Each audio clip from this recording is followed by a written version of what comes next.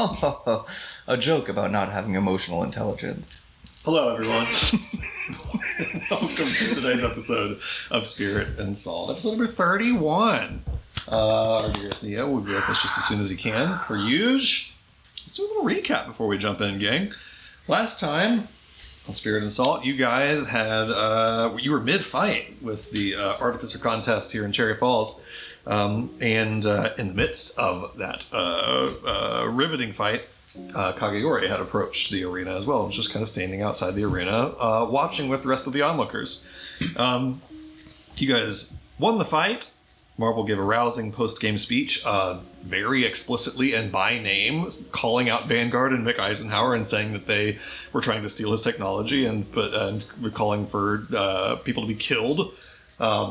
Really just putting the heat on them in that speech. And then calling for the lower, sort of lesser, smaller artificers of the world, or at least if Cherry Falls in attendance, to unionize, to start banding together to fight back against these big business motherfuckers. Which the crowd received quite well. And even one Archie Canton, still the CEO of Canton Mechanics after all, agreed, at least in principle, to stop doing business with Vanguard with these revelations of their violence given to him. A big deal. Because as Marvel discovered later, Canton Mechanics is one of the biggest providers of Arcanotech components on the continent, and a big provider to Vanguard specifically for their projects.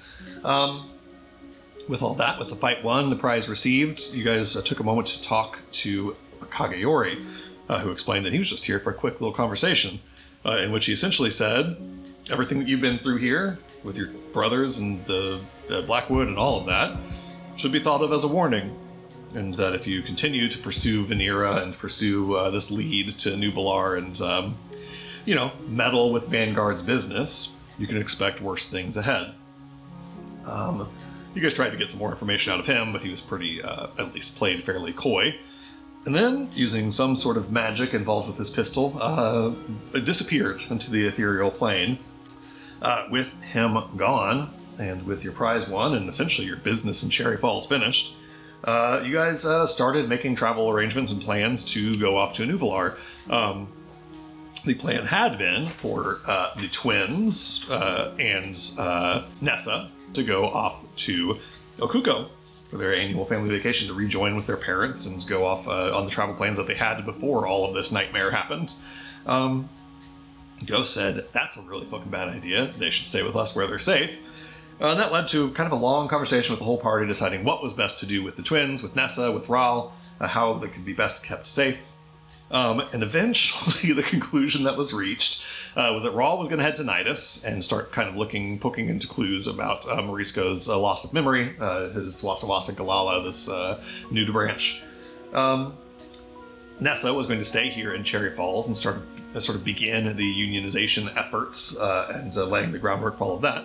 And as to the twins, what was eventually decided was the safest thing would be for Patches, using his criminal connections, to smuggle them somewhere and for no one to know where besides him.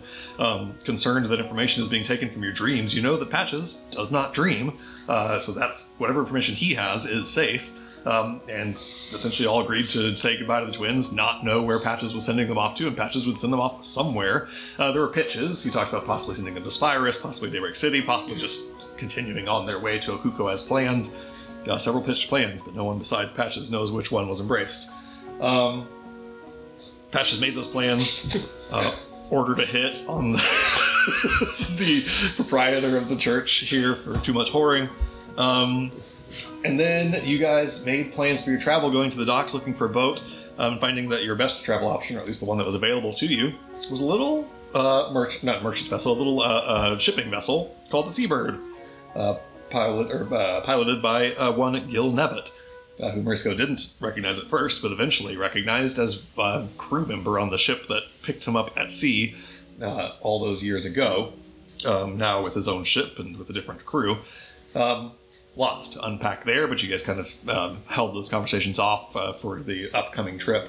Made plans for him to take you to a New Valar, and plans for a stop in Greycliff along the way, because a Robin, a death priest with a coffin in tow with a body inside, wanted to hitch a ride as well, as far as Greycliff, to which Gil Nevitt happily agreed. not wanting to upset the superstition of not granting passage to a robin. With all those plans made, you guys were set to leave tomorrow morning on Gil Nevitt's boat, the Seabird, and spent the rest of the night just kind of chilling. Raoul was cooking you guys dinner. Ghost and Boss went for a lovely waterfall hike, and then a dance outside of the First Altruist Church. Shared a kiss, question mark? Smashed elephant face on centipede face, and what approximated a kiss. I basically laid my trunk on his forehead. Yeah, it's nice. It's nice. One thing we're about to get even more into this.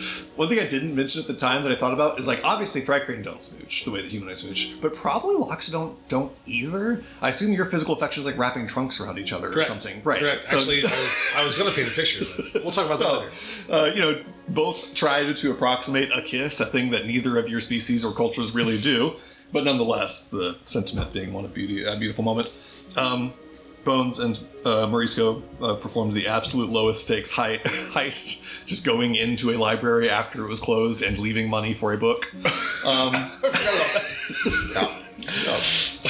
then you guys reconvene. I don't have a library card. I'm not bringing that book back. They're free. Just get one. You can take them. And then you guys reconvened. As I said, Raoul was cooking you dinner, and you guys were settling in for the rest of the evening when we left off. That's where we're going to jump back in. Before we do, inspirations. One goes to Patches for sentencing Marv, a.k.a. Marvin, to swim with the fishes for all this whoring.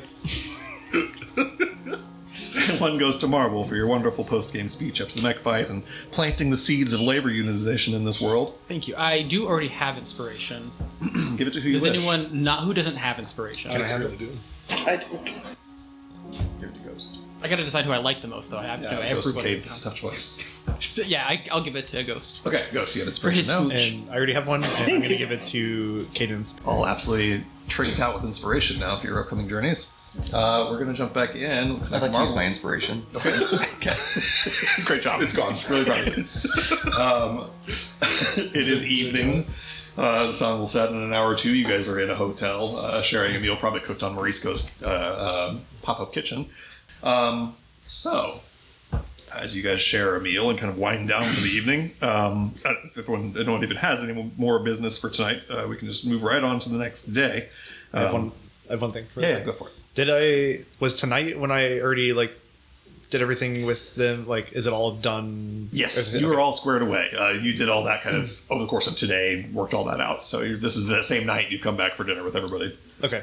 So after dinner, I wanted to sit there, and I mean we've been fighting a whole lot, so I want to just take my gun out and start cleaning it, making sure it all looks good. Just want to make sure it's nice and clean, and then while I'm doing that, a Marble. Yeah? I wanted to let you know that your family was taken care of.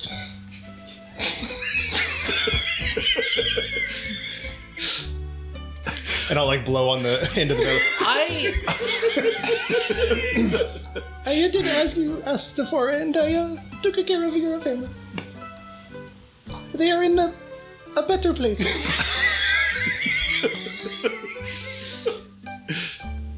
I feel like Marvel has seen this guy just say the off-the-wall stuff all the time. I don't know if he could ever take him really that seriously. But he has seen him try to plan something before. Right. It also bears mentioning that Top and Yo-Yo are presently here. It's kind of ominous. Taking care of us. And we're just going on vacation, and now next thing we know, there's a guy cleaning his Tommy gun, and he says he's taking care of us. I don't like the sound of this. He also, Yep.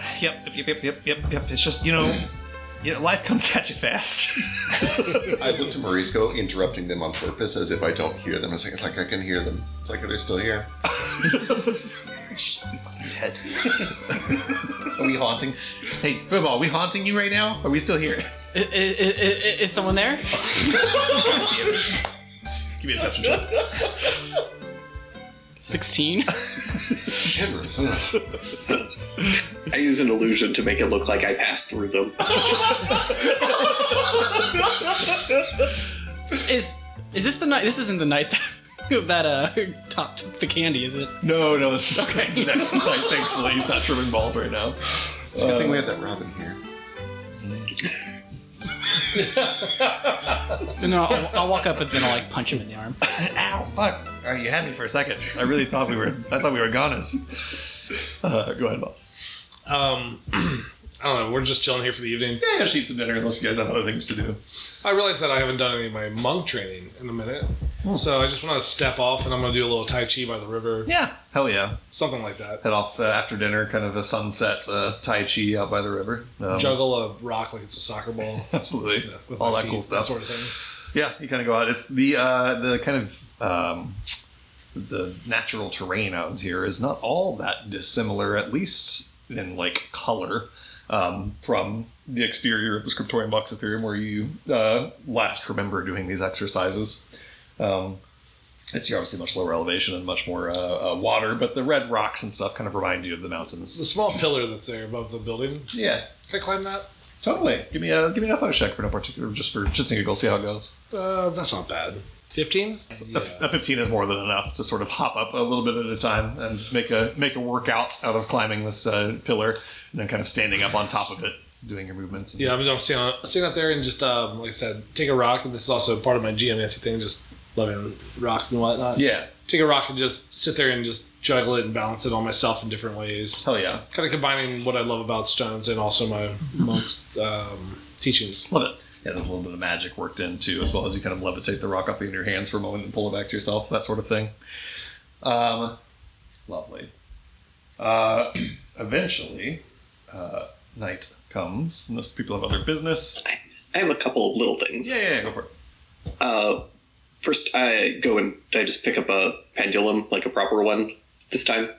Oh, for your spell. For divination. Yeah. And I'll pick up some divination resources. Excellent. Yep. I think that there's probably as much of it as you want in this town within reason. I don't think you really even need to roll for like how much you can get your hands on, as long as you're not buying, 500 portions worth or whatever. Right. I think I'll just grab 2 for now. Yeah. I'm sure we'll be able to find more later. Easy peasy. This is a very religious town. There's lots of churches you can stop in and purchase incenses and components for divination. No problem at all.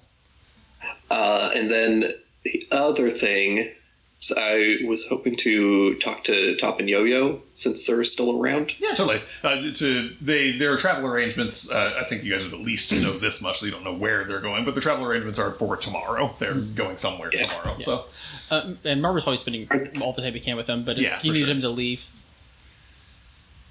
No, Marvel can be around for this. Are Top and Yo-Yo's bags here? yeah, Any yeah. chance? Yep, they've got the, assuming you guys have given them back because their luggage was left on the train. But yes, if you guys have given their luggage back, they've kind of gotten it all sorted out and, put the get-along hats in there and all that. Cool. Then yeah, I'll go over to Top and Yo-Yo and Marble. Just, God, you. I have a problem, and I hate that. I think you two might be the best to help me solve it. Why's that? Yo-Yo says so defensively. Top says, just let him tell you what he needs, Marvel has Yo-Yo. like trying to not laugh. It's just you two just seemed quite confident back in Daybreak about courting rituals, and I was just wondering what someone resting their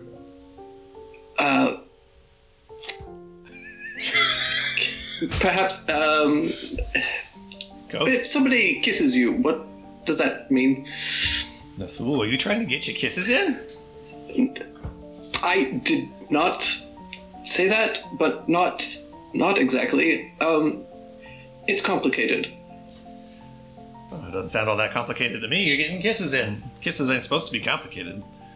But, if somebody kisses you, it means they fancy you. It means they, somewhere between they, want to spend more time with you and get to know you better, and they just kind of want to, fuck.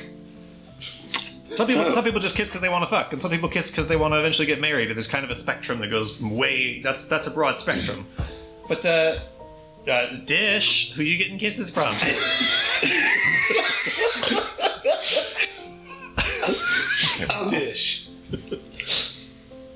You don't have to tell us if you don't want to. Yo-Yo says, yes, you do. You tried to trick us into thinking we were dead a few minutes ago. I do. I suppose I do owe you that. Boss and I went dancing earlier, and he. Do you know much about him? How much is he actually told? I don't know how much these two know about Marble Help. Marvel is trying to like. What did you do about Marble Help? Yeah. Marvel has been trying to respectfully just like stay out of the conversation because he clearly didn't come to talk to him. And he's like, he said you said he kissed you. I sort of, in a sense. I think we don't really have the kissing isn't really a thing for my species, obviously, and I think it's also kind of difficult for him. What do your people do? Usually touch foreheads. Oh well, why don't you talk to him about that? Maybe you could do that. That not quite what I was going for, but yes, maybe I should just talk to them. Do you want to touch foreheads with him? He seems very embarrassed. I don't know. That's okay. Yo-Yo goes, I gotta tell you, Nathul, you're asking the furball for romantic advice? This guy... Shut up. I did it in my own time. Just like Nathul can. Yeah. Just mean like if kisses are on the table, you gotta get your kisses. If somebody wants to put their trunk on your head or whatever you're talking about, because I also don't know how Loxodons, get their kisses. But, whatever kissing looks like for you, kissing's a beautiful thing. You should get all the kisses you can get. Have I answered your question? It's complicated, well, we were in Hallowhive and in the Abyss. He reached out his hand a lot, and it was nice and comforting. And I don't know if I have lost my home, and I have no job. I have no way to support myself, and I have nowhere to go. And I'm just very isolated, and I don't know if what I'm feeling is genuine or simply just reaching out for the first source of comfort that presented itself. It feels very unfair to them, and also, besides, even if these feelings were genuine, he's like a prince or something. He wouldn't be interested in some bug from a cave. If he wasn't interested, why would he have danced and stuff? Well, like they said, perhaps it's just fornication. It could be fornication. It could just be fornication. Maybe, but he seems way more respectful than to just want that. But it's possible to know without talking to him. Yes, I suppose I should maybe just talk to him. But obviously, if you just need to vent and stuff, I'm happy to listen. Oh, thank you. I appreciate this. It's helped get my thoughts in order, I think. Yeah, don't do anything you're not comfortable with. Well, maybe like a little, and you gotta push your comfort level sometimes, just if you do something you're a little bit uncomfortable with. Oh, believe me, I think I've been pushing my comfort zone quite a lot lately. You have. It's really impressive. You're really awesome. You know that, right? Thank you, Marble. This whole time, Specs has been sneaking a chess piece into the twins' luggage, by the way. Perfect. I don't think I even need to make you roll. They're not paying attention to their luggage right now. Specs can easily sneak a piece of a chess piece into each one of their bags. Perfect. They're interested in kisses. Cadence, you've got something as well. Yeah, I've got a little thing. Just before we settle in for the night, I will also find Marble at some point. For kisses? Yeah. Maybe for kisses. Hey, Marble. Yeah? We should go out. Get some drinks, celebrate your win before we're on a boat for too fucking long. Oh, yes. Yes. I haven't gotten change of clothes yet. Is this okay? We're in Cherry Falls. What the fuck does it matter? Right. I don't know. It's nice to get dressed up for a date, I guess, but You look dressed up to me. thanks. What'd you have in mind? Do not know. Also, Cadence, that you spent a fair amount of this time in Cherry Falls, like scouting the city out and finding places. So you're welcome to craft, if you wish to, what kind of place you take Marble to. As high scale as exists here. I know it's not like that small. For sure, it's it is not Daybreak City by any means. There's no place here that carries the sort of swank of the first movement or any place like it. But there's plenty of places you could go where you would be not quite in the luxury that you're used to in Daybreak City, but in the relative luxury of this town at least. Before we go, do you want to invite everyone, or? I mean, we can. Is it like just a date, or I mean, like I don't mind, but I guess we haven't really had just us time. It can be just us time. Maybe I think I'd like that. Well, then let's just do us time.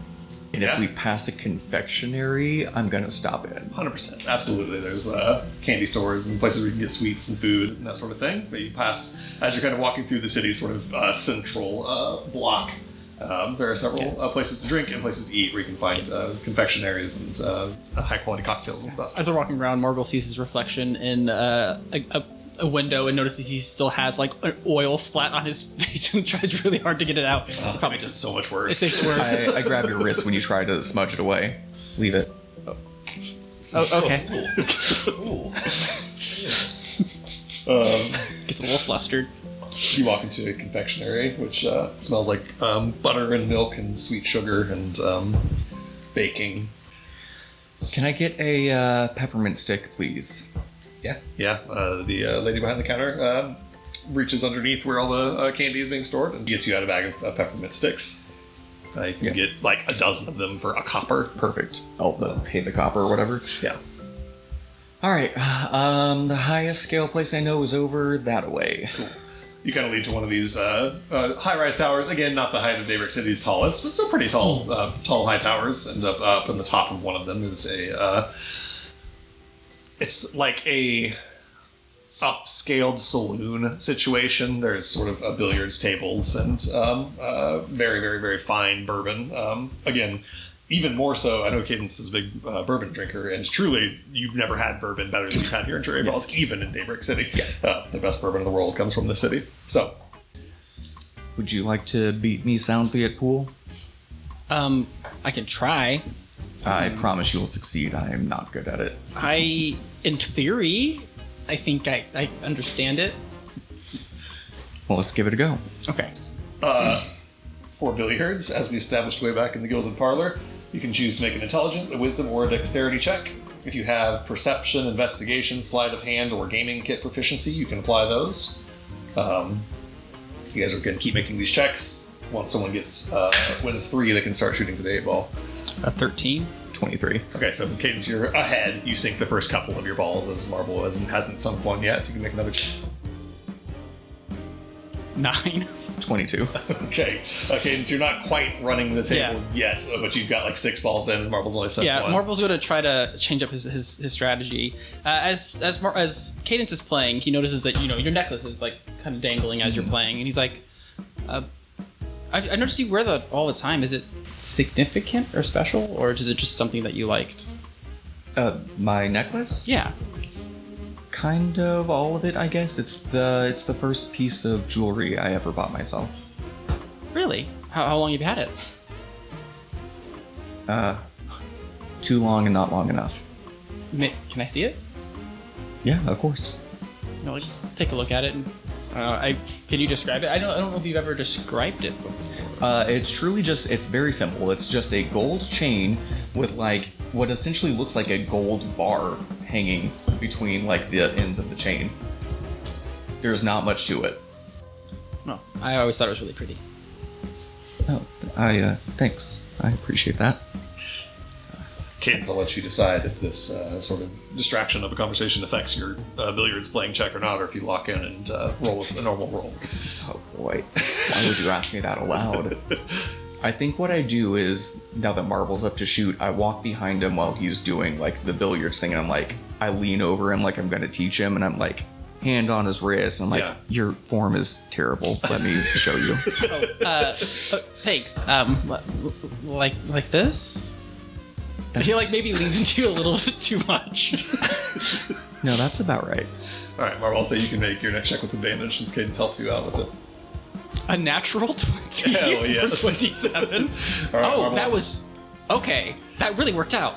with Cadence's help, you sink 3 balls in a row before it comes back to Cadence's turn. It's all about the confidence. Give me another contested check. 25. 10. All right. When it gets back to Cadence's turn, she sinks everything but the 8 ball, and then she misses. Cadence, you now have to get at least an 18 to sink the 8 ball, and if you crit fail, meaning a 12 or lower, you will accidentally scratch on the 8 ball and lose the game on this next round. You know what? I think that's close enough. We both won tonight, right? It's okay. You can show me. Oh, I know I can.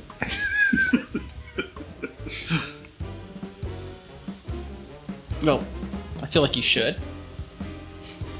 All right. Last make another round.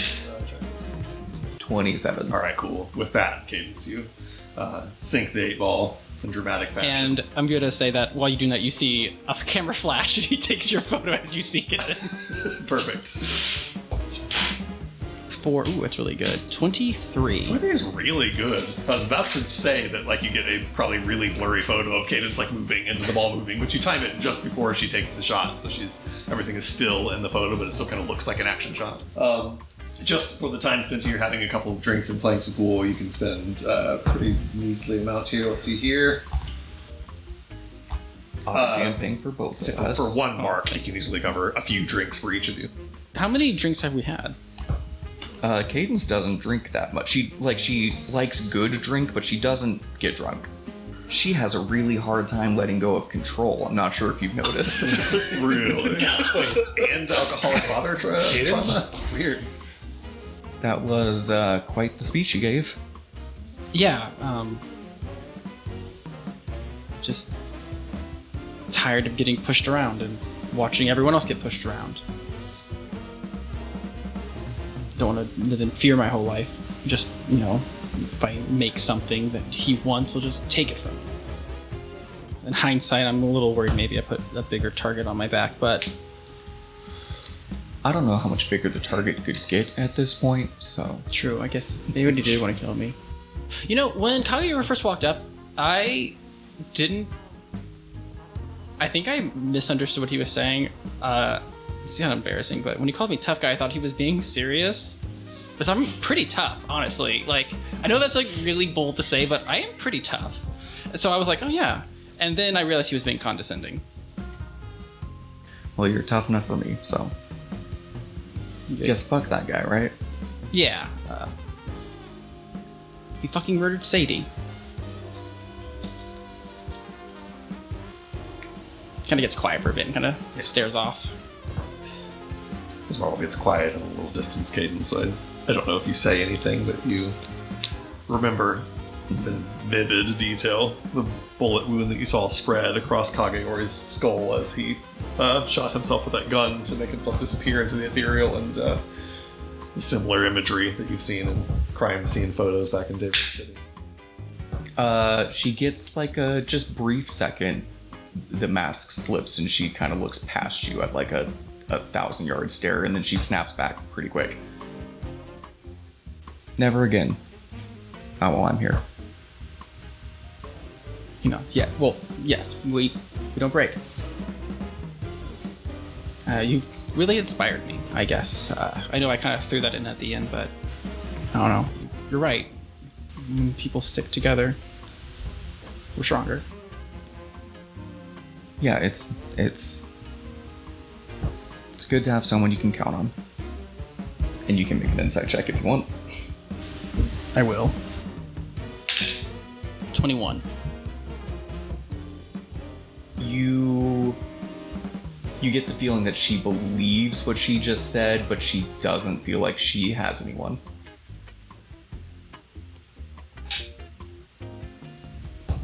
I hope you know that you can rely on me. I know I can. I'm pretty tough, so Yeah. My tough guy. like gets all flustered. Okay, well. Alright, well we should probably call it a night, right? Getting pretty late. Yeah, we have an early day tomorrow, don't we? Ugh, I'm so tired of being out in nature. The ocean's just nature too. It's the worst place I've ever been. At least we'll be on a boat, I guess. That sounds even worse. I just want to go in. Do you think they'll let me get in the engine room? Who's gonna stop you? That construct? We just killed like 3 of them. Well, I don't want to murder him. Okay. You guys have this conversation as you're walking back to the hotel. I love the kid's like, What is Why, this? though? okay. Just kill him. As you go inside, I'll be right behind you. I'm just gonna grab a quick little walk. Just need some fresh air. Walk off. Maybe drank too much. Can I come with you? If you want. I'd like that. All right then. And he'll join you. And I walk back to where we were shooting bottles earlier. Yeah, you kind of go up to the northwest side of town and to where there's probably still some shattered glass along the cliffside, up sort of beyond the church.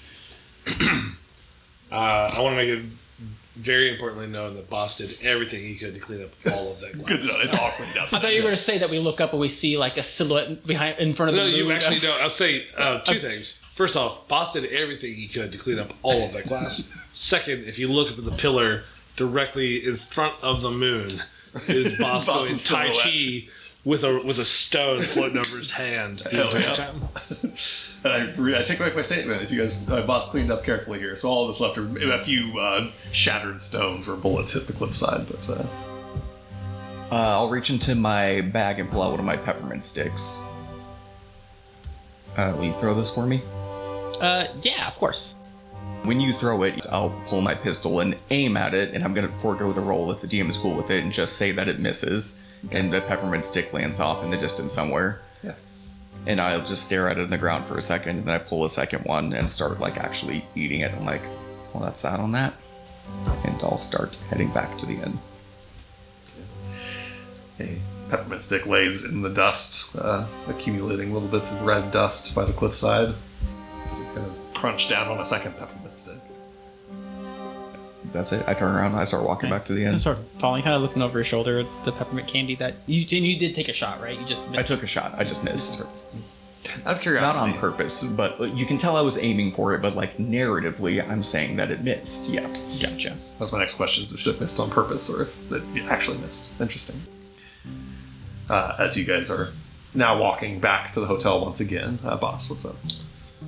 On top of the pillar, practicing, I hear a gunshot. Yeah, totally. And I turn my head down, and I see what I believe are 2 of my friends. Yeah, you're probably gonna get your lens out to see the details. Yeah, You and hear I- a gunshot, and you see 2 people, and you get your lens out. I to see this little peppermint stick splattering across the ground. I look around and I see, this is Marble and Cadence, and they're leaving. Interesting. And I go and climb down, Uh-huh. and I walk over and I grab the other peppermint stick. Perfect. You go and pick up a peppermint stick off the ground. You probably, honestly, from weird distance, even through the lens, probably couldn't see what it was. You saw Just something was on the ground, and you go find Find that it. it is a peppermint stick sitting on the ground that Cadence tried to shoot or missed or something. You probably didn't see what happened, but there's a peppermint stick where Marble and Cadence And were. I pick it up and I brush it off. I just put it in my pocket. And I walk back to town, What time is it right now during the day? It's probably like 8 or 9 p.m. or so. The sun is truly set now at this point, but it's still there's a little bit of last light over the horizon, western horizon still. Where is the rest of our group? Did we already find a Unless people are doing other things, you guys are all in a hotel. You had actually said you were going to go back to the boat and sleep on the cots tonight. I That's don't know what if I you want thought. to do that or not, but that's what you had said last time you talked to the people in the Seabird. I Other than that, everyone's just at their hotel. think I should go find Ghost. Okay. You return to the hotel to find Ghost. He's awake all night, so no matter what time you return to the hotel to find him. Ghost, in what situation does Boss find you upon his Actually, return? sorry. Right before that, is Cadence? Is Marvel there? Are I think there? they probably make it back to the hotel unless you guys do something else after that walk. So they're back at the hotel. That's Sorry, fine. before. I know which room they might be in. I presume you guys Yeah. know each other's rooms. Yeah. Okay, so I just walk up, and underneath the door, I just slide the peppermint stick. Knock knock. I'm sorry. I think you dropped this, and I walk away. And I Just leave it peppermint at stick that. sitting under the door of your hotel room. I saw this thing, and I think this is yours. You're slapping on the other side of the door. Absolutely, just like flip flops running in the rain. Running in the rain. Somebody sounds like they might be choking on a tennis ball. I don't know what that is. Okay, so. Alright. So, walk over and Ghost has a room. Is that correct? I presume so. Ghost, did you get a room at this hotel? Yeah, I assume so. I don't know. I'm poor. I probably I have glossed I assume this place has like a little lounge area. Maybe I just sit in the lounge. Yeah, so they're not going to stop you from doing that. That said, I have glossed over, but Rob will have paid for you guys' room, so if you want a room, you can have one just for the privacy. Yeah, sure.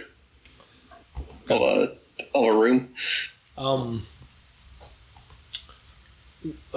Natul, is this your room, Natul? Yes. One moment. Ghost will put down his pendulum and go over to the door. Hello.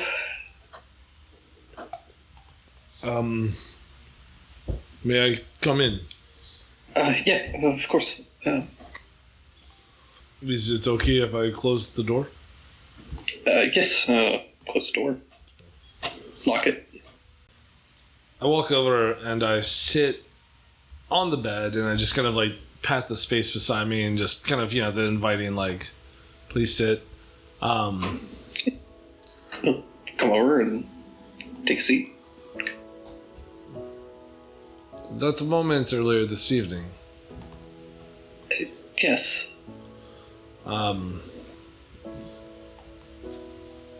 that was... It was something kind of unexpected, but special for me all the same. I know that you have lost your land.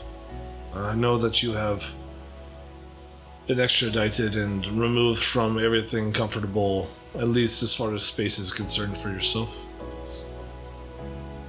And I don't want to overstep these bounds and make you feel indentured to myself whatsoever.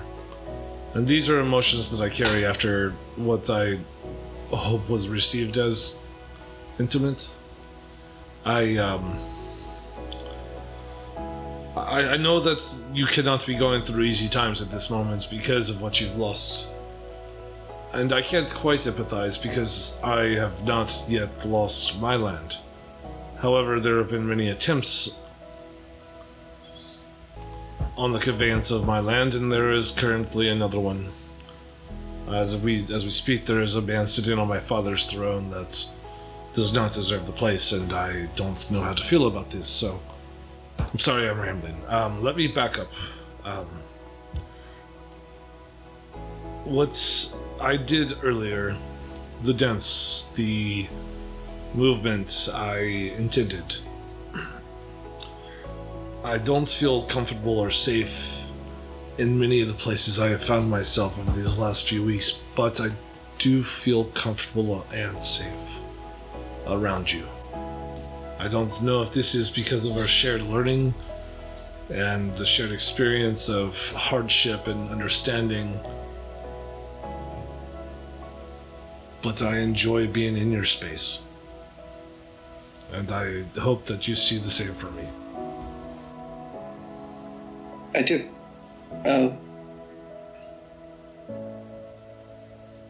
He takes a hand, puts it on the back of your neck, and just touches his forehead to yours. And I slowly wrap my trunk around your neck. Do you want to sleep here tonight? This I would like. This would be better than a cot on the ship, yes? I certainly hope so. Might as well enjoy one last night on land while we can. Fade to black? So the I don't want to go into like a grotesque amount of detail here, but it does bear mentioning. You're like two species also like we had a conversation earlier about how like Thrycrene's version of quote unquote kissing is probably like antenna touching, and for Loxodon it's probably something like wrapping trunks around each other. Neither of you really like kiss. But in terms of like actual copulation, truly, I don't know the two of you have the biological apparatus to accomplish that. I don't know how Thrycrene be fucking. All I mean is, like, I assume that you guys find some comfort together in a physical way together. Like, the forehead-to-forehead thing seems really sweet, and then, like, the trunk for me kind of wrapped around your neck, and then everyone here is going to cringe, but, like, little just tiny scratches from your mandibles and your antennae. Yeah. Yeah. Just, you know, 100%. soft little whatever we can do, we can do. Yeah, boss would be, I think, happy to spend the night. But then when that's done, really wants to go back to the waterfall one more time. And we don't have to talk about that, just know that we take one last trip back to the waterfall. I guess I'll just ask, after you guys have sort of like our fade to black moment, and then later go out for a little walk to the waterfall under the starlight at this point, with the gleaming lights of the city behind you. Do either you want to have any conversations with that, or do you just want it known that you guys go for one walk under the starlight? Ghost, is there anything you want to say? Yeah, I think as they're kind of looking out at the waterfall, eventually Ghost will kind of like muster up the courage and say, I'm still cross with you about, you know, everything that happened in the desert. Not everything, but you know. Yes, no, I'm quite cross with myself at this time still. I don't know what to say. Do you have a question? No, just that trust is easily broken and much harder to rebuild, but this was a good start. I will say that I hope that my forthright action that evening of bringing the body back and telling everyone what had actually occurred was enough to help start that mend. I don't quite know where I stand with Cadence, if I'm being honest. I just know that I still owe her my company based off of an agreement we had made weeks ago, and I do not go back on my word. So at this time, despite the indifference and the injustice that I feel may have been caused against me, I will stand beside Cadence until my job is fulfilled. I just need you to know this. I also owe justice to an oath I made to Bones. And that is where my path will take me after we find Vanira. But this is where my path takes me, and I don't know where your path will take you at this time. But if you see it in your future to stay with us, I would like to see you stay beside me.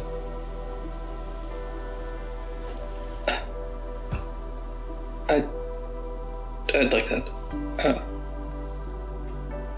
For now, I know that my path at least takes me to a new Valar with all of you.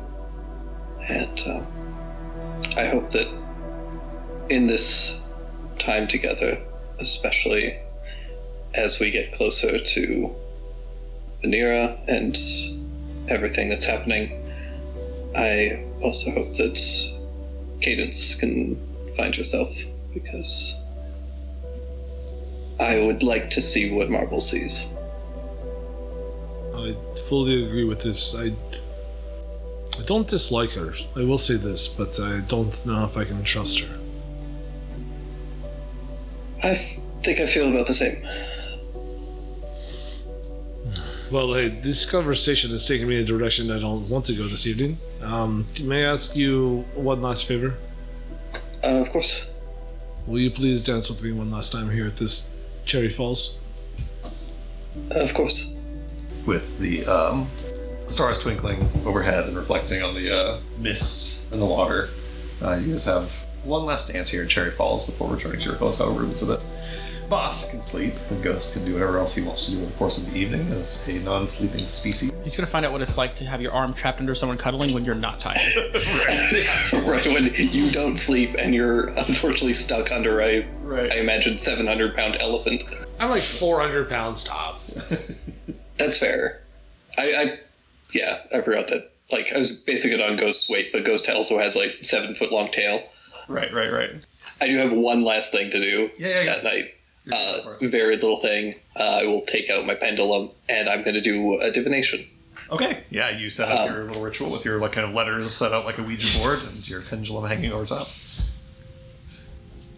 And I'm going to ask what misfortune will be brought to us by traveling with the Robin. Interesting. What a great question. What misfortune will be brought to us by traveling with the Robin? I describe for one more time. I think I've described it right. But your divination takes the form of you get like written words essentially, right? You get back words written as your thing moves across them like a pendulum. Yeah, I essentially have kind of like a Ouija board situation, and then I use a pendulum and it swings and points at the various letters and spells out things. You hold your pendulum over top of it. It begins to sort of glow amber, and then the amber light, because of your magic, starts to sort of like concentrate, almost flash beam or flashlight beam like, to hover over whatever letter it is currently illuminating in this sort of grid. And it spells out, they bring with them a spirit that has overstayed its time. The Shadar Kai will not allow a spirit to linger forever. And give me just like an Arcana check or an Insight check, something to kind of interpret that and get a little more, try to figure out if you can suss out what that means more specifically. Can I play a board game with it first? You sure can. Thanks so much for asking. Okay. Then that's just going to be 12. Okay, 12. Yeah, I think 12 kind of interpret that how you see fit. Give me also separately a religion check. Okay, 13. 13. 13, especially because you rolled like a 29 or something on knowing what Robins were last session. You've heard the term Shadar Kai before. You know that these are the a subset of spirits of death, of spirits of the plane of Mord, of the plane of death, that essentially are, in one of their functions at least, the ferrymen. They come to collect the souls of the dead and take them off to the afterlife, or the first steps towards the afterlife on the ethereal plane. So essentially, this omen has said that the Robin is keeping a spirit of a dead person here, somehow is keeping his spirit of a dead person longer beyond its welcome, but past when it was supposed to be taken to the afterlife, and the Shadar Kai will probably come for it, or won't allow it to linger along. On that 13 religion check, and to give you a little bit more specificity here, you know that the way this works, when somebody dies, their soul remains sort of tethered to their body with a very limited amount of distance that they can travel from their body on the ethereal plane. So their body is in the material plane, obviously, and somewhere in the ethereal plane nearby, their soul is sort of tethered to it. And then every prime zenith, so every morning of a 10th, 15th, etc., the spirits of death, the spirits of Mord, come and collect souls that are waiting in the ethereal plane and take them off to Mord, off towards the afterlife. In other words, right now it is the 12th of brightness. You're about to wake up on the 13th of brightness. You would expect that if the Shatterkai are coming for this soul that this Robin is transporting, they will come for it at the time of the prime zenith on the 15th. Correct. Yes, like overnight between the 14th and the 15th. Okay. On a 12 Arcana check, you're not sure exactly what that will look like, or what, obviously why this Robin is doing this, or how long it's been, or what, if it's going to look violent, or just like some sort of misfortune or something, but that's what you expect is the closest thing to misfortune that awaits you for traveling with this Robin. Okay. Lovely. The last thing of this night, at some point after dinner, Morisco, Top, approaches you. Just kind of off to the side for a moment. Not like fully pulling you into a private conversation, but specifically going far enough away that like Bones can't overhear you. If you can manage that at some point, and just says, he just kind of looks at Bones across the room, and just says to you, "So, you and Bones, huh? Am I wrong, or am I picking up a vibe?" We're not anything visual, but I'm not wrong. I mean, no, you're not wrong.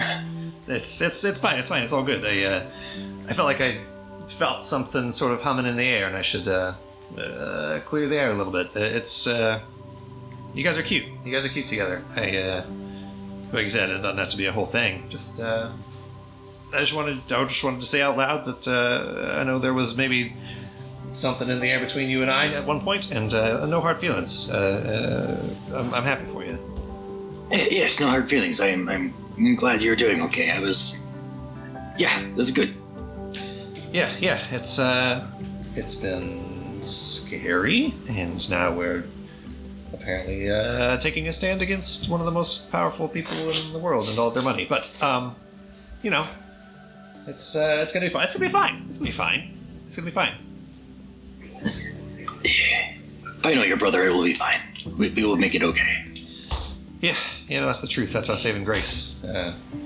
Fuck, if it was just me and Yo-Yo in this, I'd be running for the hills. But, I've got people like Marble and people like you and Bones and all of you in our corner. It feels good.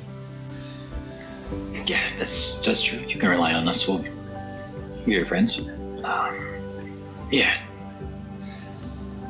All right. Well, this was not as awkward as I was thinking it was going to be. This was good. This was fine. Let me. Can I get It would you? have been more awkward if you didn't say anything, and then we were both thinking about it this whole time. Like, oh, was that weird? Or That's kind of what I thought. I thought like there's the version of this where it's awkward because we never clear the air, and then there's the version of it that's awkward because we do. But one of those versions ends the awkwardness, and one doesn't. So I figured I'd go with one that ended the awkwardness. good choice. I like that one. Good pick.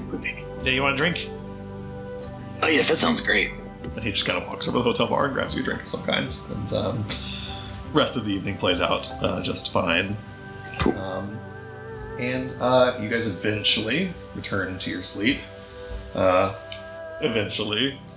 Morning comes on the 13th of brightness. You guys can mark down a short rest. And you guys have plans to meet up on your boat here in a couple of hours. I think you guys said you were going to meet up at like 8. It's currently like 6. Yeah. I know Marble has some crafting to do in the morning. So Marble, why don't you go and give me your crafting rolls? We'll start with that. Just knock it out real fast. Okay, I'm also going to use my Martial Adept Artisan. Oh, cool. Yeah, your martial Use my martial point. Cool. Exactly 26. There you go. So it's just enough to finish it completely with Perfect. some left over. Excellent. So you finish up another sending stone, so that now the twins have. Remind me, you made essentially 2 pairs of sending stones. Yes, one to leave with Ness and them so they can work with getting things figured out, and then one for me and them. Excellent. So you have the twins have 2 sending stones, one that connects to you and one that connects to Nessa. Yeah. Nessa has a sending stone. You have a sending stone. So you guys have kind of like a chain of communication if you need to. All right. So that's your first little project in the morning. And then anything you guys are doing before you head to the boat in the morning? Obviously, Patches, I assume you tell the twins where to go and who to meet, and we'll hash that out. Yep. Nessa kind of bids you guys farewell. Raoul likewise bids you guys farewell. We kind of did those farewells last session. Raoul heads with you to the dock, actually, to get on the boat himself. when we say goodbye to Ral and Nessa, I will give each of them a chess piece as well. Okay. And just tell them, keep this on you. I can't check in currently, but I am working on some magic that'll allow me to check in on you just in case anything happens. Keeping this on you will make that a lot easier. Nessa nods and sticks it in a pocket. Ral says, that's a nice trick, Ghost. Obviously, if you don't want to be checked in on at, private times or whatever, keep this in another room, but Right. for all other purposes, keep it with you. I think at worst you'll see a pudgy old man on a beach without a shirt on, so it could be worse. Well, beach is better than the toilet. He sticks the chess piece in his pocket. And Top and Yo-Yo obviously bid you farewell, Marble. Give your word, Big though. hugs. Keep the twins safe. Give you a big hug. Or keep your parents safe, I should say. Give you a big hug. Bottoms. Bots also walks up to Nessa and Rawl. Will say, in case it is ever needed, if you find yourself in Spirus, find a person named Pratikar. Request their name. The Rasamar, and then use the word Pratkaren. If you are ever in absolute need, you will find safe passage through this country. She nods and repeats it back to you telepathically. I think she's insightful enough to say,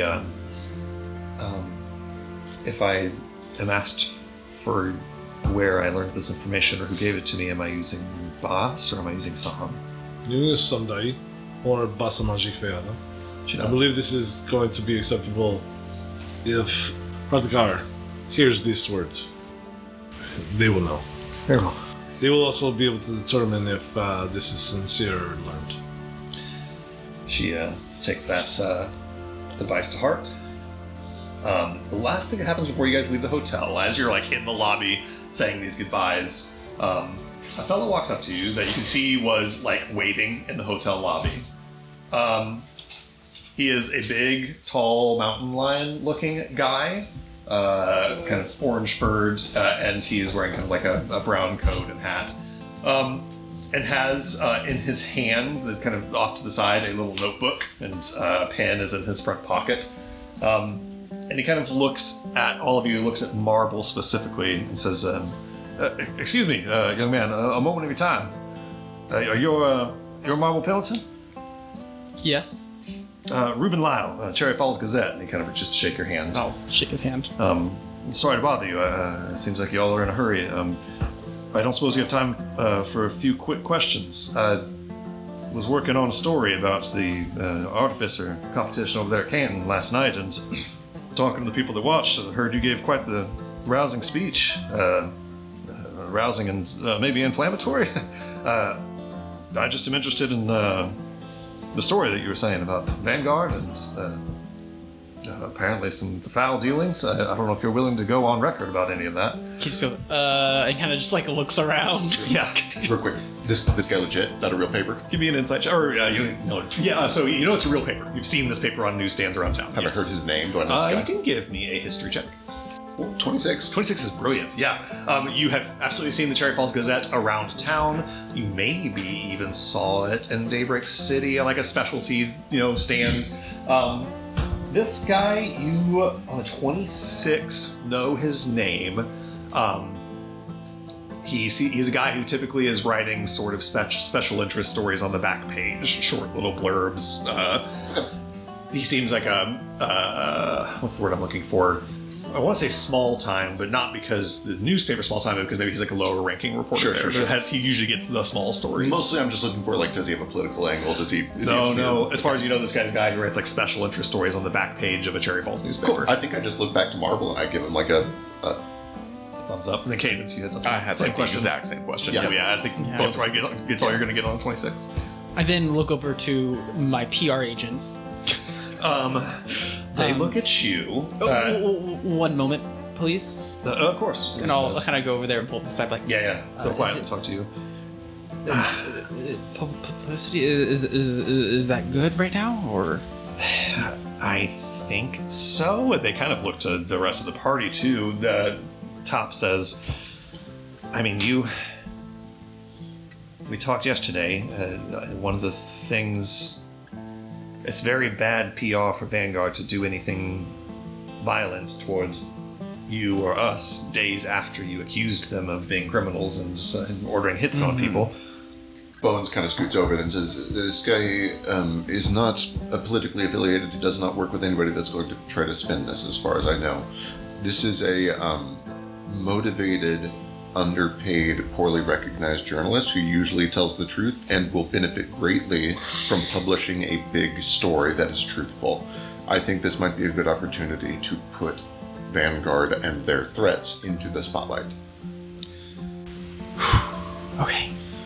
I'm not trying to think about it too much. Okay. Once you guys are agreed to talk to this guy, Top walks over and goes, Top Pendleton, Accessible Inventions, since my brother Yo-Yo, and of course our brother Marble, you already know his name. And I believe Marble will be happy to answer your questions. Yeah, I'll do my best. Yeah. And to avoid role-playing out an entire journalist interview, he says, essentially, you said some damning things last night.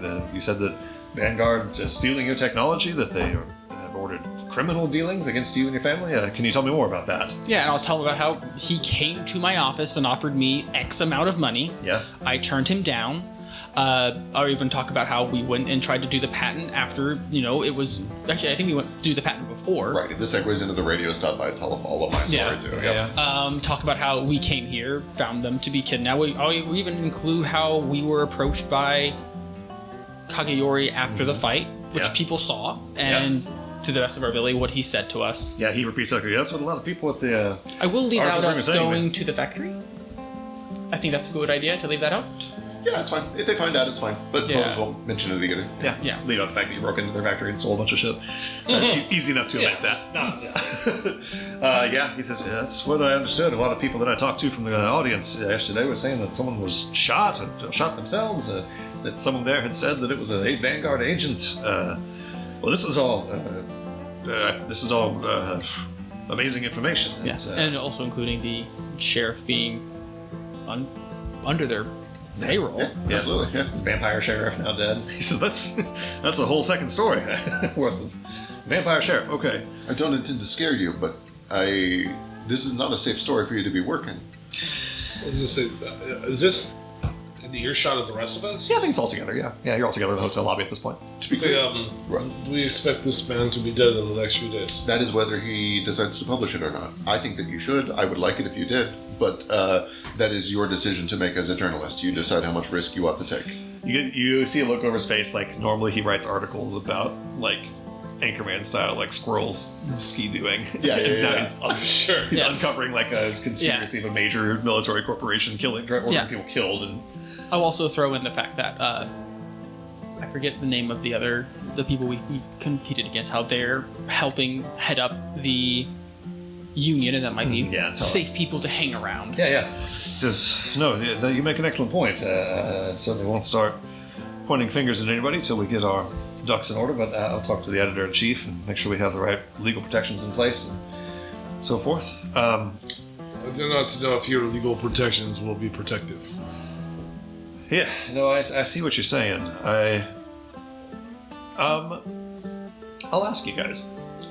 Are you trying to convince him not to go through with this? Quite the opposite. Bones, if anything, is trying to inspire courage in him. Excellent. Give me a persuasion check. Yeah. I think mine is not to dissuade him, but to just warn him that there is real danger. Yeah. You can roll me a persuasion check as well. Or you roll me intimidation, honestly. You're trying to make him feel appropriately scared. Trash roll. Okay. Trash. Cool. 24, okay. I think Bones gets a little bit more of his attention than Boss. He does say his notebook is full. By the time you guys finish giving him all this information, it takes you guys probably a better part of like 30 minutes or an hour to recount the whole story with all the details he asked for. To give him as much like sort of corroborating information as he has, as you can. So I think I have plenty enough to get started with here.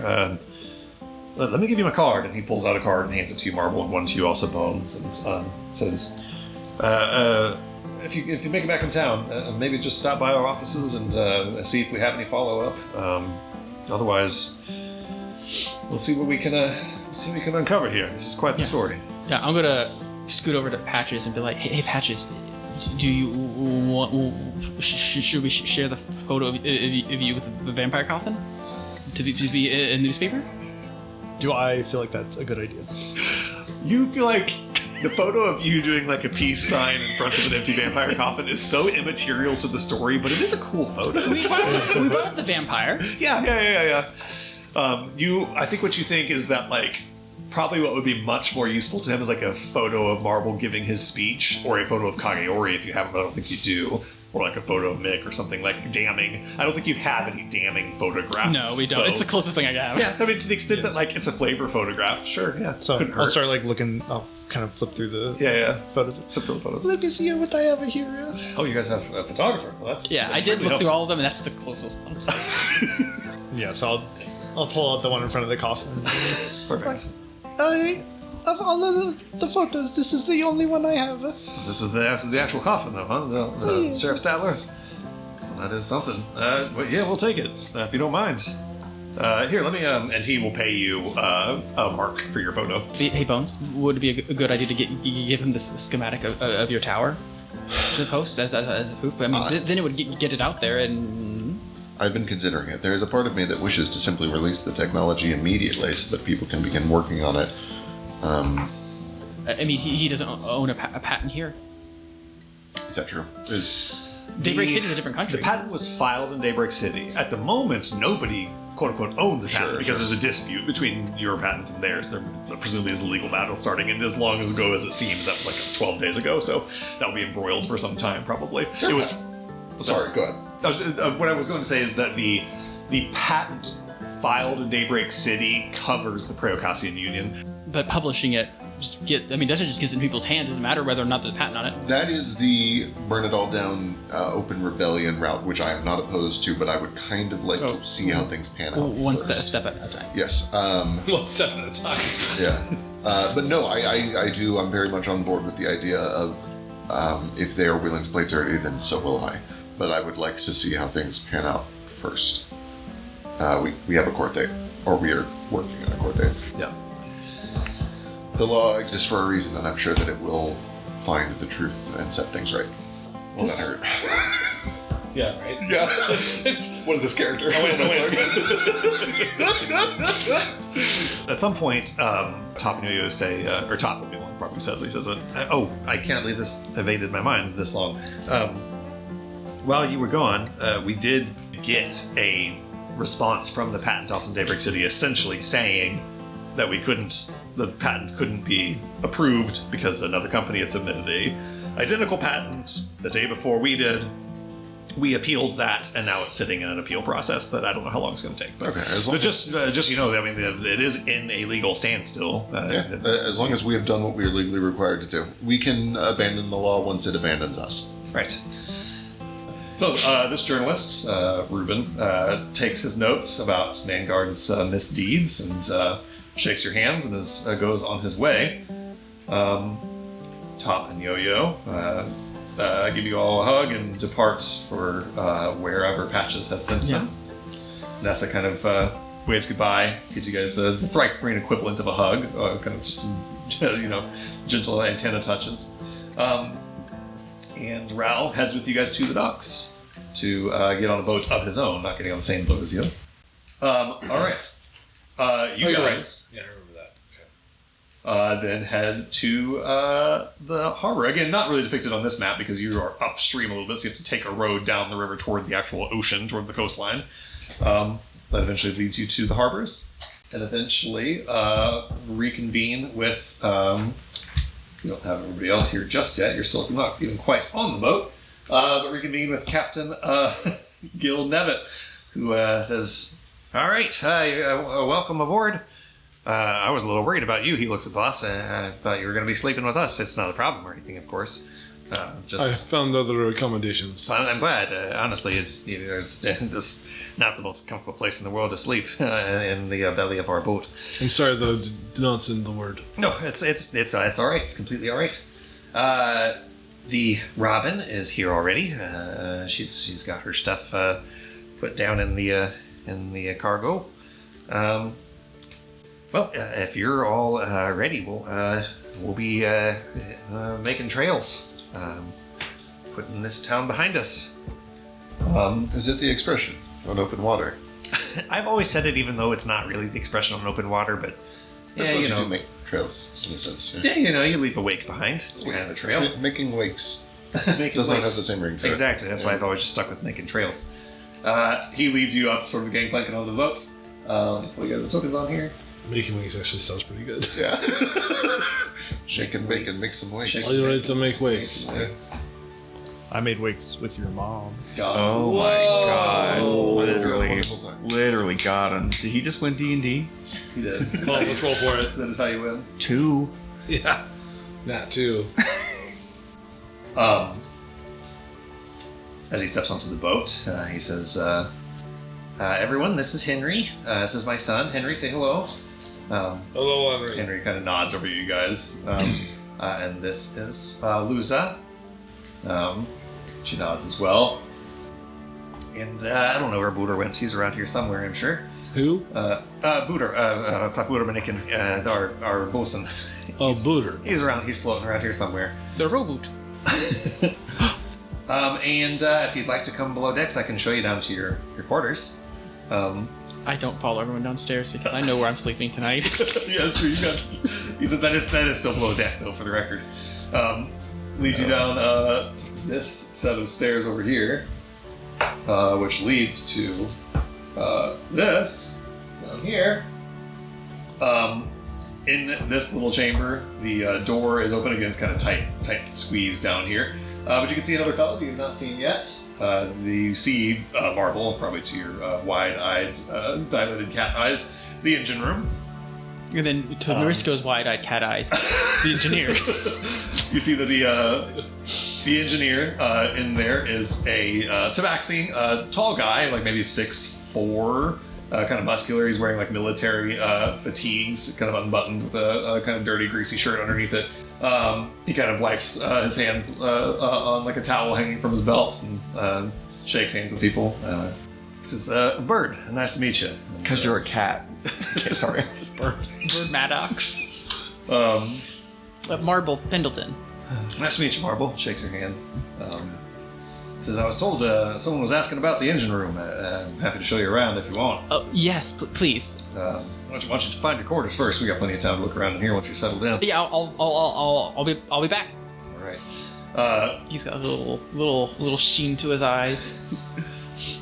Gil leads you to where the kitchenette is.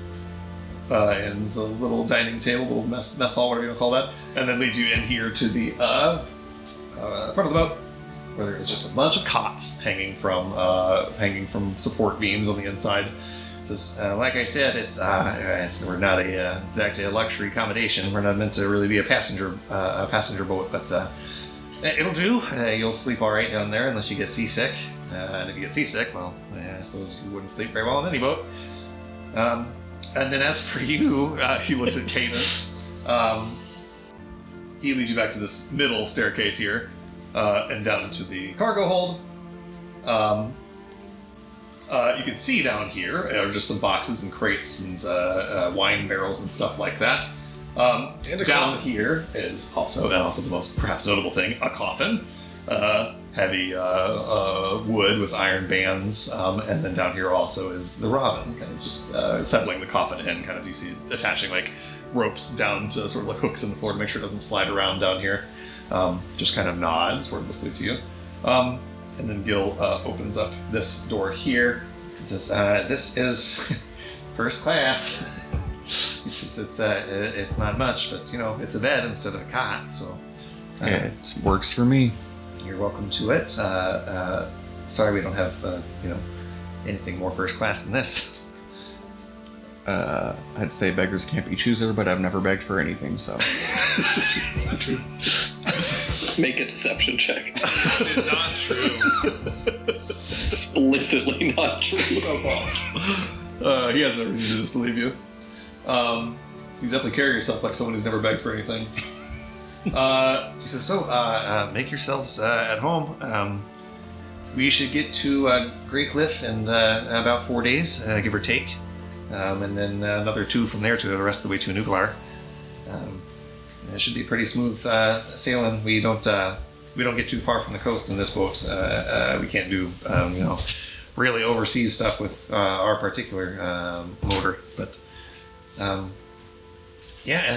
don't really know how to do this hosting thing. It's not really what I do. But if you need anything, just let me know, or any of us know. We'll get you taken care of.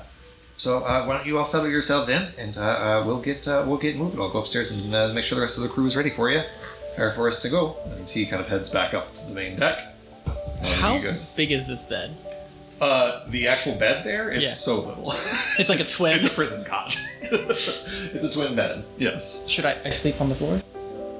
Why would you sleep on the floor? Okay. Good answer. Yes, ma'am. Yes, ma'am. We will get ice cream.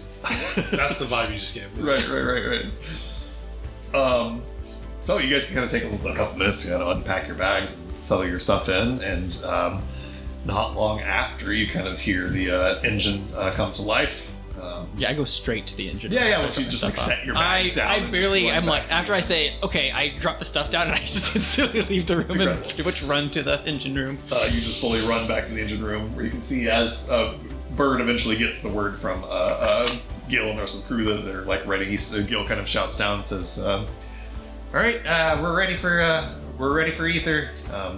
And Bird kind of, you can see, does the business of ether tapping. The engine of this thing is basically just a big array of crystals that just need ether put into them to make the boat function. There's also the mechanism of the motor itself that has essentially just a giant paddle wheel on the back of the boat. Again, not something that's equipped for moving through like overseas travel, but if they stay close to the coast, the water doesn't get too choppy for them.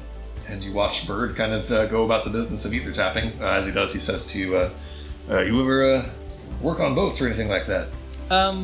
Not officially, but I mean, I've found my way to the engine room. Oh, sure, yeah. Make yourself comfortable. Just don't touch anything without asking. But of course, and if you want any help, I'm pretty good around the tools. Oh, that's good to know. Yeah, that'd be great. I'll let you know if whatever comes up. Yeah. Also, do you mind if I snap a photo? That's fine by me. And I'll have my photo taken in a while. Yeah, and I'll take a photo of him ether tapping in this engine. I'm mostly trying to get the engine, but it's fine. He's around. He's in there. He's an engineer. And he's a little awkward about being photographed. You strike you as a guy that maybe has not been photographed more than a couple times in his life. So it's just like this. I'll do a roll for it. Hopefully. Yeah, give me a photograph check. Ooh, 10. It's all right. It's suitable. Passable photo. As you guys are working down there, the boat kind of lurches into movement. Anybody else doing anything in these few moments as the boat kind of begins pulling away from Cherry Pond? What time of day is this? You guys left early. It's 8:15 a.m. I just want to go up to the bow. Yeah. Boss, as you step up to sort of the bow of the ship and sort of put your hands on the rails and look over the edge of it, you see that just literally hanging from a little like hook on one of the like portholes on the side of the boat is cleft motor mechanism. This again little weird wooden driftwood frog and like a pirate, like a costume pirate hat with a bunch of tools hanging off him. Just kind of looks up at you and regards you. Hello. Looks up at you and I assume that you do not speak Sylvan. No, I don't. Okay. He speaks in a thing that I'm absolutely not going to do, which is like a vaguely Scandinavian sounding gibberish to you since you don't understand the language. Yeah, it's a little bit Swedish Chef from the Muppets. I'll do it for you. Thank you. Appreciate it. And yeah, just makes a little like high pitched kind of sound up at you. Oh, is that so? Are you happy here? I nod. Yeah. And just he pushes off the side of the boat with his feet, and it causes him to swing down on a rope that then swings him back up to the front of the boat, and he kind of lands up on the deck next to you. Smiles. That was clever. It's not your first time doing this, is this? puts a hand up and wags a finger at you. Can you understand me, little friend? Shrugs. I'll take that as yes. Walks away.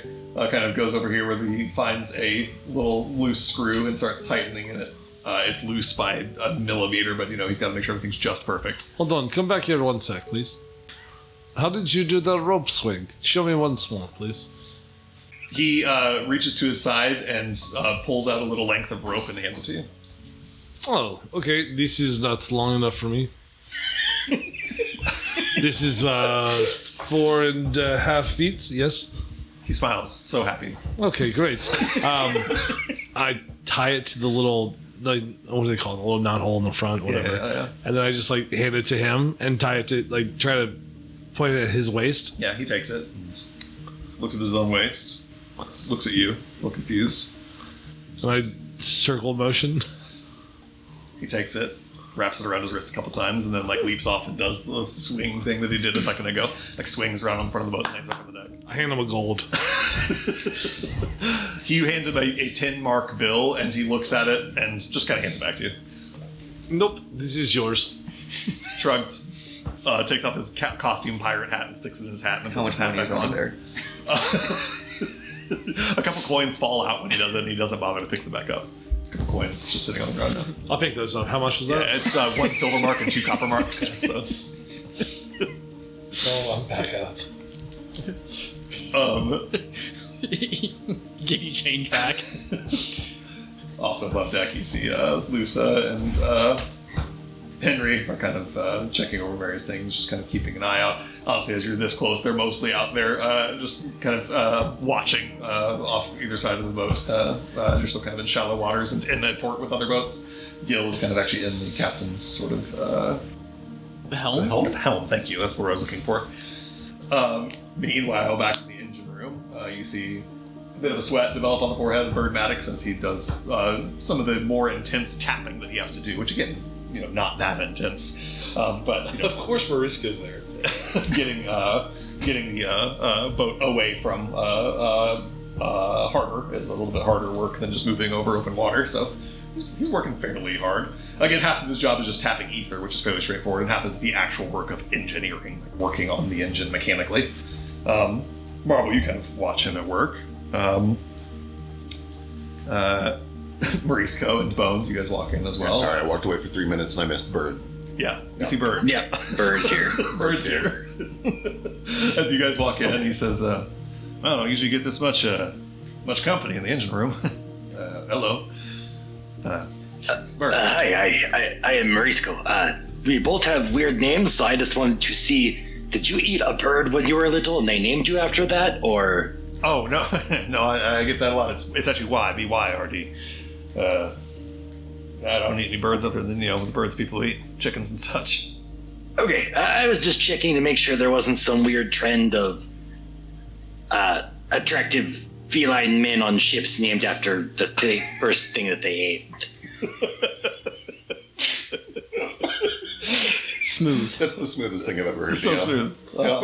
Just making sure. I am so good at this. I love This is the sluttiest character Dio's ever played.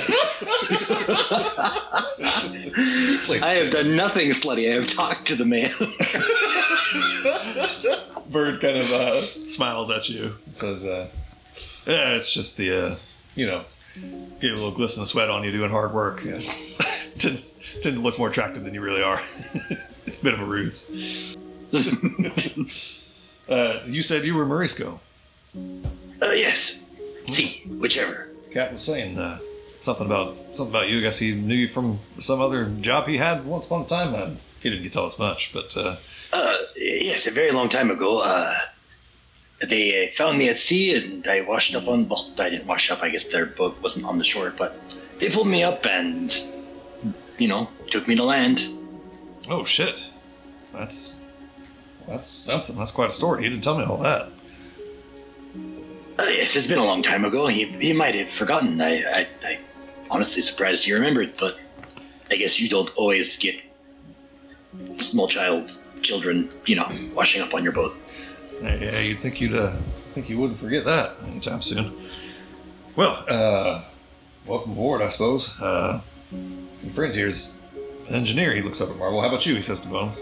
Bones came down here with slutty intentions and then gets distracted by the engine. What's it like down here? The engine is half recognizable from our real world as just the sort of engine that you need to power the big giant sort of paddle on the back of the boat that moves along. Again, this is not a kind of boat that could move over wide open ocean. It's kind of a shore vessel, a shore trawler, I should say.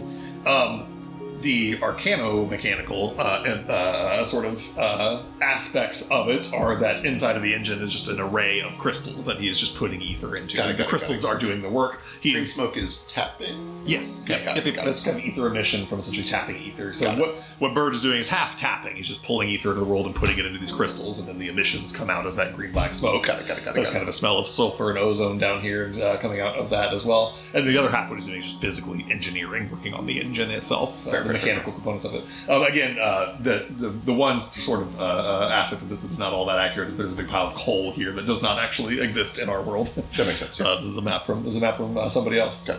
He shakes his hand. Bones, it is good to meet you. Bones, yeah, nice to meet you. As well. I've flown many ships. I've not sailed many ships. I'm still fascinated by the machinery, if you don't mind. Yeah. Like I told your friend, I don't know if you know your way around this kind of technology or not. Just maybe don't touch anything without checking with me. But No. Dream of it. This is. He looks around at three guys assembled in the engine room and is like, I don't usually. It's usually twice a day I interact with a human for the most part. I'm mostly down here by myself, so it's kind of nice to have some company. I kind of side glanced to Morisco and then back to him. That's a shame. You should interact with more people. Yeah, don't get me wrong. I'm a personable guy. Just crew's busy up top. And, we do mealtime together and all that. But most of the time I'm down here, tinkering away. Fair. Well, we will not stay in here any longer than you want us.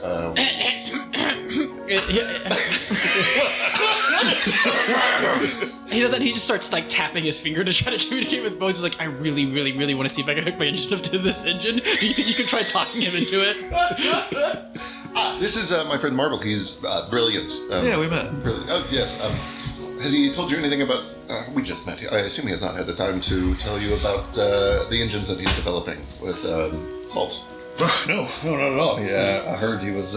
He said he was a bit of a tinkerer himself. But I hadn't heard anything about any engines or Salt. I know that departure is a busy time. We won't bother you with it right now, but we'll be on the ship for several days. When you get some downtime, I'm sure he would like to talk shop with you. Yeah. Sounds great. And then I'll like tap a little bit more, but like maybe mention that if I can get this hooked up, he'll have some free time. I really try to leverage these two sluts right now. I lean down and I kind of whisper, are you trying to convince him or are you trying to convince me? Threesome sounds. Both? Okay, fair. Yes, I am genuine in all of this. I will do my best. We should not do this while he's trying to depart, though. Yeah. But I know that I have a lot of the parts that I previously used to hook up this engine to my car's engine. Mm-hmm. I'm wondering if I could probably at some point retrofit a temporary connection of my engine and then see how it does with this machine. Yeah, it's certainly a possibility. Take maybe some convincing to the captain and some rolls to do it. But I'll probably help while he's doing just if he needs any assistance. Like I know it's probably just tapping, so not like much. But if there's like anything that needs like adjusting or anything, I'll be there to help. Give me a persuasion check. This is not to do the work, it's to convince this guy that you know how to do the work. You can do this, you can do intelligence based. Give me an intelligence persuasion check. I'm assuming that's better than charisma. Yeah, I don't know if vehicle lore applies to this. I'll allow you to apply, yeah. Alright, that's going to be a 24. 24 is brilliant. Yeah, he's a little apprehensive at first. You can tell that he's, I don't want to overstate it and say he's like a control freak or anything, but he's like, the engine is kind of his baby, and he's a little apprehensive about letting people like mess with it. But at 24, you convince him that you know what you're doing, and he at least is willing to give you a couple little like menial tasks. Once you demonstrate that you know what you're doing and are not just an idiot. They also swear to me that the tapping is an accessibility thing, and they're not talking behind their backs rudely. He was trying to do it at least subtle enough that no one noticed. I didn't want to ask, but that makes sense. Far be it from me to judge anybody. As you guys are having this conversation, the boat gets going. You guys have a full 4 days of travel upcoming. I will go ahead and give you a bit of a mechanic here, which we can play out. For each one of these days of travel, Gil is going to make a Wisdom Water Vehicles check with advantage because his crew is effectively helping him, working together, and that's going to determine how well you do on pace to try to get there a little sooner than expected or a little later than expected. Anyone who has a way to contribute can attempt to do so. You're just going to make your own check, and if you succeed on it, you'll give Gil a +1 to his check, essentially. Unless you crit fail, there's no way for you to fuck it up. If you crit fail, you give him a -1. I have. Yeah, kind of northwest. Let me actually zoom out to the map here. So one of the reasons why I want to see if I can hook my engine is to see if we can get there faster. Yeah, I also have expertise in water vehicles and navigator tools. Excellent. Okay, you guys are departing from Cherry Falls. Again, 4-day journey, kind of just up the coastline here towards Greycliff. You kind of have to, like I said, because it's just a little trawler, kind of like hug the coast a little bit. Yeah. You don't get to go like way out into the open sea. So that's why it's going to take you 4 days. But you guys can make whatever checks you wish to try to make to kind of contribute to this travel. I guess let's just knock those out, and then we can do more just like the role play of the day. Marble, do you have any way you want to contribute to? Yeah, I was wondering. So, like, I'm assuming that the boat only moves. The boot only moves when he's tapping, right? Not exactly. What you can tell from watching him work is that he is really not spending a tremendous amount of, well, for you, it wouldn't be a tremendous amount of mana because you're a proper spellcaster. He's spending 1 mana every 8 hours. Mm-hmm. He's not spending it all at once. Again, he's spending a cantrip's worth of mana every 10 minutes or something. Mm-hmm. So he kind of has to stay with it and keep putting mana into it, or an ether into it repeatedly. Mm-hmm. Again, he's not putting mana in it. He's using mana to put ether into it. So yes, he kind of has to stay down there with the engine and keep doing it every 10 to 30 minutes or so. Mm-hmm. What he can't do is like put the whole one mana worth of ether into it and then just go take a break for 8 hours because the bottleneck being the engine's crystals. They just can't. Yeah, so I assume that when he's not there, it's not being tapped, so it's not. Yeah, moving. exactly. So presumably when you guys take like meal breaks or stuff like that. I guess I want to see if they'll allow me to, in the time where it's down, see if I can hook up my engine and see if we can just get it to go totally. fast. So go ahead and roll me a Artificer's Tools check to try to hook your engine up to this thing. It's going to be a 24. Okay, great. We can like hash out conversations and stuff, but the net result of that is that over the course of this travel day, when Bird's kind of ready for a break, you get your engine hooked up to it, and again, you need to put a cantrip's worth of ether salt into it every 10 minutes, or maybe even less than that. Can we make it go because you're a lot more faster? You can't really. The speed of the boat is limited not by the ether, but by the engine. It's just literally the engine can't spin fast enough to go any faster without just breaking. overheating. Gotcha. Yep. So, but you can essentially take a lot of the burden off of Bird. Your engine is much more efficient than ether tapping. It's far more efficient than ether tapping. So you can take a lot of the workload off of Bird, and importantly, let the boat keep working while he takes a break to eat or whatever. So that's very handy. Yeah, and I'm not just not trying to like take his job. I just want to test it out, but also We'll probably have some conversations about that. But the result of that is you have given Gil a +1 on his check for how fast he can get this boat going. Does this also mean that he can go at night? Yeah. It's going to help you out a lot. Okay. And then let's see, Cadence. Do you have any way that you're contributing this or not? I assume this isn't really Cadence's bag, but do you have anything you do to like help out with travel? I don't know what I would even be able to contribute. I don't really I'm either. just gonna see if I get seasick or not. Great. I don't. Great. Awesome. You managed to not get seasick. I guess Cadence probably hasn't been on a boat very much. For sure not. Patches, do you have anything that you do to sort of make this boat travel faster? Or do you have anything to contribute to that? Yes. Okay. Does it have like? What is the highest point on the boat? Highest point on the boat would be like on top of here. On top of there's a deck on top of the helm. So to help it go faster, I just want to go up there and try and do my best recreation of like Captain Jack Sparrow from Pirates of the Caribbean. Yeah, totally. Just kind of like looking cool, staring off into the distance as he does sometimes. Yeah. So go ahead and give me a performance check and apply your movie lore.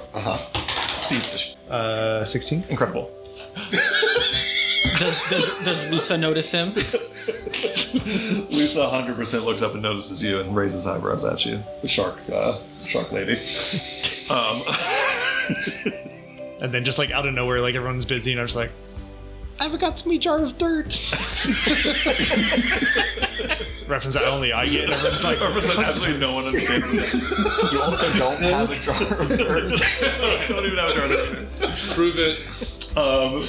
Bob, so I'll come back to you. Is there anything you do to try to make the ship travel faster than that? I don't know if you have any way to contribute or not. No, but Should I allow am- everyone the opportunity. I am, however, staring straight forward through my lens, 2 miles ahead at all. Also, keeping watch. I will keep. Actually, that helps. Yes, absolutely. So give me a perception check with advantage. You're just looking for a 13, so you almost can't fail this. That's half of us are just like LARPing sailing. Yeah. That's 24. 24 brilliant. So you give an additional +1 to Gil's check for piloting. And then Bones, any way that you contribute? I have machines lore. Yeah, that helps out with the engine. So give me just a machinist tools check. 25. Yeah, you're brilliant. You're almost double Also, the DC. if we're doing lore, mine would be 27 then. Brilliant. Absolutely. You guys are way over the DC. You guys have added a total of +3 to Gil's check. How about Ghost? Do you have anything to contribute here to the bonus? Absolutely fucking not. I didn't figure, but Yeah. We paid to be here. They know how to drive a ship. They can do it themselves. totally. I will go down and talk to the Robin, though. Okay, cool. We'll finish up these rolls and then we'll come down and do the Yeah. scenes. And then Mauricio, anything you want to do to contribute to the day's sort of travel? So I'm not good at sailing boats, but I can tie them up. If you show me where to knot things, I can do it. Yeah. This is where me, Zeke, the DM's knowledge about ships comes woefully short. I don't know what the fuck these deckhands are doing through the day, but you help them doing stuff. Go ahead and roll me a whatever check you want to make here. Do you have proficiency in like water vehicles or anything? I was going to try to use sleight of hand, but I just Oh. need instructions for it. Okay. Yeah. Sorry, the raping. Sure. 15's good. You're good. So with that, you guys all succeed, so you've given a total of +4 to Gil's check. I will now roll Gil's check for the day's travels. Come on, fuck it up, Gil. No, don't do that, You actually. would normally add +9 to this. That's all the way up to +13 because of you guys' help. He already has advantage, right? He already has advantage. Okay. The whole crew is working together. It's just making one roll to represent the crew working. Can I guide him? Yeah, totally. Give me D4.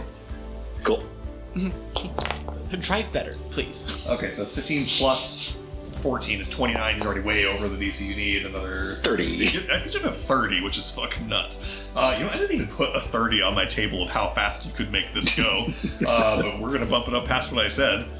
So you shave off. What I had was for 20 plus. You shave 8 hours off the voyage. I'm gonna say make that 12 hours for the 30 plus. So your travel is 12 hours faster so far on what would have been a 4-day trip, bringing us to a 3.5-day trip.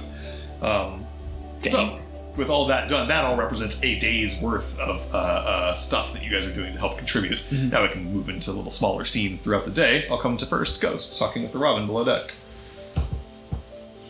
Yeah, I'll just come down and kind of step aside and stand near the doorway. Just say,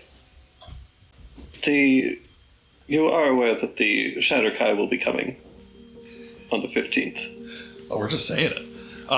As you step in, you see that the Robin is seated on a crate, kind of one of these off to the side here, and just kind of looking down at the coffin, just kind of keeping an eye on it.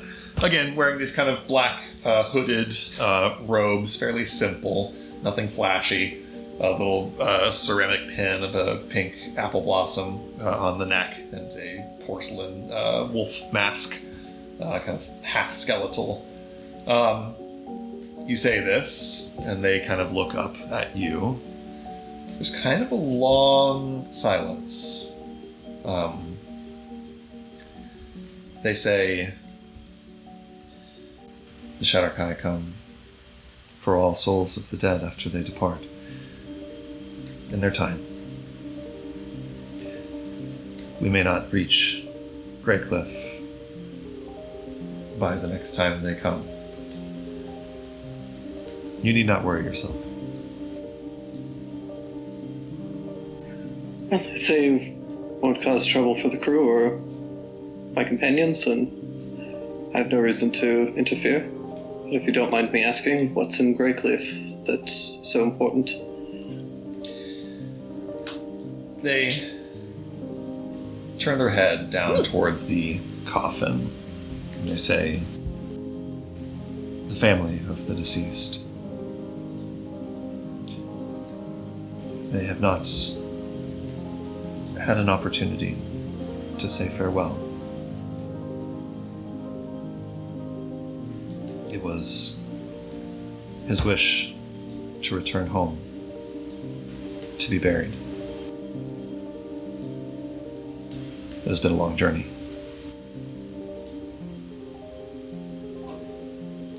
I see. And their soul is necessary for that? They nod. They say, there are many magics that allow us to converse with the body, but only with what the body remembers in life. And often incomplete, with a lack of understanding, with an inability to understand anything new. For many who die, and for many who have lost those that they love, it's not enough to ask a handful of questions to the corpse of the loved one and receive answers that can't take into account everything since their death. The spirit is the person, their entire personality, their thoughts and desires, their feelings. No amount of speaking to a corpse can tell the soul of your loved one that you will miss them.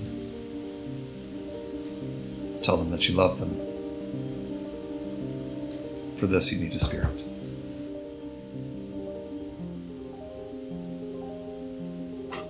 I take it you've spoken with many bodies?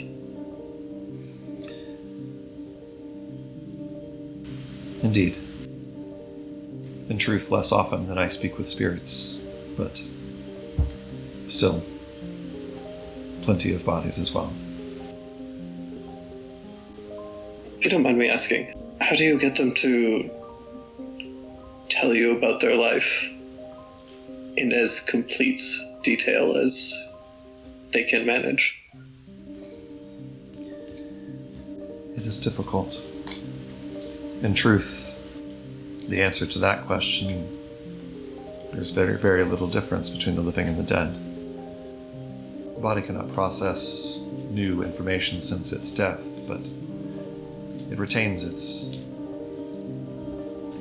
the personality that it had in life. If a person in all their life was not prone to speaking about themselves, not prone to sharing their past, they may be more withholding even in death, particularly if they don't recognize a loved one. Do you require my services? I'm unsure at the moment. I'm Ghost. I'm a archaeologist. I've been trying to recover some records and record some history of a place that I've visited a few times, and there I've recovered a few bodies that were unfortunately the victims of a rather deadly cult, it seems, and I would like to know as much about that as possible. But I've been wary of what questions I should ask. They kind of look at your direction again and nod a little. It may be difficult. If they recognize you as unfriendly to their cause, or even simply unaligned with their interests, they may be more withholding. Magic can compel some response from a body, but it cannot always compel honesty or forthrightness. My experience is that a person, whether living or dead, is more inclined to speak openly with one that it knows and trusts and loves.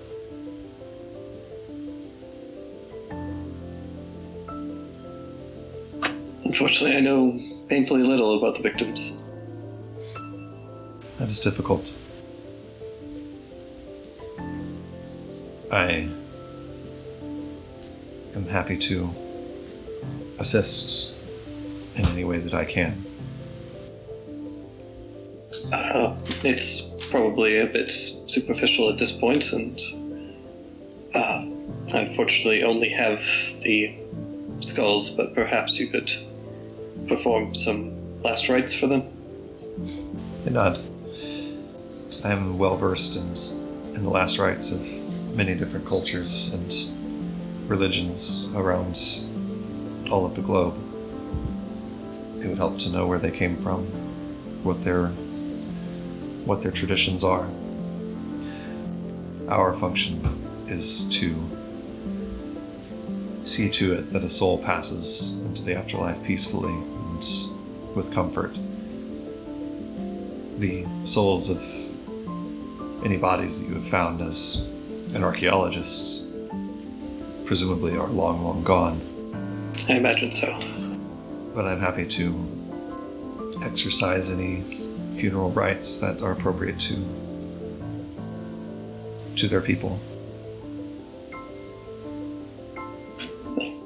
Let's start there then. And I'll pull out some of the skulls that I got from the Underdark. Yeah. And Ghost will start ritual casting Speak with Dead and just start asking, like, who were you? Where did you grow up? Like, what was your culture? Yeah.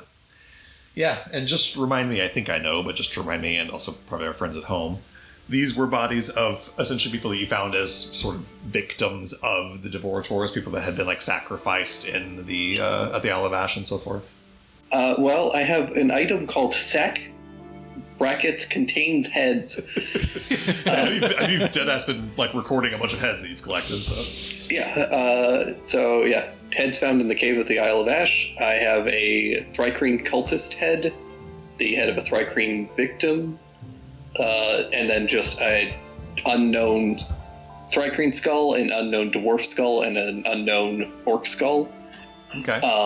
And then I also have the Dragonborn dragon cultist head. Oh yeah. From the Sigurimpi, yeah. And then do you still? I won't question that one just yet. Okay. I will save that for another time. Good to know. The Robin sees all these bodies laid out before her. He says, "It will take time seeing to it that these dead are interred properly." Which body do you bring out first? Let's start with the Thrycreen cultist. Okay, great. And then while you're pulling that out, let me jump around really quick and see if anybody's Yeah, go ahead. in a moment. Cadence, you're just in the corners trying not to puke. What else do you get up to? Well, honestly, probably in the middle of their ritual, I walk out with a viola in a case and all that. Okay. Oh, sorry, I was coming out here to maybe practice a little bit. I can go up if you guys are in the middle of something. This looks creepy as fuck. Morbid, yes. Just two of us huddled around a bunch of candles with a skull in the middle. Right. Several skulls, right? Yeah. The Robin says, "Music would not bother me any, but if this is too uncomfortable of a scene to be around." I mean, it doesn't bother me. I'm well acquainted with death, but I'll look to Ghost. Do you want this to be private? No, you're welcome to. I also love the idea that you're about to, like, not being a violist. Just start. I was gonna say, correct. That's the image in my head. Just start. You start playing, and Robin's like, "Actually, I probably start with plucking, right." instead of actually trying to strum the bow and just figure out what the frets are. But I'm probably in the background doing the most basic beginner shit you've ever heard in your entire life. All right, love it. As you start plucking, let's see here.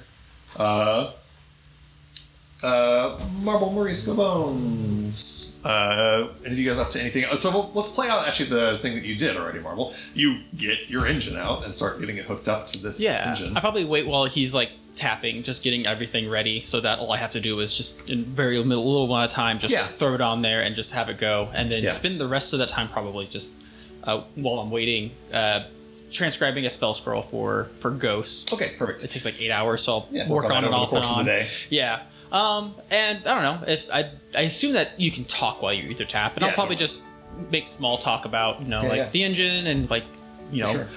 After, how often do you do maintenance, and what type, what model of engine is it? Yeah.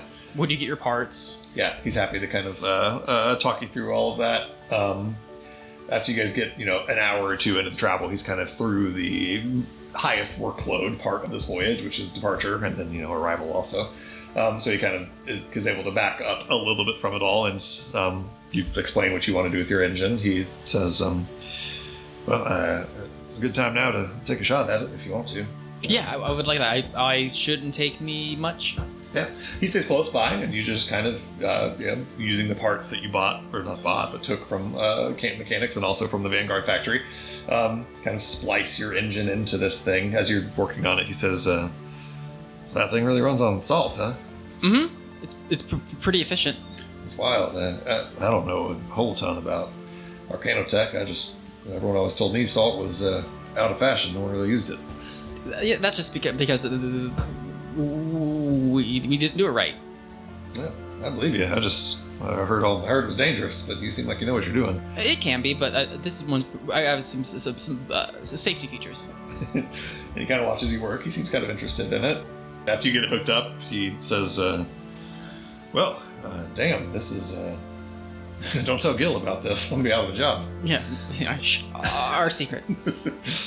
So and then, just kind of sit back and, turn on the engine. And Let it run a little bit of ether salt through there. As you're working on that... Yeah, and now he has a little bit more free time. Yeah, I don't know if Morisco and Bo... He does. Probably an insight check. Yeah. I'm so bad at that. It's only a 6, so... Oh, okay. Yeah. He just kind of watches you, interested, and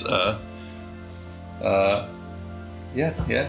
He seems on a 6 insight check. He seems happy to have a break. He says, yeah, it's be nice to put my feet up a little bit. On a 15 insight from you, Morisco, assuming you're around for some of this. Yeah.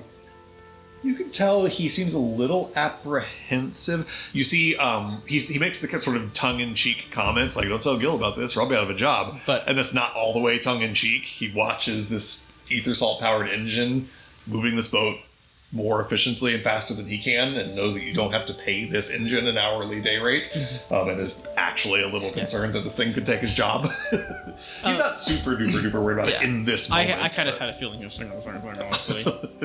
Yeah. It still does take maintenance and stuff. No, yeah, I'm sure. I mean, it looks like that thing would cost a pretty penny to buy. Plus, I mean, you said it's just your design, right? So, not like they're floating around the market or anything. Nope.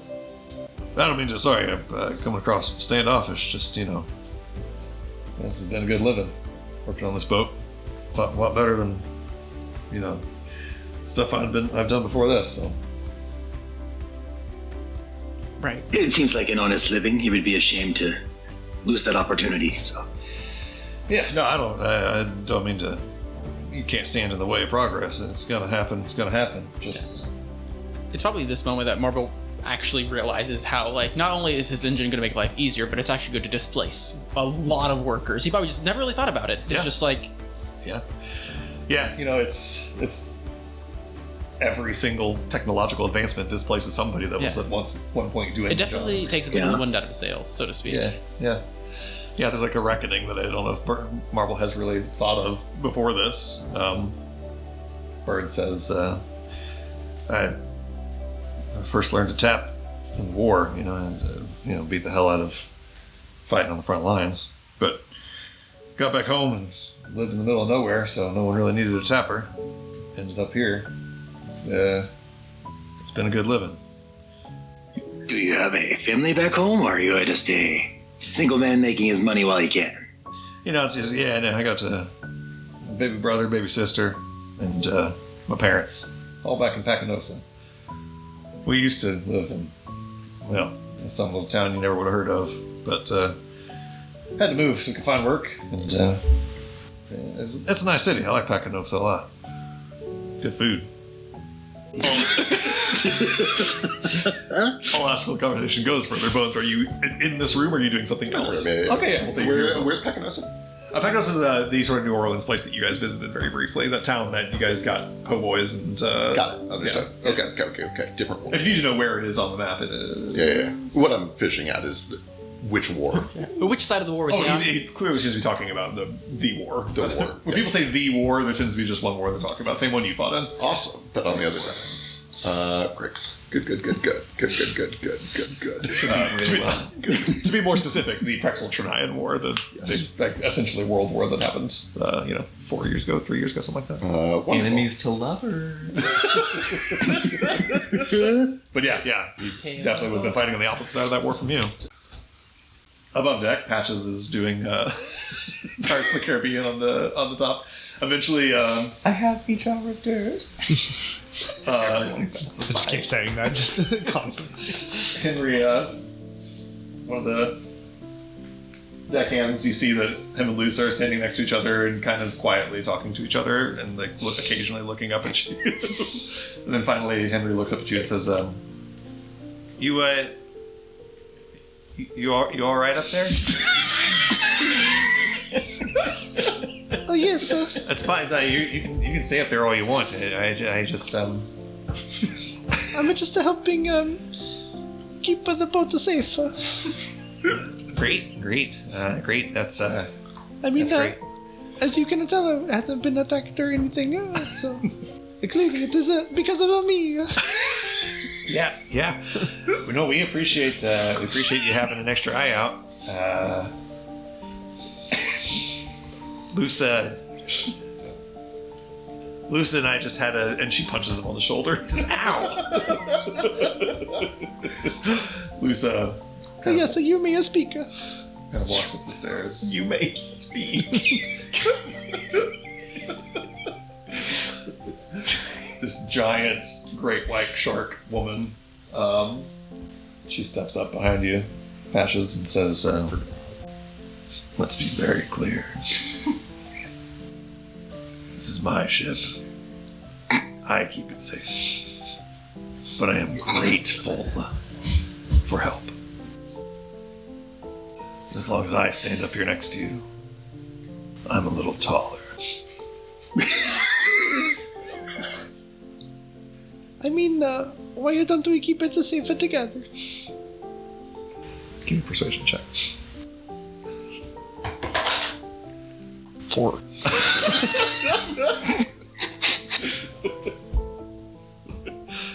She looks at you and says, "What do you like to eat?" I mean, usually it's from food from my homeland. Like a spaghetti and a ravioli and stuff like that. She nods. So I'll remember that. I'll remember that threatening. Flirting? Buzz, anything you do over the first half day of travel, first I'm a watching. few hours, I'm watching. just hanging out, watching. Cool. I'm gonna call over to Claff. Yeah. Claff, you still around? Yeah. Eventually, they kind of comes walking along the side here, walking over toward you. There you are. Let me see your teeth. They give you a big smile, and there's just driftwood teeth in there. A frog with full teeth, full chompers on this frog. I like this. You're very funny to me. Do you want to play a game? They cock their head. Do you swim? Good? Well, yes? They jump in the water and start swimming around the outside of the boat. Really dangerous. Really, really bad idea. It's moving 20 or 30 miles an hour. Right, but keep it up. Yeah, Keep it up. not keeping up with 20 or 30 miles an hour, but they jump in and swim alongside of it, and then they grab back up on the back of the boat, and then climb back up the back and reapproach you. So I just softly, seeing as you would play Fetch with a dog. Jump again. They do it again. And I just throw the line out. Just grab it. Just see, and then pull them back up. Yeah, They yeah. seem to enjoy that. Give me an insight check. Like this is just something to play around with. 26. 26. They seem to, I don't know if enjoy is the right word. They seem to really see the practical value in this exercise to make sure that they would proficiently know how to get somebody out of the water if they fell in. Oh, okay. So like they do enjoy it. And they enjoy it, and since you're not It's not like- it's reading like a- like it's fun or like fetch with the dog on their face, you're reading like, oh, we should have done this a long time ago. Let's lock in. Okay, cool. This is very pragmatic. So I'm picking that up. Yeah, totally. A 26 insight check. I point that direction. Yeah, start jumping out. And I throw the rope again. Absolutely. They start essentially just practicing getting back on the boat after being knocked overboard. Cool. A I bunch love of that. you. We do this for a few minutes. Looking through my lens straight ahead, around to the left and right. Anything? Yeah, all safe, all clear. I'll just keep Just hanging out with Boater. exercise. Yeah. Off. On the insight check, you hang out with Boater for a couple of hours, and essentially get the impression pretty easily this guy has a absolutely one-track mind. Is all about the boat, keeping the boat shipshape, making sure that everything's ready at all times. Not a just worry. Fully locked into the boat. If I can help him learn how to save us, that's not a problem. Yeah, totally. You keep him ready, he stays ready. Meanwhile, let's jump back below deck to Ghost and the Robin and Cadence and their Speak with Dead ritual. Ghost, back down here, you produce one of your skulls for this Robin to do Speak with Dead on. Which skull do you produce? Start with the cultist. Great. And this was, if my memory serves, when you guys were in the butcher shop on the Isle of Ash, it was the one Devortor cultist that was in there with all those demons, and you saved their head. The Robin sees you take this head out, which is... your bag is not like a bag of preserve or anything, right? So it has sort of decayed as a head does. Oh yeah, it's done bad head things. Yeah. Though, like that said, it is fright green. Right, so there's probably like a lot of it's chitin, but still, there was enough muscle in there to be not great. You take this Thrycreen head and set it down here on the floor. There are many people in this world that would balk at a severed head having sat in a bag and decomposed for 2 weeks, but this Robin does not do that. They just kind of look down at it. They say, do you know the culture from which this individual came? What rights would be appropriate? Painfully little, and I would be very grateful to know a lot more. Very well. I will fill them in on what I know of it, just to give them a starting position, essentially. Yeah. They sort of kneel down by this skull on the deck of the ship. And they produce sort of a component case, a little black leather bag that has some various components in it for spell casting and things like that. And they get out what look like essentially just flower petals, like pink flower petals, and kind of arrange them in a circle around this skull. And then begin a Speak with Dead ritual here, which this Robin can do at will. And begin sort of asking questions. It sounds like what you're wanting to know is like, what? Oh, I'll just let you. We don't need to get in the weeds about every single question, but what is it the ghost wants to know from this skull? In general. Ultimately, he is coming at this, at least from just a historian angle. He really just wants to understand, like, how did these people live? What were their goals? What were they, like, what motivated them? Why were they living in these conditions? And what kind of drove them out? And also to this kind of, like, sacrificial, like, what were they sacrificing people for and all that? Yeah, totally makes sense. They begin asking some sort of questions, trying to suss out a little bit about this person's life and culture. This particular skull, you have some others that might go differently than this, but this particular skull gives answers that you've kind of mostly heard, essentially because this is a full radicalized Devorator's cultist. Right. So they don't necessarily give you the like slice of life answer that maybe you're looking for. They give a lot of, that which hungers in the dark will consume, and a lot of sort of rhetoric. The Robin seems interested in like in what way would you find peace in death? In what way should your body be interred in death? And they essentially say that they should be fed to the maw, that their body should be returned to the maw, that it might feed. That would be the sort of, culturally appropriate funeral rite for the Devorators, would be to just be their bodies to be fed to the maw after death. Well, he's mostly there. Right. And after this ritual kind of concludes, the Robin says, I must admit it is uncommon for me to encounter a death ritual that I am not familiar with. I have heard of the Maw. I've heard of the religions of Hallowhive. I was unaware that there were subsets of Hallowhivian death rituals that involved being consumed by the Maw. Perhaps these are rituals more removed from the mainstream, I presume. Very much. They are a group that has been living in isolation from the Hallowhive that most of the surface is aware of. I wish that I could provide them the death rite that they desire. I would not even know how to begin to feed a body to the Maw. Should I find myself, unfortunately, back in the abyss, I will do what I can, I suppose. They nod at you. And they start to go through a spell that is a ritual.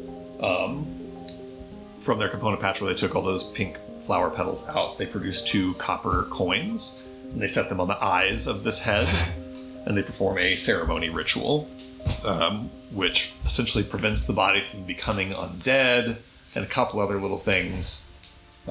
Essentially performs a funeral ceremony for this head. They say, for lack of proper knowledge or ability to fulfill this body's desires, this will serve our needs to the extent that we can. And they perform a quick little ceremony to cast the funeral rite on this skull. And I think actually as you produce another skull and do another series of questions, that's a good spot for us to take a quick little break. So we'll be back in 30 seconds. We'll see you all shortly. Bye-bye.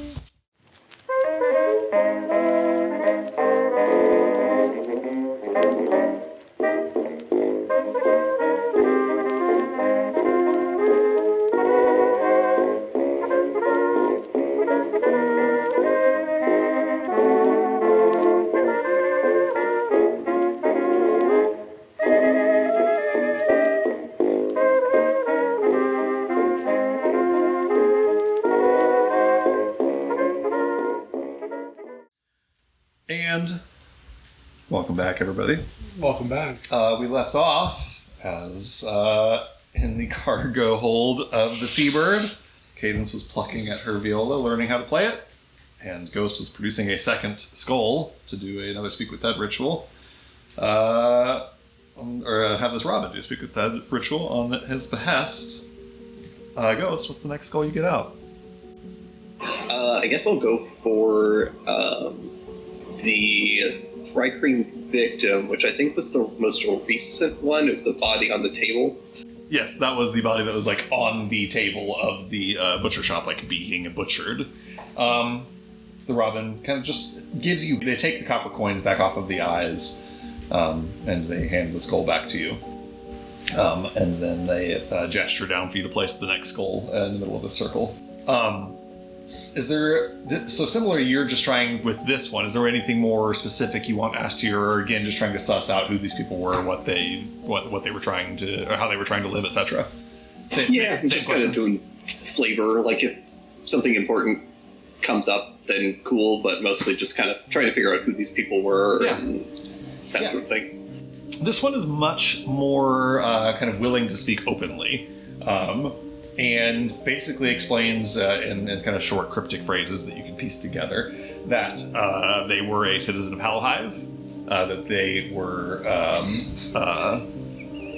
charged with treason for similar reasons to ones that you have seen, and taken to the Isle of Ash as a prisoner and handed over, exiled there and handed over to the butchers, and they slaughtered them. They explained that they were kept there for a number of weeks before it was, eventually their turn. A horrific, terrifying number of weeks that they were kept in a pit before eventually being brought up. They're able to kind of explain that the butchers, the demons that kept them in captivity, essentially spoke of using them as sacrifices to them all.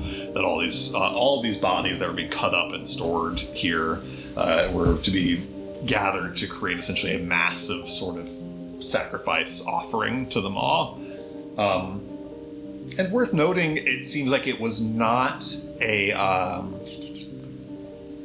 it had an air in the things that this body overheard of being not something that is normally done all the time. In other words, like the Devorators, you've gotten the sense, made sacrifices to them all the time by throwing various bodies or dead into that pit in that temple. But you suss out that the butcher shop was preparing a massive sacrifice of tons of bodies and body parts to be sacrificed all at once for some special or unique purpose that is not like a normal operation of theirs. And you're not sure what, but you do get the sense that something out of the ordinary was being done to prepare a bunch of bodies for a big sacrifice all at once. Right. But in terms of, what this priest kind of is like the death rites and the burial rites, you get the sense that their death rites were quite comparable to those of this body, how they would have liked to have died and had their body disposed of would have been to return to the clutch and be fed to the grubs. So that's kind of what you learn from this particular body in terms of its wants, needs, and desires. The Robin says, "This is a funeral rite that I have heard more about, but have not been a practitioner of. I've never visited Hallowhive. The impression is that this body ought to be returned to the clutch of Hallowhive to become part of Hallowhive's tradition of reincarnation." Ghost gets a little, dour at that, but we'll say, I will do what I can to see that that's done. Yeah.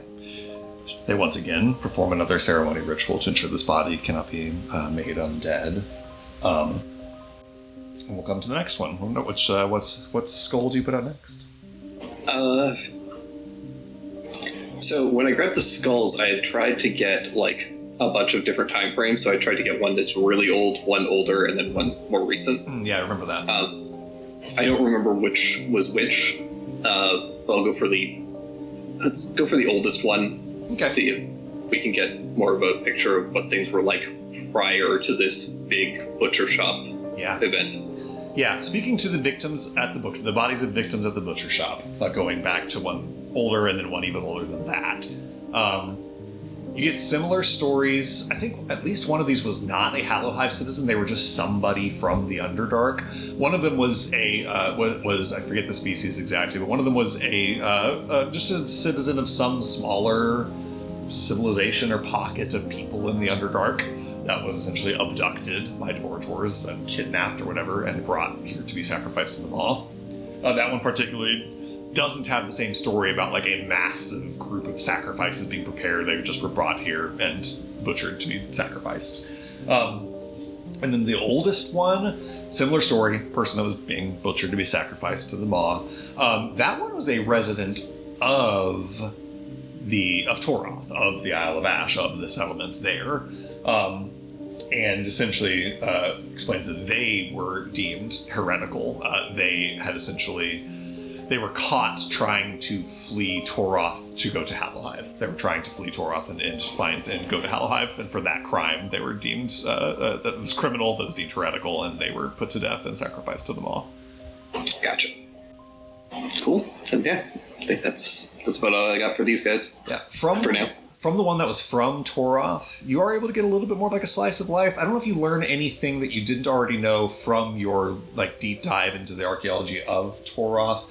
The desire of this one, in terms of what should be done with it in death, they express kind of a desire not to be fed to the maw, but rather to be returned to the clutch. And they refer to it as the clutch. You remember that in that settlement in Toroth, there was a clutch, just like the one in Halahive, that operated just like the one in Halahive. Bodies were put in there to feed the grubs, feed the young.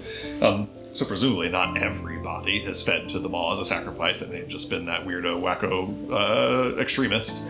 And most bodies are just put in the clutch, just like they are in Halahive. As you guys are undergoing these few rituals, Cadence, you're kind of plucking away at your viola. You do kind of watch these rituals go on, if they're of interest to you at all. In the engine room, Bones, Marble, and Bird are just kind of nerding out about the engine room. Do you guys want to have any more conversations? Bones, especially, you haven't really chimed in much. I don't know if you want to talk at all. I think that's kind of deliberate. I think Bones continues to work kind of quietly for a while, and then when he gets to the point where he's not contributing much, I think he kind of just says, I think you guys have got this under control. I'll come back in for the night shift, unless you need me for anything. Bird says, no, not at all. I don't feel obligated to work in here. You'll paid for passage. You can relax. Take it easy. Of course. I will do so for some time, but I don't mind helping. It is how I relax. Now, don't get me wrong. I appreciate it. Yeah. I'll be back down. I'm just going to get some fresh air for a bit. Great. You kind of head back above deck to get some fresh air. Yeah. You see Patches standing on top of the helm. Haven't got to meet your thirds. Yes, I see that you do. He does not. I'm going to go find my things, and I'm going to get the oboe, and I will assemble it. And I'm going to look around for somewhere quiet and off to the side where I can start practicing that. Yeah. If you want it to be like as quiet and off to the side as possible, they're like, you can go sit in like the cabin, or like not cabins, but where the cots and stuff are. But if you'd rather be like in open air, you can kind of just be off to the side on the actual deck. Is there a crow's nest? There's not a crow's nest. No, the closest thing is Upper Patches is like on top That's of the fair. helm. Fighting for it. Then yeah, he probably just goes to the sleeping quarters, assuming there's nobody in there right now. I think you have it to yourself at the moment if you want to. Yeah. Start practicing some oboe. Yeah. Awesome. Give me, if you want to, roll some dice about it. I don't think you have proficiency in this yet. No. So I guess this is just like a dex check or an int check or a con check. Sounds about right. 18. 18. Okay, great. Yeah. You haven't played this instrument before. Has Bones? Yeah, he played harmonica in his past. Yeah, he's done a little dabbling, just not good enough to be like proficient. Yeah, so he knows a little bit of like music. Yeah, he knows music very well. He knows a little bit about playing music. So you're able to sort of start like figuring out how to play the notes. Yeah. You know, and string together a little simple melody at least. Yeah. Meanwhile, the day drags on. It gets to be kind of the early afternoon. Morisco, if you're maybe going up to talk to Gil. Oh boy, yeah, I guess. Yeah. At some point, even if you weren't, if he sees you come up above deck at some point, and just kind of waves at you, and he kind of gets a chance where he can step away from the helm for a minute. Says, "Hey, you guys settling in all right?" Yeah, I think so. Marble is very smitten with the engine downstairs, so I think we'll be okay. Well, I think I owe you a conversation. Yes, if you don't mind. No, not at all. It's the least I can do. Why don't you step inside with me? And you see him as he says, once you step inside with me, you see he's talking a little bit of a hushed voice and trying to make sure that Henry doesn't hear it. He kind of steps into the helm with you. Kind of closes the door behind.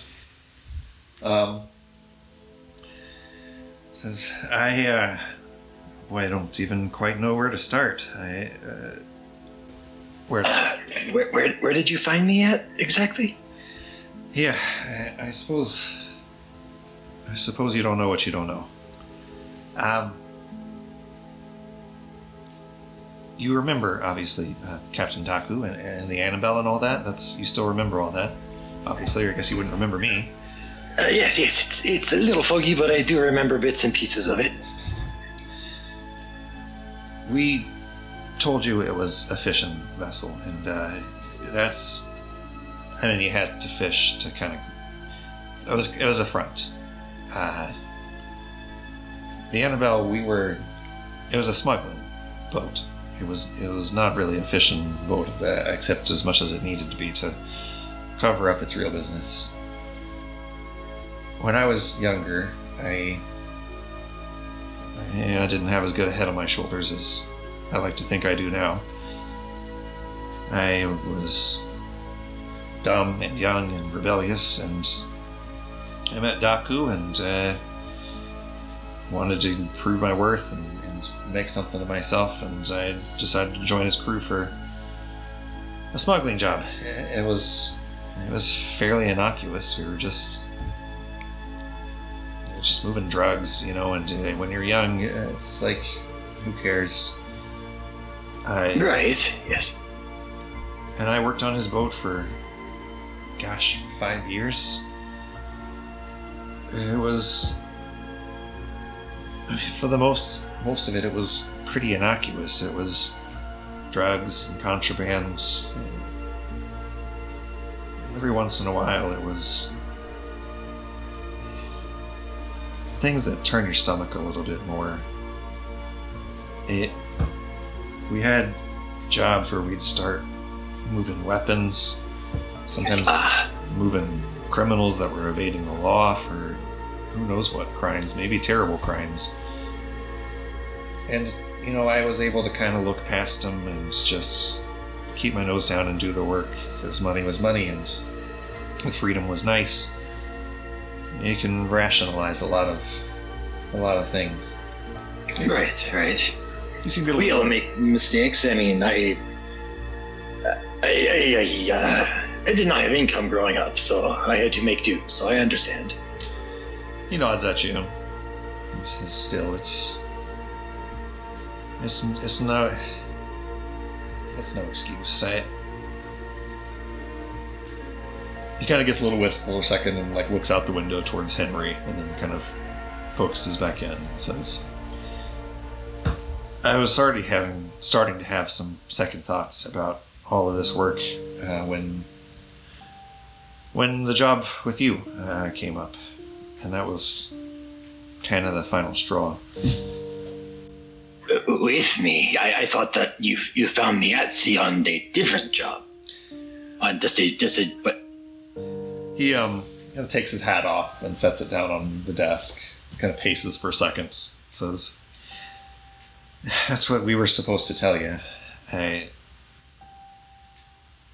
truth is, one of the main customers of Daku, the customers of us when we were doing the smuggling, was contracts for a smuggling gang. People call them different things around the world, the Silent Saints, Santi Silenziosi. And those jobs always seemed like they took top priority. Daku would sort of put other jobs on hold or even cancel them if the Saints needed something. I always got the impression maybe he had some sort of personal ties or maybe even professional. Anyway, one of the jobs, Daku told me that it was a favor for a friend. We met in Draketide, and Daku said that he had to go meet with his friend, told us to sit tight, and then he came back with you. unconscious, asleep, it seemed like. Deep sleep. I see. He put you on the boat, and he told us that when you woke up, we were supposed to say that we had found you at sea, and we were supposed to take it apart to Solterra, and we weren't supposed to let you know what had actually happened. We were supposed to just say we found you. We were supposed to do this whole ruse of pretending like we were looking for where you came from, and just taking you to our next port of call when that failed. But the truth is, it was a job. We picked you up in Drake Tide and took you to Puerto Solterra. I still, to this day, don't know exactly why or for who. Gil did a lot of work for the Silent Saints, and right before this job picking you up, he had just met with his contact with the Saints, a guy named Jasoni. I'll write it down for you. He's, I guess he's the Silent Saints guy in Drake Tide. He had met with him a few days earlier, and then he said he was doing a favor for a friend of his, but I don't know if that was true or if... It was a job. Right. I wish I knew more. That was it for me. And it's too late, and it's too late for me to say something useless like I'm sorry to you almost 2 decades later. But when we start, when we were moving weapons and when we were moving criminals, it's like I could turn the other way and say, it's not that bad. But Daku came on the boat with an unconscious kid, 10 years old, and we dropped him off at some shore with no family and no idea where he was, and a couple marks. That was the last job I did. I'm glad you got out at least. I mean, what could you do? It's not like you stood up to him. What would he do? Smuggling. The truth is, I left on decent terms. I never made a stink. I just told him I wanted out, and half expected I'd be shot for saying it, but he paid me out, and I never really see him anymore. I know he lives in Drake Tide. That's where the Annabelle makes port, but I don't know what business he's in now, if he's still doing what he used to. I haven't seen him in years. For all I know, he may be dead. Well, if I can't find him, I can find this Jasoni, maybe. Yeah. Let me write that down. And he writes down the name for you that I will write down for you. It is Jasoni Tavai, Jesoni Tavai. I'll write it down real fast. Who do we know who's in? Who do we know that's in the Silence? Do we know anyone? Who do we know? I don't know if I don't think we know anyone. Anybody out here that loves ravioli so much? Oh, you said raviolis. And so much, The silent ravioli is what the game was called. I think. raviolis. So since they were right under me, how much did I hear? Sanjio Give me a ravioli. perception check. So With this zero advantage, you're ravioli. listening through ceiling. Yeah, but I have jar of dirt. True. How much is this jar of dirt here? He brings up a valid point, actually. Santi ravioli. Sounds ravioli. Does pretending to have a jar of dirt help him? Yeah. 17. 17? That's really not that bad. And Gil is mostly trying to make sure like his son doesn't overhear him, so he's not really paying attention to the guy on the roof not hearing him. Yeah. So I think that you don't hear all those details, but I think you hear Gil say Santi Silenziosi and say like the Silent Saints. If you hear the name of your gang mentioned a couple times. And then I think after you hear that, you probably like put your ear forward and start listening. And you might also hear the name Jasoni Tavai, and you can make me a history check. It's a tough sell, but you might roll incredibly well. You play your Mafia lore. 19. 19, okay. You don't know the name Jasoni Tavai on a 19. Yeah, you hear that name. And then on the 19, you do hear the name the Annabelle. And I think on the 19 you would have heard that name before. You've never worked with the Annabelle directly, but you know it's one of Santi Silenziosi's like smuggling ships. If they need shit done overseas, internationally, by ship, it's one of the ships that sort of smuggles stuff for Santi Silenziosi. So you kind of hear that name through the roof. Okay. Gil says, I'm happy to answer any questions you have. I don't know how much more I know. I wish I knew more. No, this is way more than I have had to go on. Thank you. Drake Titan, 2 people I can find there. That is something. Yeah, like I said, I feel just awful. In truth, like I said yesterday, it does my heart good to see that you're doing okay. At least I've worried about you a lot over the years. I figured, honestly, the most likely thing was that you probably died or starved or something in Puerto Solterra. The first year was especially rough. I'm also surprised I made it, but I eventually learned to fend and cook for myself. The cooking was pretty easy, so I might have known before. Yeah, could be. And that was another thing, if you didn't know. Whatever they had knocked me out with also gave me amnesia, basically, so I didn't know anything. Yeah, Gil kind of nods. He says, yeah, I have no idea how that happened. Daku just told us that he told us he wouldn't remember anything, and that we weren't to tell you anything.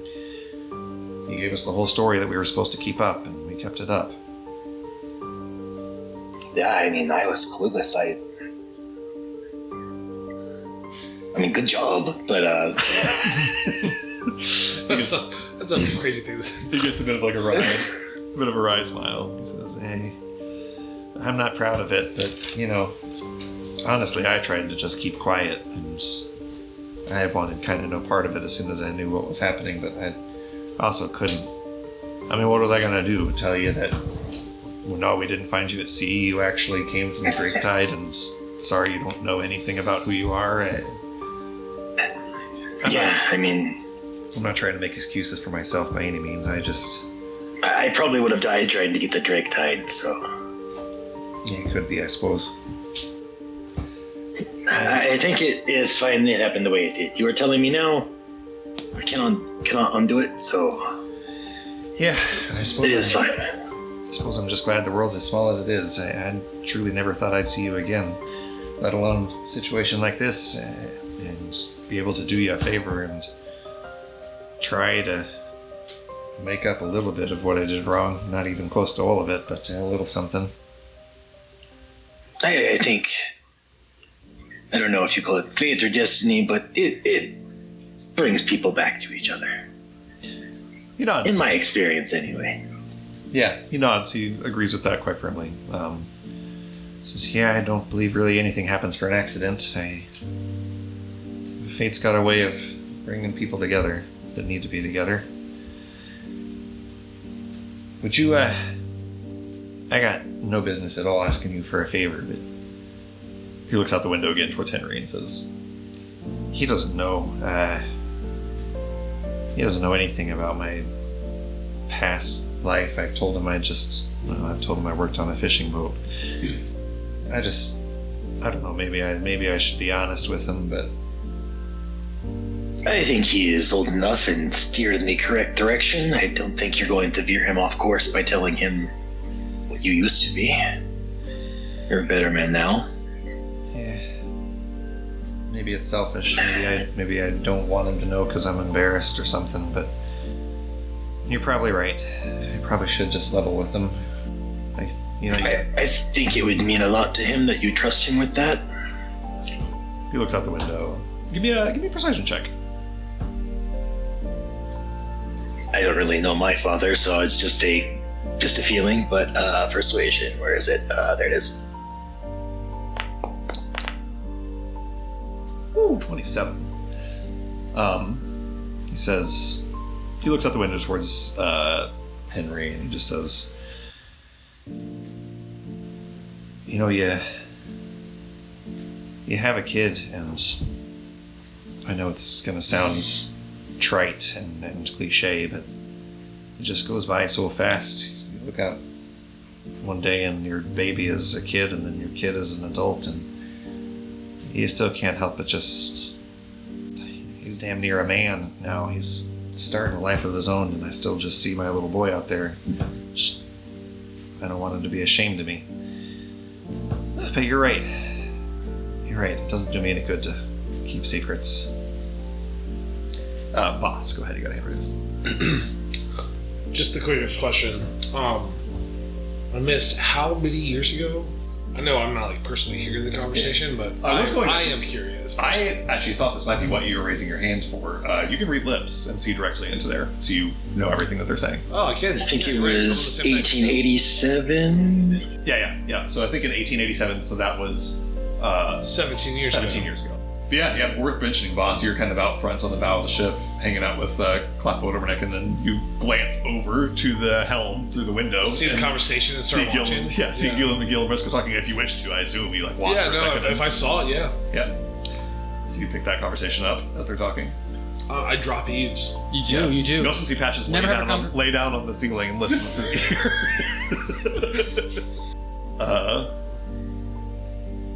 Gil turns back around from the window to you, Marisco. Just says, I haven't been as helpful as I wish I could be, but I do hope I've been a little helpful. Trying to make up for putting you in this position to begin with. You have given me a direction, and I was going in the wrong one. So, Oh, I mean, I still kind of want to go there and check anyway. But yep. thank you. I will say, mentioned the names of places just now, out here on the world map. Oh no, Drake Tide is near the tide pool. Yes. Never mind, I'm going the correct direction. Yeah, Drake Tide is the one, at least the biggest city in Nidus. It's on the southwestern coast of Nidus near the tide pool. So it is kind of the direction you were headed already. Never mind, I have confirmed the way I am going. I am just stupid. But yeah, I have a heading. I could go to the tide pool directly, but I think like Drake Tide is a better start. So thank you. Thank you for being nice to me when I was young, I guess. Yeah, gosh, I don't know if I can take credit for being nice. Nice thing would have been to be honest with you and at least not leave you to starve on docks, but I'll try being nice to you now, I guess. Well, thank you. Okay. I guess I do not need to cook for you and make up for it, but I might cook for you just because I want to at some point. Yeah, you're gonna have to fight. If Lusa will let me. I was gonna say, it's gonna take some convincing to convince Lusa to let you use her kitchen. She's pretty possessive. Is she possessive of the cooking job or just the kitchen? Because I have my own I brought. That's a good question. She's kind of competitive. I think if you started cooking, Oh, we could have a competition. Oh, that sounds kind of fun, actually. yeah, you might be able to get her going. We might just have a really good meal out of it if you. That's exactly like 2 cakes. I like the idea. Boss has been reading your lips. He goes, cook with her. Henry looks over at you shouting that. Boss goes, "What was that?" I want them to cook food. Lusa looks over you and says, "I will cook food. I want you to cook food. Are you hungry now? I'm very hungry now. What do you like to eat?" What do you like to cook? Everything. I like to eat everything. Challenge accepted. I just nod. She nods. Yeah. And heads immediately below deck to start cooking. Henry looks at you and says, "Thanks a lot for that. I could have used some more help up here. Now she's going to go be in the kitchen. for the I will next help hour." you. I will help you. Oh yeah, I'm sorry. I'm being a dick. You don't got to help me or anything. I will help you the same. I'm not a boatsman, but I'm here. First thing, it's not a boatsman. I don't think. I don't care the word. Just tell me what to do. Here, grab this, and he hands you a rope. Patches up on top of the helm. I'm getting charter. Clapboard Overneck and climbs up here. So why would he do that? He kind of just kind of steps around you a couple times. Looks like he maybe needs access to the floor, like the board that you're laying on with your ear. I'll just kind of like look at him and He with his hand like gestures for you to move out of his way. I'll kind of like look at him and be like, I guess I can move at this time. And I'll like stand up and slide to the side a little bit. He looks at where you were laying and looks a little confused, and then looks at you and looks confused. Give me an insight check. 28. He assumes that you had found a problem with the boat and is trying to figure out what you found that he's missing. don't worry. It's a nothing. I was just inspecting the craftsmanship of the ship. It's a very well maintained. He smiles huge, big, toothy smile, big, flat human teeth. Just like this gorgeous art that Drake did for us. And then scampers off. Swings down back over here and starts climbing up one of these chimneys that's belching out ether emissions and checking it out, making sure it's all proper. Down in the engine room, Lusa walks through to get to the kitchen. Says, "I'm about to cook." Hell yeah. Hell yeah. Okay. What do you like to eat? Rice? Bird, the usual?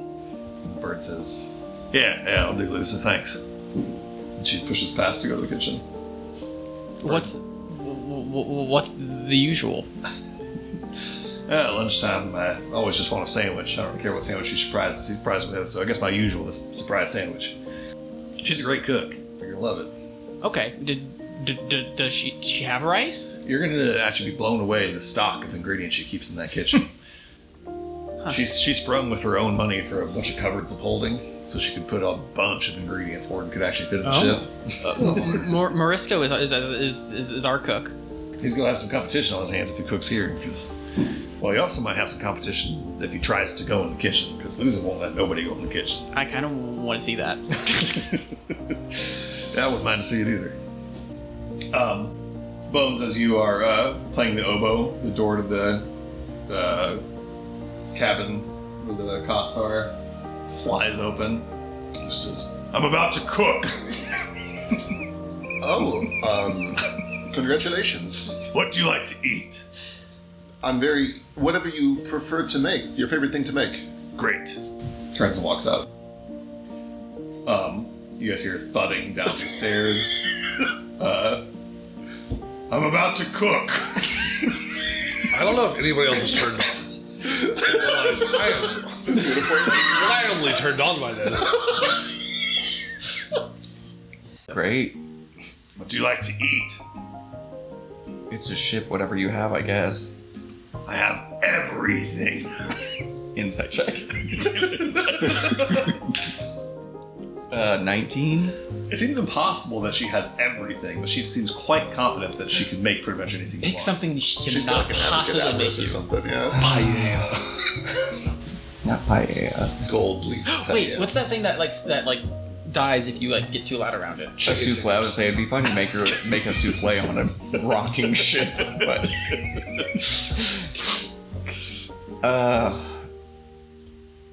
whatever seafood, I guess.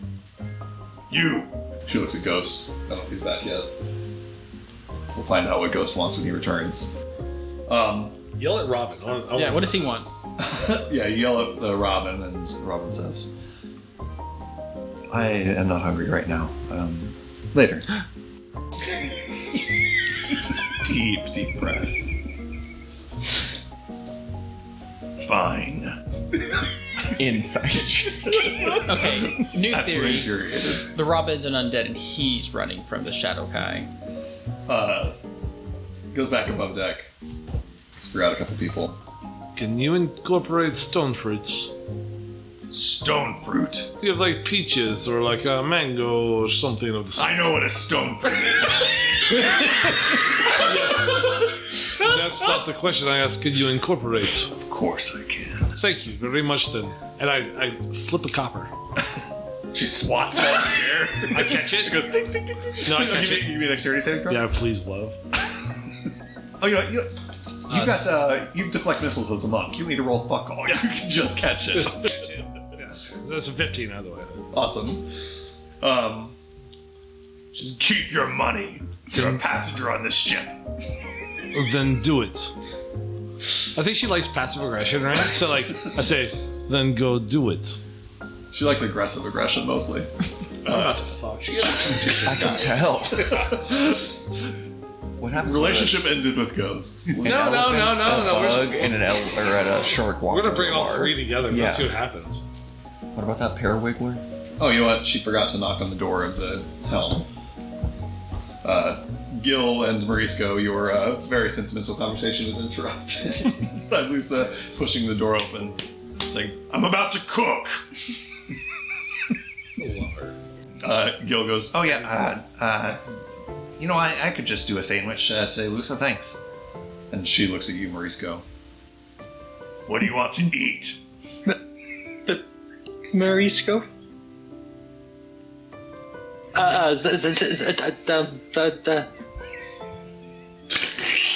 This is Morisco's final boss. Cook me, please. The pure, beady, black, dead shark eyes stare at you, unrelenting, waiting for your answer. Sandwich is good. Nods. Heads off to the kitchen. Did you say nods? You said it in your voice like nods. Nods. She can't nod. She's a shark. Yeah, I was like, she can't move her head. Like nods. Hilarious. Ghost, are you back? Yes. Great. I'm sorry. No, you're totally fine. You are in the midst of putting away your third skull when you hear a thump, thump, thump stomping down the stairs. Lusa steps into the cargo hold and says, "I'm about to cook!" Wonderful. What are you making? What do you like to eat? I'm happy to try any surface food. So whatever your specialty is, I suppose. Nods and heads back upstairs. Oh, no. Am I just gonna get a bowl of rice? I panicked. You're gonna come. It's gonna be a sandwich. A rice sandwich. It's about 4 p.m. or so. At some point, Gil kind of does the rounds, make sure everyone's settling them in well, and says, "We're with all you guys' help. We're making really good time. This has been good luck, good weather, good help, a little bit of everything. I'm sure Lusa did the rounds, but she's working on supper for everybody. Everybody comfortable? Anybody need anything? How's my The room is wonderful. Okay, good. Really good. Really, really good. Oh gosh, she comes down and sees a circle of pink apple blossoms on the floor and a bunch of skulls. Says, he takes his hat off. Everything, is everything to your comfort? He says to the robin. One of the skulls starts talking. Oh gosh, okay. You just let me know if you need anything down there. He heads straight back upstairs. That's bad luck. That's bad luck. Also, in case he does come through, I do have it hidden, so we can't just tell that the engine's Oh, plugged in. okay. Great. Perfect. Yeah. You don't need the captain's permission, right? You just need the engineers, right? Totally. And then Ghost, do you have any more skulls for this Robin to speak with for you? I think that was the main ones that have been holding out. Like, I've still got the Dragonborn, but I'll do that with Boss at some other point. Yeah, makes sense. Once we kind of have a bit more to kind of question. Okay, lovely. After this sort of hour or two of doing the Speak with Dead rituals with you, the Robin says, I don't know that I've provided the information or comfort that you came to me seeking, but I hope that this has brought you some peace. It has, and all of these are a start. It's important to understand who you are speaking to in order to learn more about how they grew up, the world that they lived in. They nod. You have to start somewhere. Yeah. Ghost has made notes of basically just transcribed the conversations too, just for his own notes and stuff. Lovely. Yeah, they nod and take a seat back on the crate that they were sitting on earlier, just across from their coffin. We'll go excuse myself and go look at the ocean for the first time. Lovely. You step above deck. It's hot, sort of mid-afternoon, maybe 4 p.m. or so. Boss is back kind of out on the bow of the ship. Henry steps into the helm to talk with Gil for a bit. I'll let you decide what the 15 con save means as you step out a door and see. There's been a few times this campaign, maybe 2 or 3, that I've described you seeing the most unlimited space you've ever seen, and it happens again. You look around you and see now truly the most unlimited space you have ever seen. Water, vast beyond understanding. The most water in one place you've ever seen in the Underdark was, I guess, the Isle of Ash, the lake surrounding the Isle of Ash. You know, the river that runs through Hallowhive, little bodies of water like that in the Underdark. This is vast beyond imagining, the amount of water. It boggles your mind to see the breadth of it, and then you begin to imagine how deep it must be. And I think on a 15 con save, probably move your mind away from that thought before it makes you sick. Okay, we'll go just step up next to Boss and put his hands on the rail, but put one of his hands like very close to Boss's hand. Well, Thul, are you well? Quite, actually. How are you? How does this take you? As in, like, I just kind of glance and, like, motion towards all the water. I've heard people get seasick sometimes, and I'm surprisingly doing quite well. I was sort of expecting that might hit me, but I feel quite steady, actually. I will tell you now that we have met very kind waters. They can be a lot more tumultuous, tormenting than this. There are times that we will not be able to stand where we are. Just so you know, this is placid and peaceful as far as oceans go. We're moving nicely and quickly, but I do want to let you know ahead of time that you it won't be this good. You understand? Yes, I should take advantage of the view while I can. It is quite nice though, right? Serene. You see how the sky to the east is pinkening. It's just softly the hue of the warm side. Right, it'll be getting late and night soon. It's out here on the water, there's no thing else to see but sky and water, and it's quite beautiful. It's a nice view. I have been keeping view of our trajectory with my lens for some hours now, and I'm growing quite tired. Do you want to sit down and just see how the weather takes us for a while? Sure, I believe Lusa is preparing dinner soon. I suppose everybody will be gathering up quite shortly.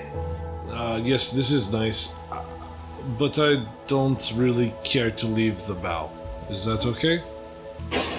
Of course. I'm not feeling secure under deck at this time. He gives you kind of like a bit of a tilt of the head, like, are you gonna elaborate on that? Is that... I don't, I'm not trying to make you afraid, but I there's nothing to this. I just am feeling quite claustrophobic as I come to this age. I don't know how to explain. I think that it's best for me to stay up here at this time and keep an eye and keep a view. Do you mind if I stay with you? I would welcome this.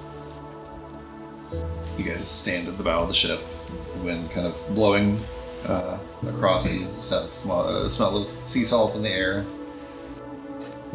Inside, Lucy begins cooking, and I think unless folks have more conversations they want to have, a couple hours pass, dinner time comes. Eventually, Lusa walks through the ship going, "Dinner's ready!" It's a real tight fit. You probably actually all like can't quite all eat down here. Can I take my foot on the dowel, please? But you guys kind of do your rounds to grab your food. That is, as you all come down here, Lusa has put your plates out to be taken, where you can sit and eat them, or taken somewhere else to eat them if you wish to. Let me roll her cooking check. I hope she rolls really bad. Ooh! I guess not. On a 27 total. Shit. Wow. Oh shit, girl! You guys have just immaculate versions of whatever you asked for. Marvel, your rice is like a beautiful fried rice with some kind of like shrimp and other sort of ingredients in there. A sauce that you can't even quite place. It's like savory and umami, but a little bit like tart also. Can I have shark fin soup? Absolutely not. She's far too out of shark fin soup. The people that asked for Lusa to make her specialty, it is like a seafood dish. You said paella jokingly. It's paella. She's made full paella here. Fuck yeah, dude! I don't Traditional Valencian. Oh, I should ask for that. Sure. Yeah. You can try some of mine. What did you ask for? I panicked and he asked for a sandwich, so I'm like, oh, she must be good at sandwiches. So The sandwiches are on like a thick, hearty sourdough, like very rustic bread, and they have like 3 different kinds of thin sliced deli meat on there, like a stone ground mustard and a couple of like radishes on there. After everyone's kind of done the rounds, there's still a plate sitting in here of paella that hasn't been taken. And Lusa says, "Where's the robin?"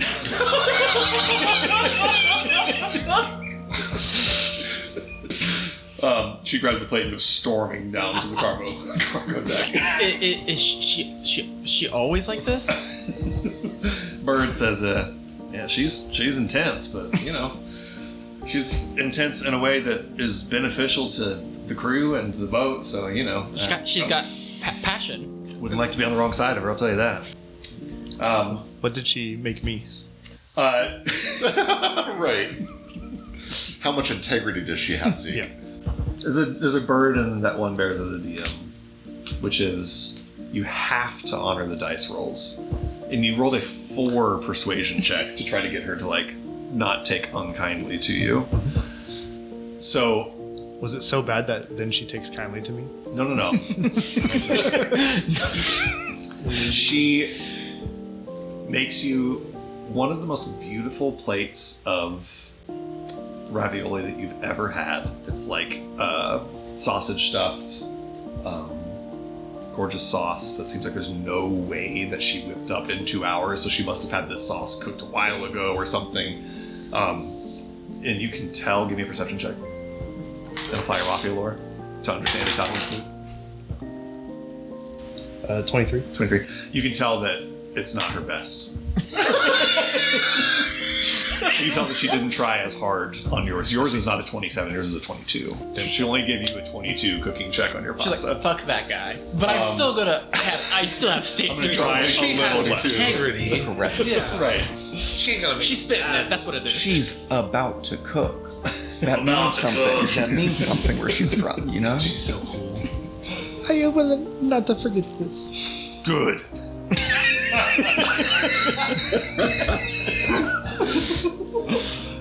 Tomorrow is a new day. A nonsense.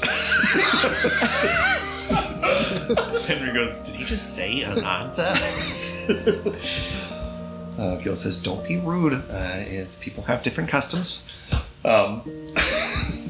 his may be fake, but we do not know. After storming down to the cargo bay with the Robin's plate, Lusa comes back up and rejoins everyone. Goes straight back to the kitchen to start making her own meal. She of course feeds everyone else before she feeds What does herself. she eat? You're not sure Shark yet. fin stew. Shark fin Oh, soup. exclusively shark fin stew. She's She ethical actually for just- everyone else, but she not just her. reads. She just eats like raw sort of chum out of the bucket. She's a shark. She eats a human out of a metal cage.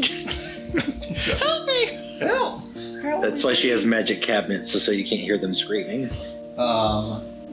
The rest of the evening goes on kind of uneventfully. You guys can do as you wish over the course of the evening. You do a few more things that we've already rolled for to make the day's travel go smoothly. Eventually the sun kind of starts to set. Ordinarily, because this is just a little like shallow water kind of shore trawler, you guys would like dock for the night to sleep because there's only one tapper here. But Marvel's Engine allows you guys to keep traveling through the night. I'm gonna have Kite watch over so that no one's like messing with the Makes engine. sense. Just kind of keeping an eye on everything. Yeah. And unless there's more conversations you guys want to have with each other or with the crew here, go ahead, Marvel. Just a small thing. When Yeah. Marlboro gets back to the room, he's dirty. Mhm. He's like, sorry, I got really messy, but I did hook up my engine, and well, it kind of worked. Well, that's great. Yeah. And I think it's gonna save us some time. But tomorrow, I think I'm gonna do some experiments to see if I can fix some of the issues I had with my car. Gonna try to fix your car on the boat? Well, the engine got too hot because I put a lot of ether salt into it, which was why it fell out of my car. So I'm going to see if I can maybe make some kind of cooling system and kind of mess around. I don't know. Makes sense. I'm sure you'll figure it out. Yeah, I think I'm going to use water. I don't think that's the best thing, but we have it here. So, In spades, one would say. yeah. You're gross. Yeah, I know. I'll go get cleaned up. I don't have. I need to make a magic thingy that I can clean myself up with. But I will do some like arcane muttering and some hand motions, and I will cast Prestidigitation and clean you off. whoa, you can do magic? I guess so. As of recently, Wow, that's so cool. How did you learn? How did you? I've been studying with Boss here and there. Before. I've been watching Ghost do his thing. It'd be nice to pick his brain, but I'm guessing he's not in the space for that. But I don't know. I just kind of figured it out, I guess. Well, what else can you do? Well, I can talk to you, but I can kind of already do that. I'll hold up my pinky. Yeah. I can understand languages that I shouldn't be able to understand or don't know yet. I don't know, a handful of things. I'm still learning. That's cool. Thanks for cleaning me up. This is much better. I wasn't really sure how I was gonna get this all off. Well, out here there's basically no way to, so... Well, I mean, I just don't want to get wet. It takes me forever to dry. Yeah, that's true. And then I guess they squeeze into this You small guys use this bed. tiny little twin-sized The bed. tiniest bed in the whole world. Boss, go ahead. So I walked down to this cabin area, and I don't like it. I'm starting to kind of, my anxiety is starting to play up, whatever. So I want to untie one of these slings, like one of these hammocks, Yeah. as fast as possible, and go back up to the bow. Okay. You start untying one of the slings, and by the time you have untied one end of it and have started untying the other, Claff Bodermanakin comes into the room and starts taking the rope on the other end and tying it back where you'd untied it as you're untying the other end. No, this is okay. I will take this to the bow. It is okay. Give me a persuasion check. Not 20. Not 20. Claff Bodermanakin looks at you long and hard, Please let me take this to the bow, please. nods, helps you grab the other end as if you need help carrying it. May I take two? Can I tie two together, please? He goes and starts to untie a second one, so that I'll bring it behind you. Yeah. You take two hammocks kind of up to the main deck. Just take him to the bow. I want to make like a longer one for myself. Yeah. I just refuse to be below deck. Yeah, no, I feel you. Border seems absolutely unwilling to relinquish sort of the control of rigging it up. He wants to be the one to rig it up. You can tie it. But once he does it, he's content that it's secure. He checks it for about 15 straight minutes to make sure it's secure. Is this okay? May I please sleep with this? Smiles at you huge with big human teeth. And I put my thumb to his. He puts a thumb to yours. Little driftwood thumb. Little frog thumb. Big and bulbous. Thank you, Butter.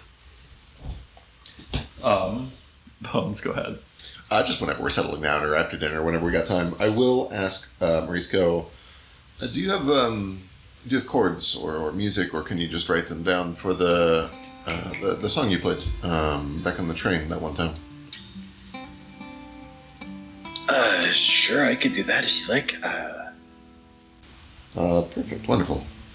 Well, some chords for the song that you played for Briar all those years ago. Are you thinking of trying to play it? That was fast. Yeah, they say that you should not move on to the advanced things until you have mastered the basics. And they say that you have not mastered the basics. It is not when you can do it right once, but when you can no longer do it wrong. Which means I'm nowhere close. But I am also very bad at doing things at the right pace. So I'm going to take these chords and I'm going to see what I can do with them. I did okay though. I did an arpeggio without, there was one fuck up. But it was close. It was almost a full arpeggio. That's really not bad for your first day. You've never used it at all.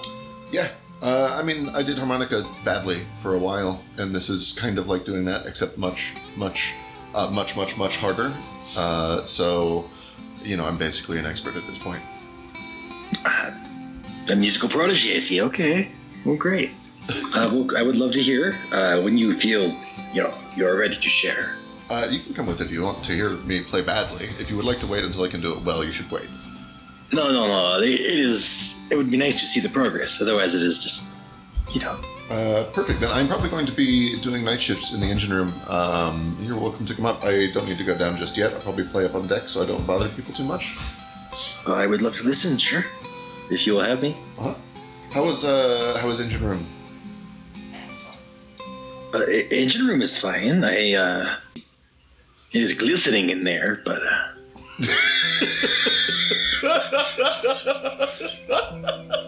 Was it now?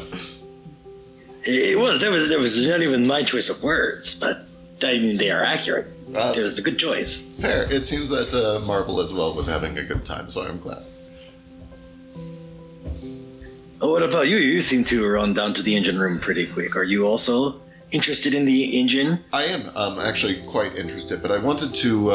I think it is best that I maybe work opposite Bird, just in case there's any weird resentment going on.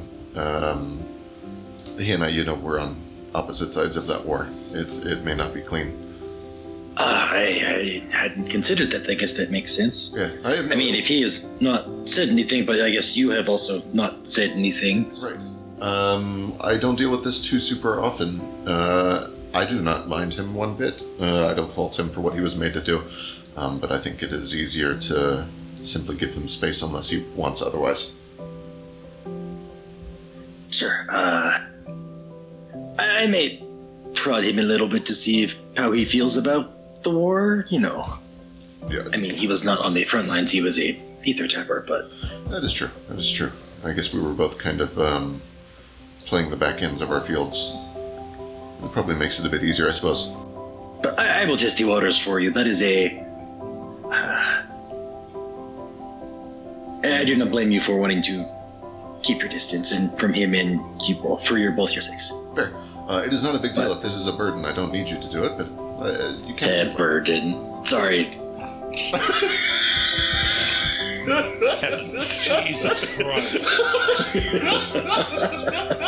It takes Bones a second to register. He's like, right, like his name. His name is Bert. Right, so his name is Bert. That's all. That's pretty good. That is pretty good. You did laugh, but it was a pity laugh, so now I just feel bad. Pity laugh is not the right word for it. I laughed because I thought that the thought process going into it was entertaining more than the joke itself. I like the way your mind works. Thank you. You do as you wish. I do not mind one way or the other. He is, like you said, glistening. So you noticed as well? Okay. It is hard not to. True. Okay, here we go. I'm going to go very badly on this thing. 20? 20 is not bad at all. There's a sliding scale where you're playing it as well as you can the day you started playing it. Yeah, which means I probably accidentally do one clean arpeggio, and that's kind of it. Yeah, damn good for day one. Outside, boss on the main deck. You watch eventually the sun start to set over the western horizon as you guys are headed sort of northwest. So you get your hammock tied up there, cloth Boulder stands there with the second hammock. Oh no, I wanted to tie the two of them together. Oh, you're making like a double hammock situation. Yeah. So you can hang out with him. No, also so I could cover myself. Oh, that makes sense. Put yourself a little Just in cocoon, case. little hammock cocoon. Yeah. Makes sense. This is if you flash back to the Last boat time scene. you were on a big boat. Yeah. Maybe not the last time, but yeah. Definitely not the last, but Certainly the most traumatic time you've been on a boat. You remember that. Absolutely. Cool. Yeah. So Yeah. I'm not really willing to be. Yeah. Yeah. I think there's probably shivers that run up Boss's spine just beginning to walk down the stairs below deck. You, I'm not going to sit there and hide anymore, so I'm just going to stay up top. yeah. Yeah. As you go down, retroactively narrating something, but as you went down below deck to grab these hammocks, there's a way that the swinging light above the table sheds light in the corners of the room that reminds you of the light of your father's staff projecting against the opposite wall as you sat. There's a stack of crates to my right that I don't care to see. All quite familiar. You can almost hear a little voice in your head, like repeating itself from the memory that you have tried in equal measure to remember and to forget. It just says, Exaf Betar. We should stay together. And then I run upstairs. Make your way back up top. Eventually, turn to your respective places of rest, wherever they may be. Other than Ghost, who stays up all night. Yeah. When I was probably hanging out down in the kind of dining area, and then when I see Boss head up, I'll follow behind, kind of clutching my lanterns. Are you sleeping up here? My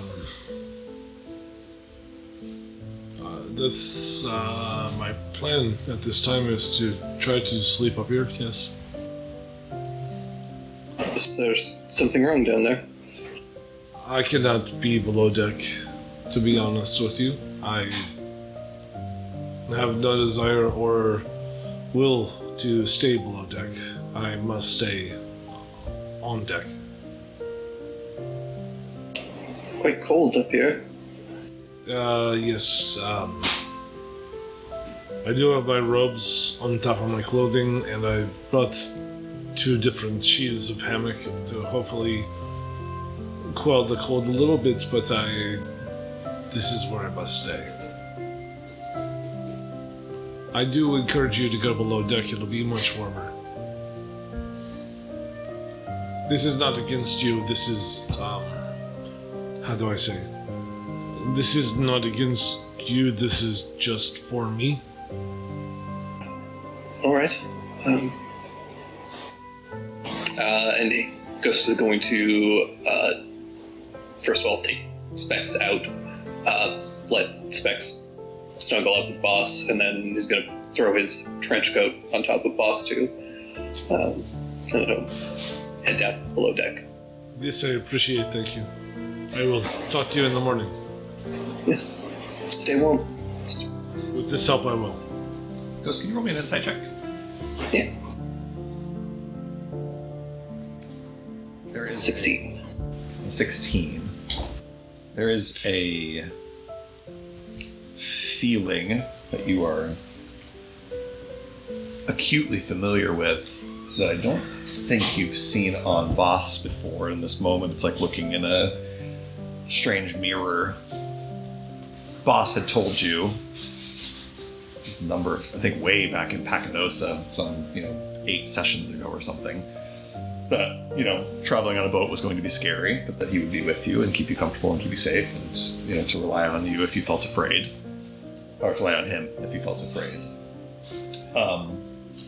When you were in the Underdark on the Isle of Ash, Boss was comfort to you.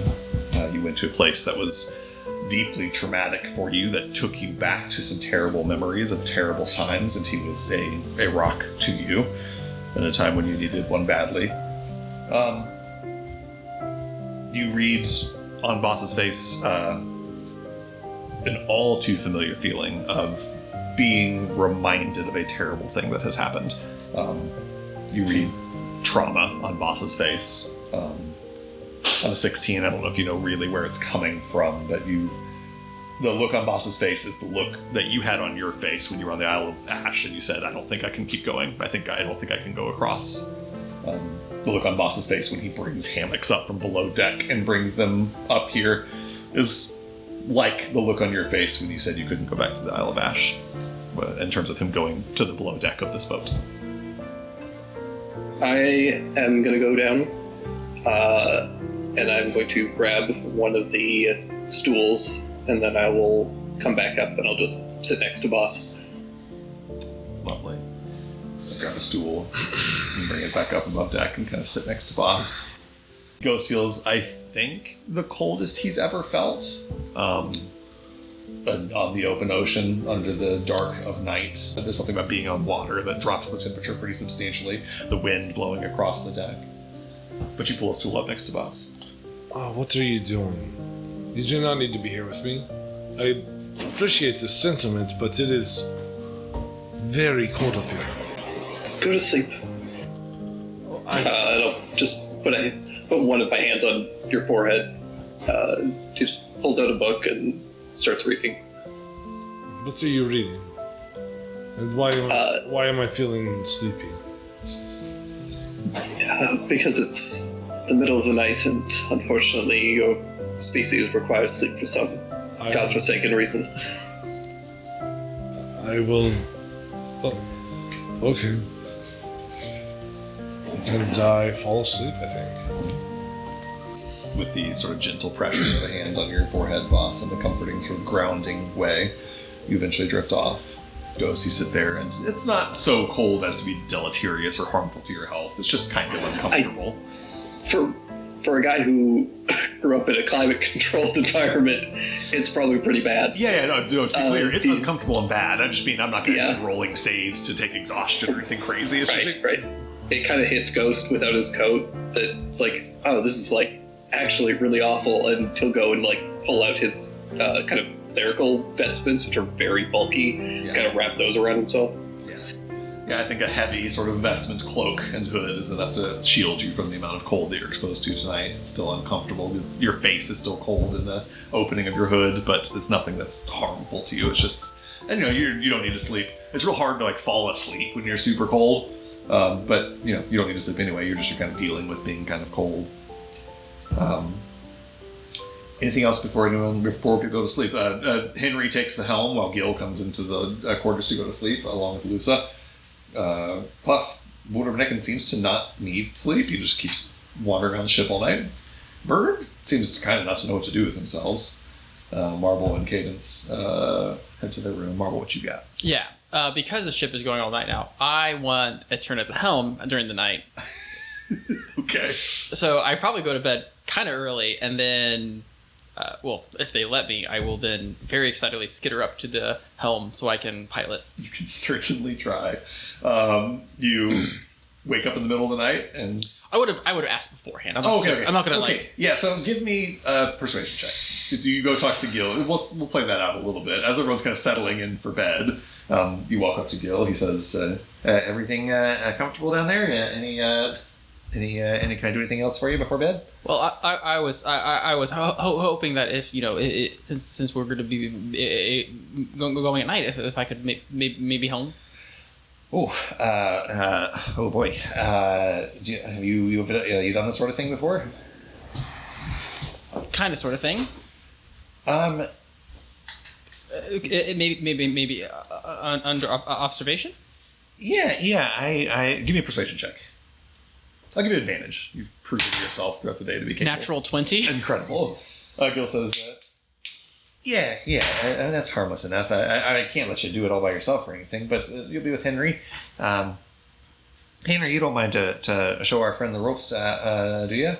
Nurse says, nah, that's fine. That's not a problem. Yeah. I'm also going to pull out, I probably spent an hour earlier today sell myself some navigator tools so that I'm like, using stars. I don't know. He's just kind of getting real into it. Excellent. Absolutely. You spend a part of the night part of the middle of the night, I guess. You kind of wake up and come up to the... Yeah, he He's really excited. He's like still putting his jacket on as he like runs out the room. Yeah. For what it's worth, it's a minor thing. I don't think this really matters a ton tomorrow. But when you walk out of the room that you and Kate are sleeping in, while it's like late at night and everyone's asleep, the Robin is still sitting there. They are kind of like cross-legged akimbo on the ground with the hands flat in their lap and are just kind of seancing, trancing something. They're just kind of sitting there. Not the point is they're not like in a cot sleeping. They just are kind of sitting. Kind of like an elf might. Potentially, yeah. So I assume you don't interfere with that or do anything about that. You just continue zoomies up the stairs. But one thing I do want to look is the plate of food eaten. Yes. The plate is not here, but you did see the Robin walk up the stairs, bring the plate of food downstairs, and then later come back up with an empty plate. Yeah. Okay. But you eventually do scamper up the stairs. I will try to sneak a little bit. I'll like probably burst out. Well, I'll sneak out because I don't want to wake Cadence, and then I get ready to run, and then I notice the Robin. So then I try to sneak badly, probably, and then scurry up the stairs. You eventually find Henry at the helm. He opens the door, lets you in, and says, "All right, I'll take a crack at this. Go ahead and give me a water vehicles check." Can I do? The vehicle lord doesn't know this, right? Vehicle lord applies, yeah, certainly. It's going to be a 30. Jesus fucking Christ. Yeah. What you're doing is like not that hard, but it is at night. It's not that easy to do this during the night. I'll probably have my navigator still set up so that I can like line it up with stars and just kind of really make sure that I'm like sticking with everything. Henry watches you for a while, again, kind of navigating in the dark, just by the lights of the ship, and honestly, a little bit by like the stars. There's no GPS or anything out here, but you've got navigator's tools, and you roll a 30. How much do I need to sleep in order to not gain exhaustion or whatever? 6 hours? 6 hours, yeah. It's basically just real human rules. So in this campaign, you get a quote-unquote short rest or long rest no matter what. You stay up all night because it's just a magical phenomenon that happens. But you get exhaustion for not sleeping a reasonable amount as a human, which is like 6 to 8 hours. So can I do 6 hours sleep? Yeah. Like wake myself, like have somebody wake me up in 6 hours. So that's essentially what you do anytime you set up a watch order. Is you guys take turns sleeping 6 hours. And can I particularly for this? Yes. You can just tell Ghost to wake you up at whatever time. Okay. Yeah. He's up all night anyway. Yeah, I probably had Kite wake me up for mine. Yeah, makes sense. But as you're navigating Marble, Henry says, "Well, you're a bit of a natural, huh?" Yeah, I'm not that it's the same, but I'm also a race car driver. I love vehicles. That's pretty cool. I'm sorry about my dad giving you such a hard time. He can be a bit of a stick in the mud. I mean, my girlfriend did kind of commandeer his room. I paid for it. You're not here. I know. Yeah, well, we don't normally do passengers, so this is all kind of unusual for all of us, but, it's kind of nice having some company up here. Always get the night shift, that's kind of a drag. Yeah, what do you usually do? Oh, what, you mean like when I'm not on here? Yeah. Yeah, I wish I had a good answer for that. My dad makes me pretty much spend all my time on this boat, so anytime I'm at home, it's taking a little time to say hi to my friends and stuff, but don't really get to do much for myself. I'm sorry, that sounds rough. He shrugs. It's people that got it worse than me, that's for sure. I shouldn't complain too much. I got a family business to inherit. He kind of just gestures at the boat. A lot of people got less than me, but... Do you like it? He shrugs. I don't know. It doesn't really speak to me or anything, but what else am I going to do? Anything. There's so much out there. Yeah. I'd be letting my old man down. He really wants me to take over this when he retires, and he's put all of his life's work into this boat, so it kind of feels like it's what I'm stuck with. Kind of stops and kind of thinks, trying to think of how he wants to word what he wants to say. I feel like most parents just want what's best. I assume he's trying to give you what's best, but does it mean he knows what you want? Yeah, well, I don't know what your parents are like, but yeah, my dad doesn't really listen much to what I want. Do you? He doesn't? He shrugs. I don't know. Not really.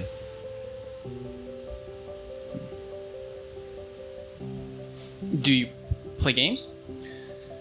Yeah, I play games. What kind of games? We have Go and chess and maybe cards. I don't know much about Go or chess. I can play cards, though. I'm mediocre. It's probably as good as me, then. You have a deck? I got one, if not. He just goes over to his dad's desk and opens up a drawer and pulls out like a deck of cards. Shuffles it, and you guys can play some cards together. Yeah, Marvel definitely looks easily happy. He's like, I know, I'm really just playing at it, but this is kind of exciting. You piling a boat at night, just us and he like motions out. He nods. He's like, yeah, honestly, this is my favorite time of day. Nights like this are the time when I do think maybe I could enjoy something like this. Just be by myself and have all this open space, all that dark. Kind of feels like it could be anything out there. Yeah. Not just the same old boring stuff. How far have you gone? Well, this thing can't really leave the continent, so honestly, Nuvalar is about as far as we go. Nuvalar, Daybreak City. We went to Gwent a couple times. That was a pretty long trip. This is, well, I've only ever go to Okuko, but this is my first time outside of there or Daybreak. Oh, really? A whole life? Yeah, I mean, we go to Okuko every year. Daybreak City is the shit. I love it there. Yeah, I fucking hate nature. he laughs and kind of gives you a little. He like daps you up a little bit. It's like, yeah, it's like I like the ocean, but anything besides the ocean or the city, and for me, Yeah, we were in the Underdark. fuck that. Nightmare. God, but this is about this room here, and he looks around the helm, is about as cramped as I can tolerate. Oh yeah, it was. Yeah. Oh, I think I lose. Yeah, I think you do. That's all right. I go again, and he starts kind of shuffling for another game. I'll probably just stay with him and. Yeah. Give him some company through the night. He seems happy to have like a new person to talk to. The rest of the night goes pretty uneventfully. Yeah, after a while, crawl back into bed with Cadence and do the last few Z's I can. In the morning. I accidentally start reading my book to Boss while he's asleep. Yeah, because you're just thinking it. Oh, Yeah. What do I hear? I'm torn between. You probably for a little bit listen to like a Nuvalarian scripture as That's Boss actually- or as Ghost is kind of like doing some research ahead of time. That's actually. And then he switches over to his smutty pirate book because he's like, I'm on the ocean for the first time. Boss is into both. I mean, Boss would be so stoked to just hear something he hadn't heard before. Marvel, as you return to your room a couple of hours later after helping out Henry for a little bit, give me a perception check. 16. Okay. But as you sort of pass through out of the engine room and then down these stairs and start making your way back down to the cargo hold, you just hear quiet speaking in Kohakni. I speak 3 languages: Common, Kuki, which is just funny, and Undercommon. Great. You hear just some quiet, almost whispered speaking in Kohakni as this the Robin has finished whatever seance or trance, whatever they were in, and is sat down directly next to the corpse, or next to the coffin, I should say. And as you step down the stairs, just in kind of a surprisingly tender sort of gesture, is kind of sitting next to the coffin with a hand on the top of the coffin, looking down at the coffin, and is saying something in Cockney. But as you sort of step back down, they kind of notice you entering and stop speaking. Just kind of not necessarily hiding anything, but just a moment like, oh shit, I didn't really know was here. Oh, sorry. I hope I wasn't interrupting. It's all right. Hope I haven't kept you awake. No, I was driving the boat. He like kind of just like tries to hide his like little smile. What were you doing? If it's none of my business, that's okay. They kind of look down towards you. Looking, well, they have a mask, so it's hard to read the expression, but look at the coffin and then look at you.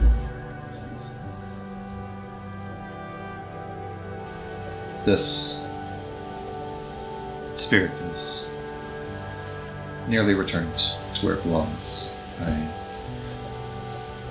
simply hope that I finish what I set out to do. Are you worried you won't? There's a long pause. This unmoving, stoic mask just kind of looking at you. Perhaps. Perhaps I am worried. But it is nothing for you to concern yourself with. All will be well. Okay, well, if you need anything... They nod. Since I will not trouble you any further. You're no trouble. You already rested, right? They nod. I saw you meditating? Sorry, I know you're anonymous. I don't know if that's a rude prying question. It's all right. I will say little about myself, but I have received all the rest that I need. Can I ask one question? Of course. Is it lonely being a Robin? There's another long pause.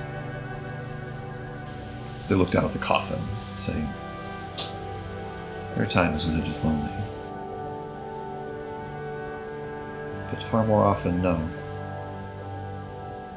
I have met so many people, heard so many stories. Very few are afforded the opportunity to touch as many lives as I have." Can you see the spirits? Are they here? They nod. Yes. Just the one. And they kind of gesture down towards the coffin. That's kind of cool. You hear... give me another perception check. Real bad. It's going to be 8. Okay. I chuckled, but you don't hear a chuckle. Robin says, "It is a sacred and beautiful magic." Marvel will step forward and hold out his hand. Like, shake his hand. They reach out a hand towards you, which is, again, concealed with kind of like a black glove. Like, and he'll shake his hand and be like, "Thank you. I don't really know much about death, but it's good that there's always someone." I wish it was true that there was always someone. We are there for as many as we can be. And you're welcome. It is... We take our duties very seriously. He kind of like bites his lip and starts thinking. He's like,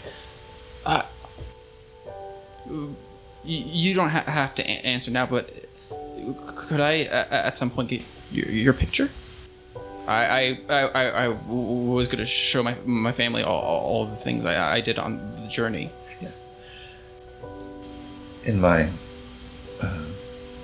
ceremonial garb, yes. The guy with the dirt is better. So he does little quotations around the dirt. So maybe tomorrow. Very well. Well, good night. I'm gonna catch you a few more hours. Good night. The rest of the night goes by fairly uneventfully, and by that I mean completely uneventfully. And morning comes on the 14th day of month of brightness.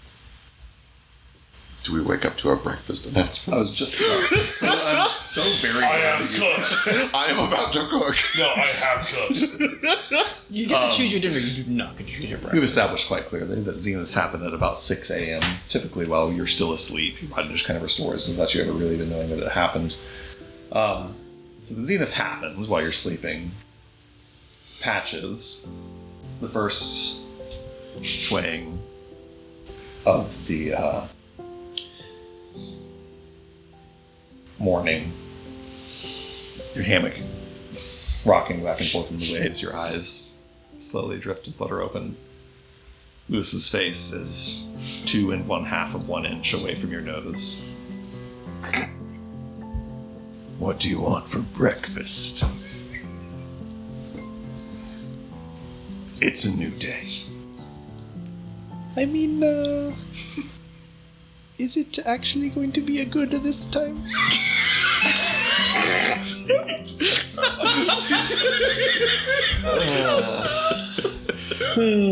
It's a new day. Is it? Is it? Oh my god. God, I hope Patches is immune to poison. He's not making it off this boat. I don't even know what to ask you to roll here. No, just to throw shade at that. Because there's two ways you can interpret this. There's the most obvious way to interpret it was like, that was a shitty thing to say, what a horrible insult. And then there's the fringe chance of selling it as like, I know He you knew. can I know better. you can do better. I know you and can her do- taking that as like, I know I can do better too, motherfucker. Oh yeah, So I know give what me, you did. that's why I was doing. Like I want Right. to do better. I think persuasion. You could also do intimidation or deception. Give me a charisma check. I think it's persuasion. Good luck. Chris. Natural 20 for 13. Lusa. You say this to Lusa. She's only like 1.5 feet from the ground in her hammock, but somehow she rolls out of her hammock and still does a full 3-point Marvel landing. Stands up so tall. Bet your sweet ass it's gonna be better. Good. I like a French toast. She goes straight to the kitchen. Doesn't even ask Doesn't anybody ask else. anyone else.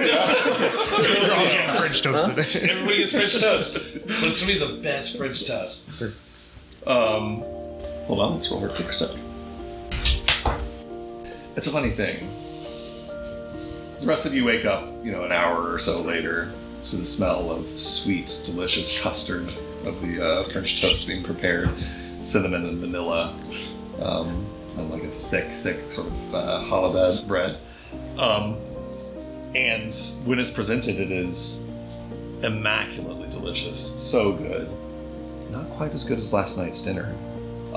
Patches, yesterday when she prepared dinner, she prepared everyone else a dinner that was a 27 on the cook's utensils check, but for you only a 22.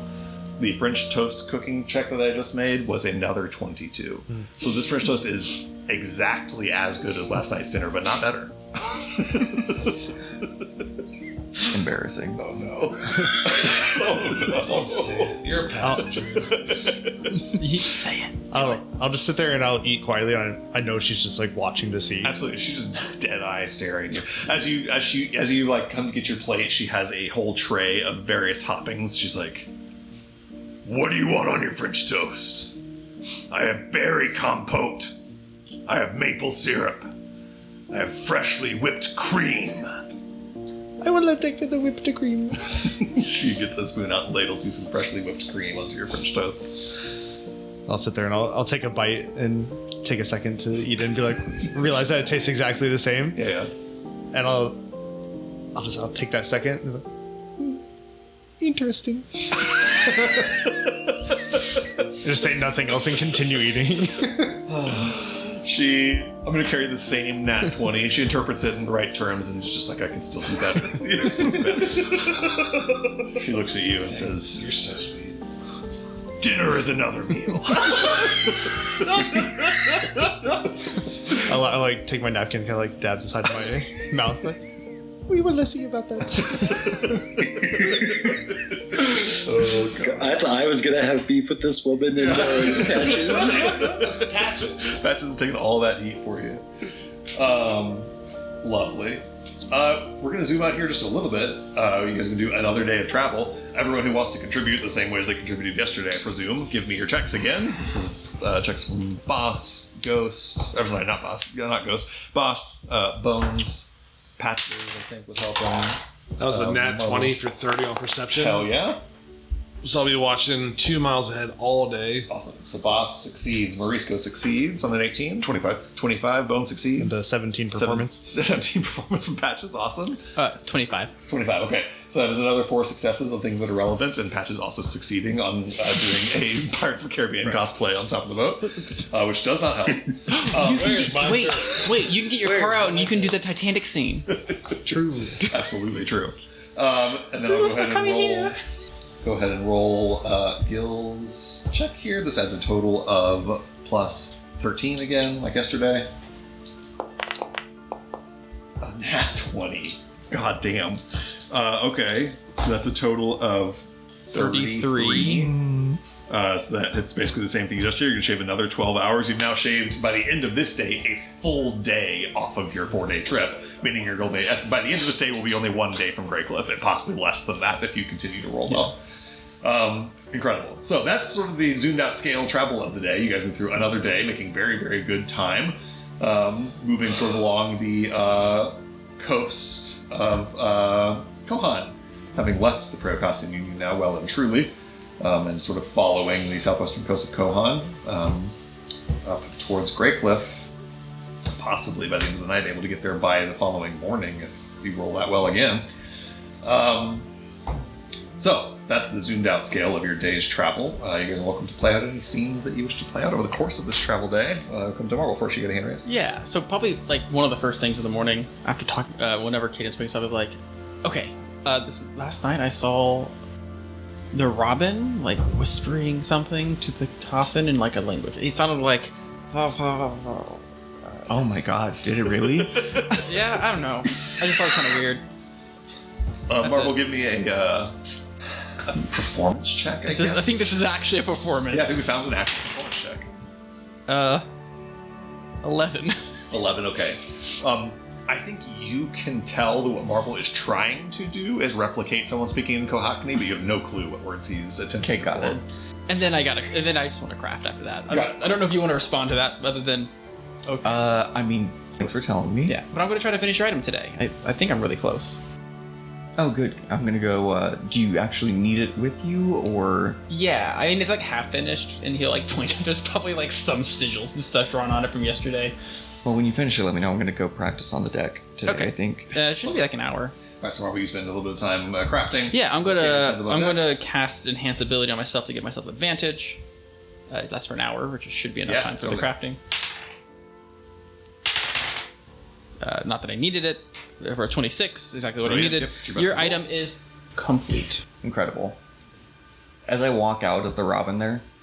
Yes. As you walk out of your room, Robin is still just kind of there where they've been. They've kind of moved again into their kind of crate, just kind of sitting and watching over the coffin. I'll say good morning in Kohackney. They say good morning to you in Kohackney as well. You like what you do? I'll keep in Kohackney for Yeah. now, I guess, yeah. They say, the duty of our order is... You can just say no. The duty of our order is of sacred importance. My own desires are immaterial. I couldn't relate to that any less. It's all right. Who's the stiff? I'm afraid I'm not given leave to share their identity. I've seen a couple of people, Robins, I guess you're all Robins. I'm not entirely sure how it works. Around daybreak. What is it about death that has you guys so fascinated? It's a curious question. I believe all mortal beings are fascinated by death. Are you not? No. You're not afraid of it? No. It's a rare gift. Is it? I can tell you most assuredly that it is. Many, many people fear death, fear the unknown. I mean, I guess, but... For our order, it is less a fascination with death and more a calling to comfort those that have passed on and facilitate their passing. Death is a transition, and it does not always come naturally. It's given to us to ensure that death is as peaceful as possible for those experiencing it and for their loved ones. I guess. I don't know. Suppose, good on ya. I don't think there's any peace in it, but you know. There can be, but it is not always easy to find. You do not owe me your understanding. You owe me nothing. Well, I know that, but... Sorry, just... I don't know, it's interesting, I guess. I've known death in a lot of different forms. People who avoided it at all costs and did anything to see that it happened, and people who saw it coming, and people who didn't, and people who deserved it, and people who didn't deserve it. I just... Don't you think it's kind of a farce what you guys are doing? There's no dignity in it. Explain. There's no dignity in death. You're just dead, and then it's over. Seems like you're... I don't know. You're peddling in something that I just don't understand, I guess. All of the things that you described are the means by which many mortals arrive at death. Well, they are not death. Our order only wishes to bring comfort to those who need it. If you have lost someone, and you need comfort, we may be able to help you find it.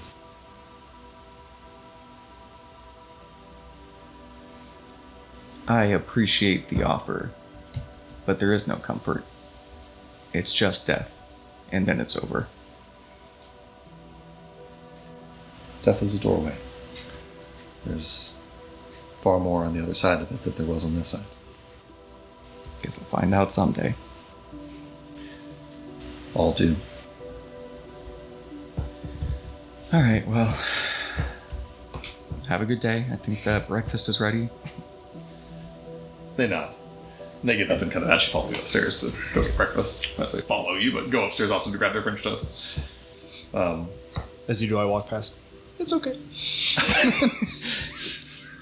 Damn, maybe I'll just skip it.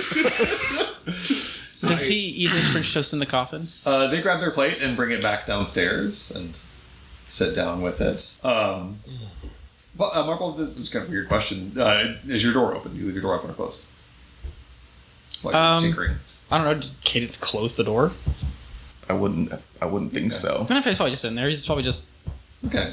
deep at his work. If you've left your door open such that you would be able to see out into this room, you see they notice that, and they sit kind of on the ground here with their back turned. And you do watch the hand reaches forward and lifts the mask up and kind of places it to the forehead so that they can eat. Yeah. Morble will put his hand over his eyes like, I can close the door if you want. You watch. I don't, because I cover my eyes. So that's what there's a longer silence than you'd expect to get an answer to that problem, or an answer to that question above table, because I have to put the He's put the mask back on to hide his but voice. then the voice comes through and says, "It's all right. There's no need. I appreciate your offer, though." Oh, okay. And they put the mask back up and finish eating. Yeah, okay. Then I'll continue working, and then I have to wait until he's finished eating to go get my food now. They keep their back turned, so if you want to go get your food, you can. What else do you guys wish to do, of course, this day, if anything? I don't wake up Boss when he asks if he's still asleep. I'll just let him sleep, and then when breakfast is ready, I'll go grab 2 plates of French toast and come and I'll wake him when breakfast is ready. Boss, I don't know how you respond to that, but you're woken up later than you expected. How long have I been asleep? I jump. Full nights. I jump easy, out. Easy. No, I jump out of my hammock. How long have I been asleep? A full night's rest. Okay. I'll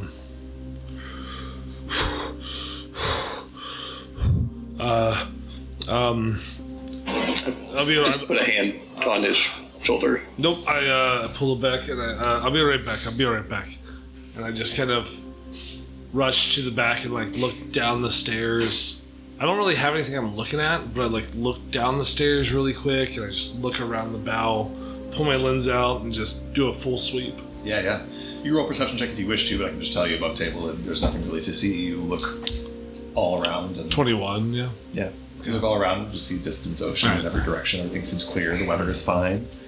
I think actually just for the timing of it, Cadence, you get above deck with your Viola case in hand and your plate of French toast in time to see Boss kind of a little frantically running around the deck of the ship, looking through his lens out in every direction.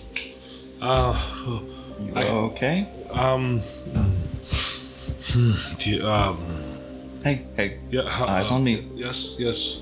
Breathe. Yes, I'm fine. I am Sure. fine. Yes, I'm fine. You look great. Seem like you're doing really well. Shut the fuck up. Yes, I am fine. I'm fine. I'll cast just like a random one-off prestidigitation. Hey, watch my form, will you? I need some pointers. I think I'm getting the hang of it, but I need somebody who knows what they're doing. Okay, come to the bow. Yeah. Yep. You walk to the bow. I'll let you ghost and say, quite sorry for my reaction, but I am very thankful for this food. It's alright. Sorry, I should have woken you. No, it is okay. I just found myself very startled. But I thank you for bringing me this breakfast.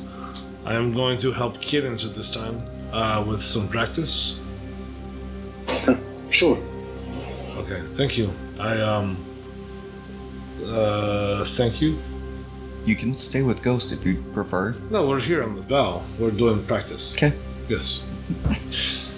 Boss, you start kind of watching Cadence's form. There's something about fixating on just the simple somatic. I was saying mostly just trying to give you something to focus on more than this is part of that. Yes. But Do I catch any of that?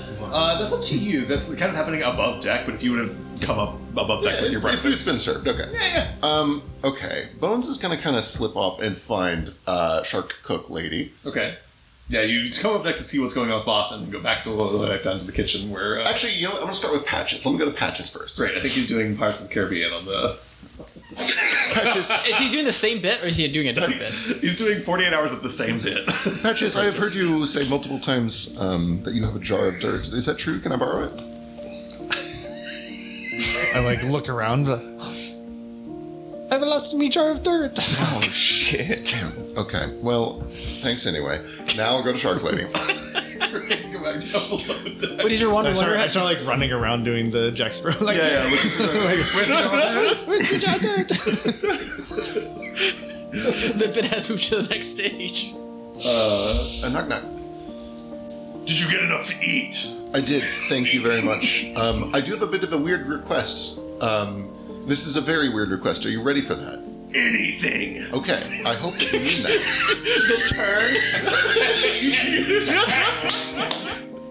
If I said that I would like to eat a jar of dirt, would you be able to provide me with that? Just raw, plain dirt in a jar or a pot of some sort? Sorry, but sigh. Can I? He steps forward. Absolutely squares up. Looks down at you, so tall. Uh-huh. You want to eat dirt? I'm bad at lying, so I'm going to be level with you. If it is necessary for me to eat some of it to get a jar of dirt, I will eat a little bit of a jar of dirt. I mostly need a jar of dirt. And I was hoping that whatever you were doing to procure these bizarre ingredients would also allow you to procure a jar of dirt. They step back into the kitchenette here and open a cupboard that you can see opens into so much space. Yeah, okay. the dirt And they cupboard. pull out a potted lemon plant, like a Oh. plant that has lemons growing from There's it. a tree in that one. I wouldn't want to. Don't do this. Maybe just a little? I'll just give you some of the dirt. Yes, that's a very good idea. Thank you. And they scoop out a little bit of dirt from their lemon tree plants. Okay. Just dirt in my hands. Yeah, you just got dirt in your hands. Do you need a jar? Or a cup or any container. They get out a little like jar. Thank you very much, and I'll put the dirt in there. I appreciate this tremendously. Do I have to eat it? Don't eat dirt. Why do I have to tell people not to eat dirt? Thank you so much, listener. You have been tremendous. Your food is wonderful. Thank you. Can I go running past at the exact same time? Like, it probably tastes the same. Okay. Here, I thought you were I'm gonna going to take taste a little my bit jar of dirt, and I'm going to go back up to Boss. Dirt. Boss, I couldn't help but notice that you seem very stressed, and I have been racking my brain trying to figure out why, and I realized that this is probably the farthest that you have been from land in quite some time, so I brought you some land. Oh no. Okay. This is sweet gesture. Not the problem. I'm way off?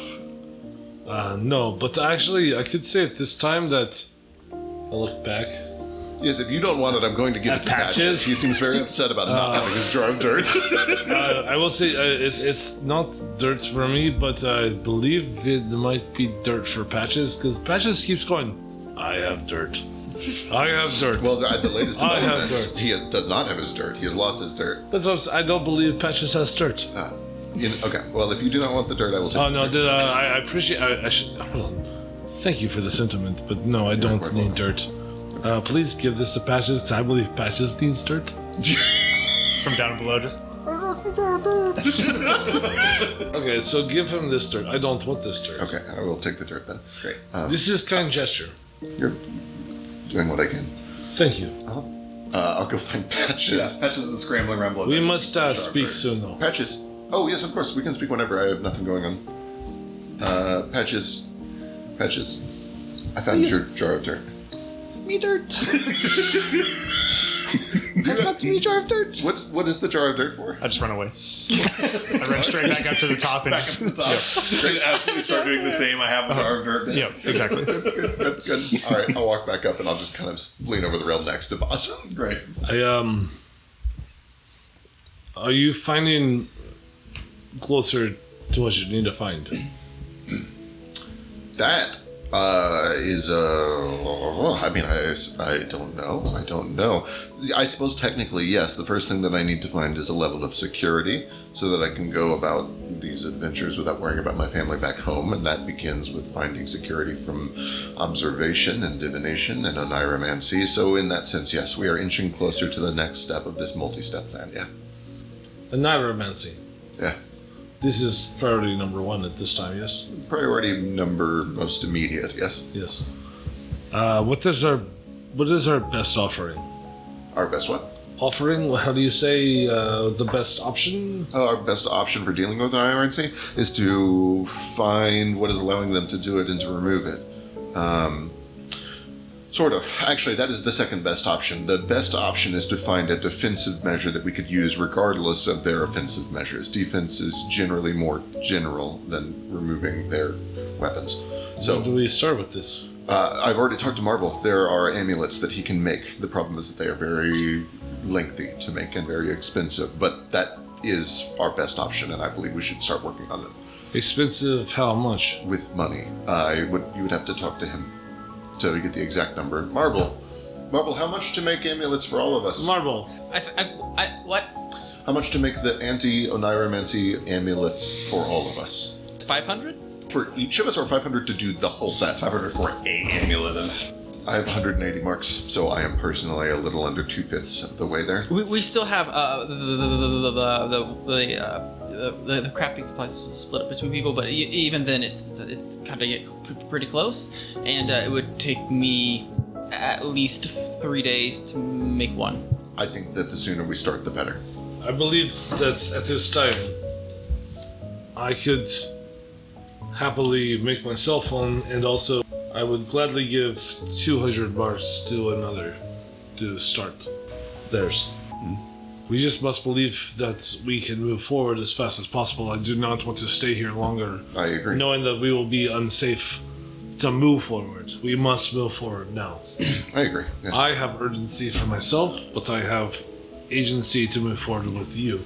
But I was gonna make a thermal cube Do it.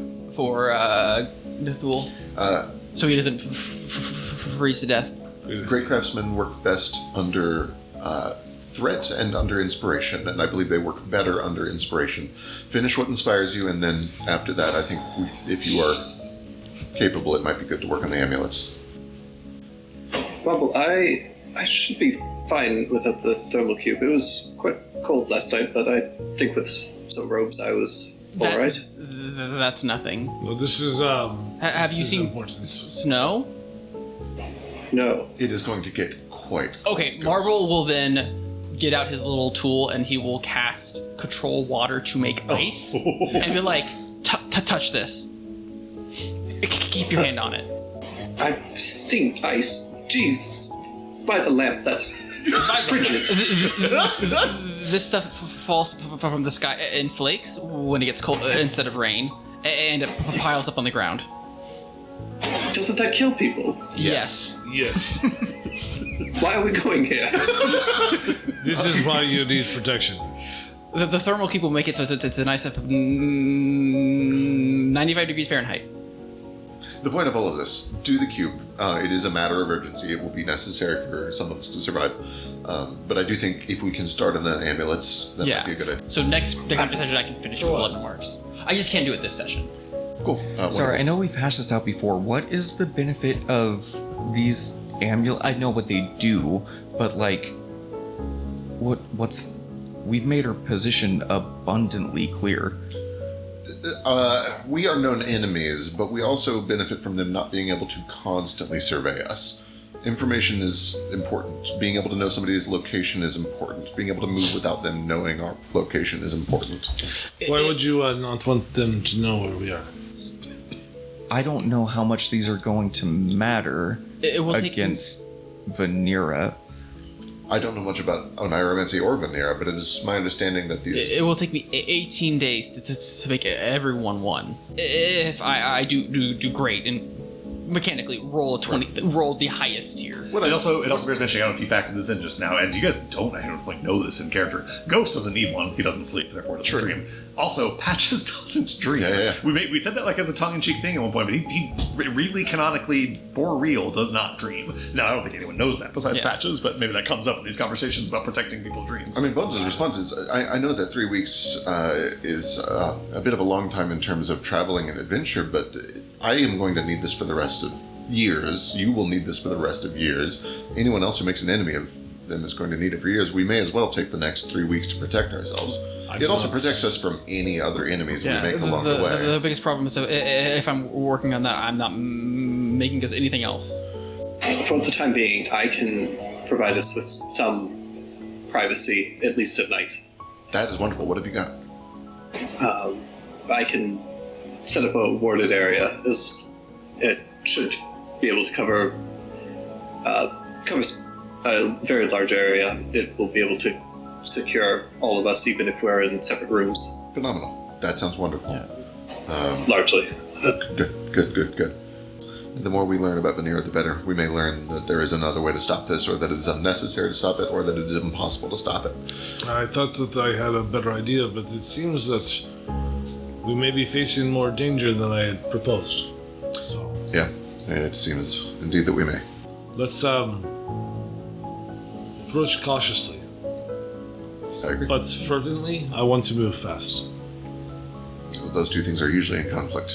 But I understand, but I am also concerned about my own homeland at this time. Time is of the essence. I have to move. Then let's move. Let's move. You guys all resolved, let's move, and then continue to stand on the boat as it moves as fast as you can. As this conversation is happening, let me jump to Morisco. You were not party to any of that, because I think you were down with Bird that whole time, so let me jump to you for a second.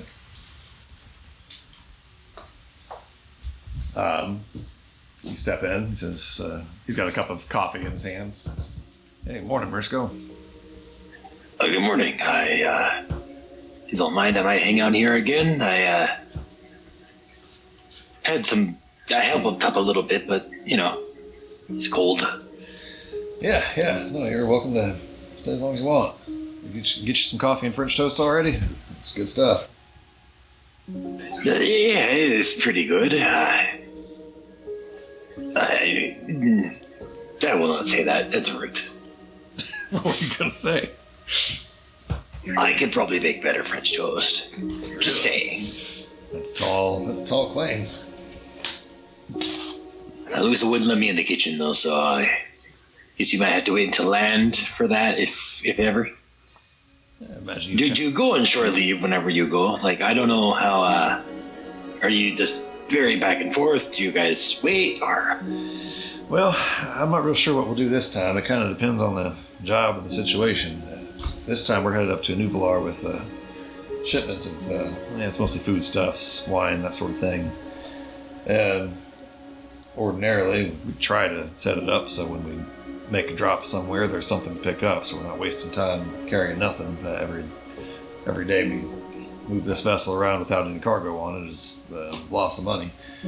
Makes sense.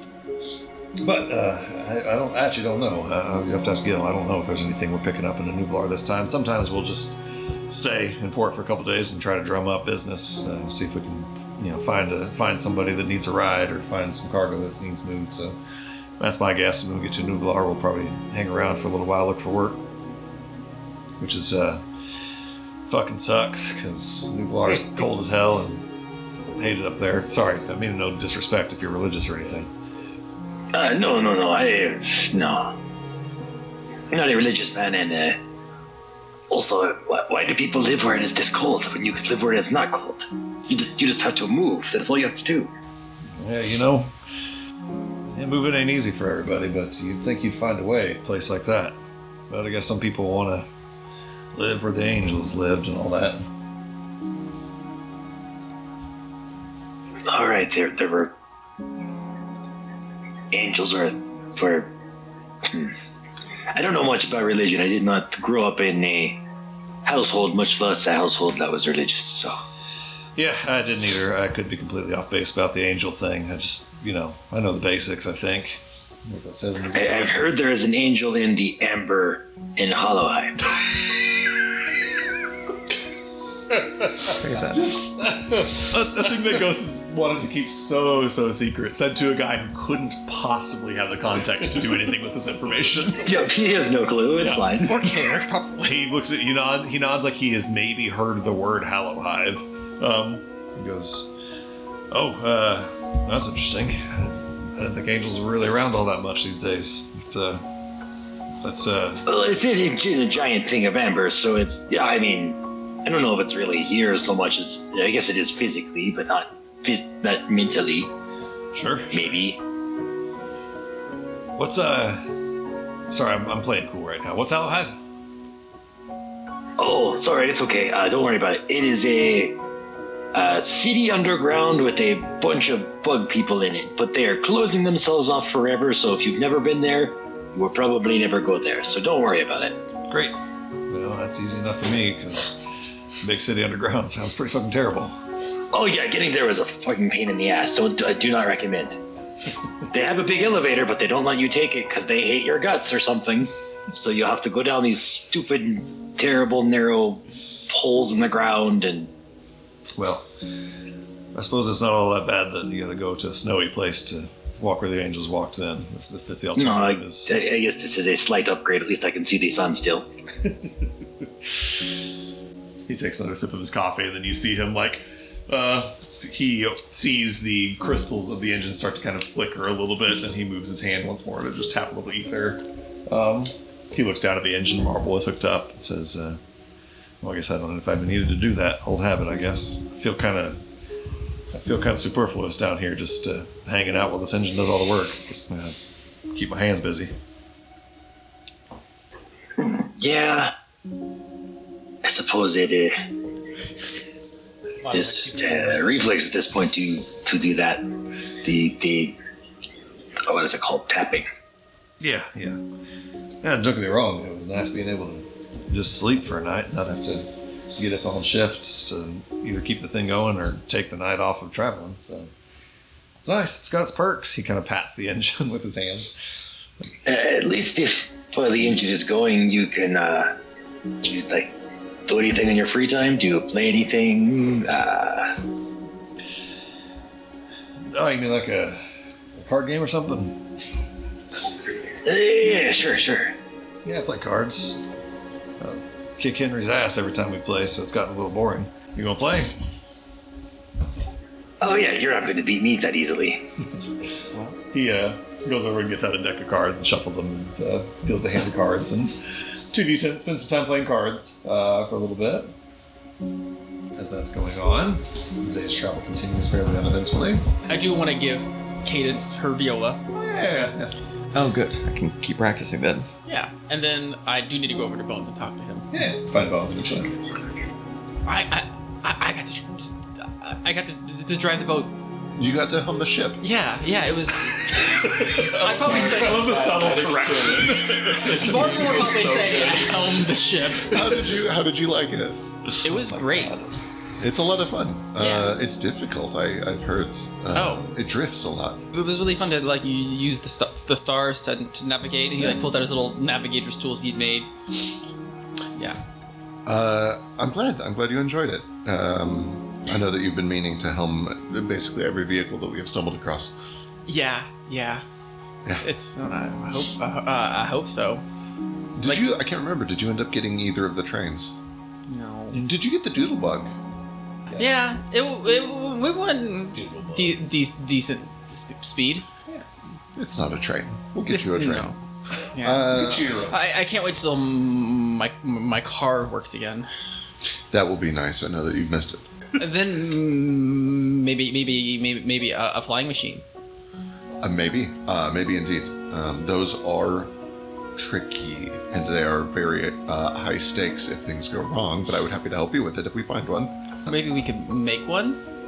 Perhaps we could make one. It's possible. They're expensive. We would need a lot of resources. Well, if we find a shipwreck, maybe we could repurpose it.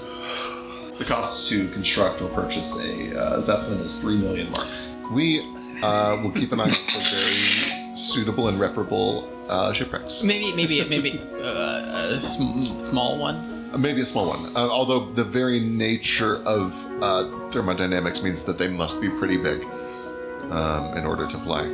Fade to black. If you did not mind my asking if this is a somewhat private place, it feels like we got back into town, in that western town, and then we got on this boat, and a lot of things happened, and we did the fight, and we brushed a lot of things under a lot of rugs. How are you? And how are you with Cadence? Oh, that. I'm. It's okay to say that you're shitty if that is what's happening. Delusional. That is understandable. So am I. Tell me about yours. Well, now that we're not in the West, it feels far away. It is fascinating how physical distance has that effect on the mind, yes. Yeah, and that my brother's being safe helps. In the same way that I think people bond over trauma and distress in ways that are not necessarily applicable to the real world, I do sometimes think that the stress and the drama and the fallout that happens during traumatic events is not as applicable to the real world as well. I don't know if that is delusional or if it is healthy, but what I mean is if you are able to leave trauma behind you, and so is she, that may be okay.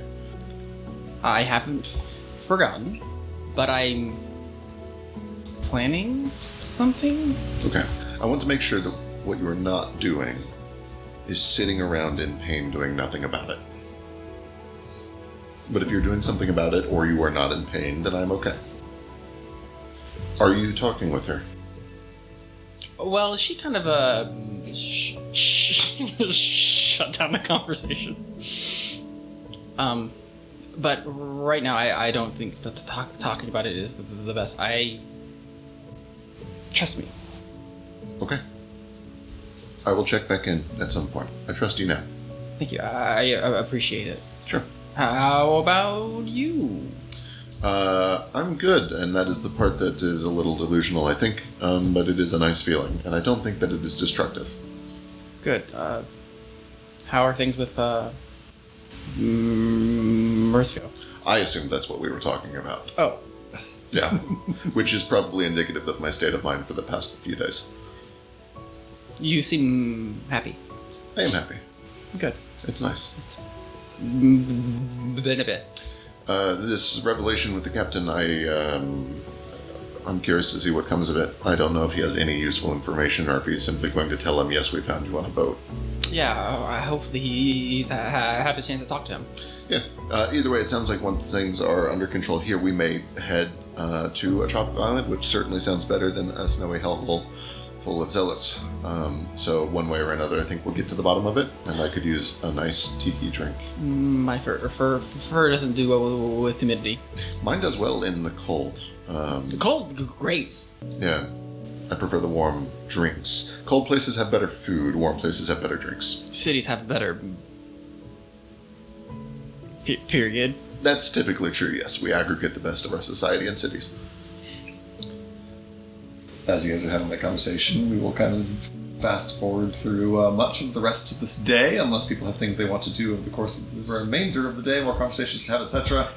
Eventually, Lusa prepares another meal for you guys after doing the rounds and asking what you want to eat. You guys settle in for another night of sleep here on the 14th night of brightness. Ghosts, with your divination earlier, knowing that if your divination is to be believed, this is the night that the Shadow Kai will come to claim the spirit that the Robin is transporting, being the closest thing to a misfortune you might experience on account of traveling with a Robin. But that will all be discoveries to be made on the next session of Spirit and Salt. That's all for this one. Thank you guys so much for watching. And we will see you next time. Bye-bye! Thank you so Bye. very much.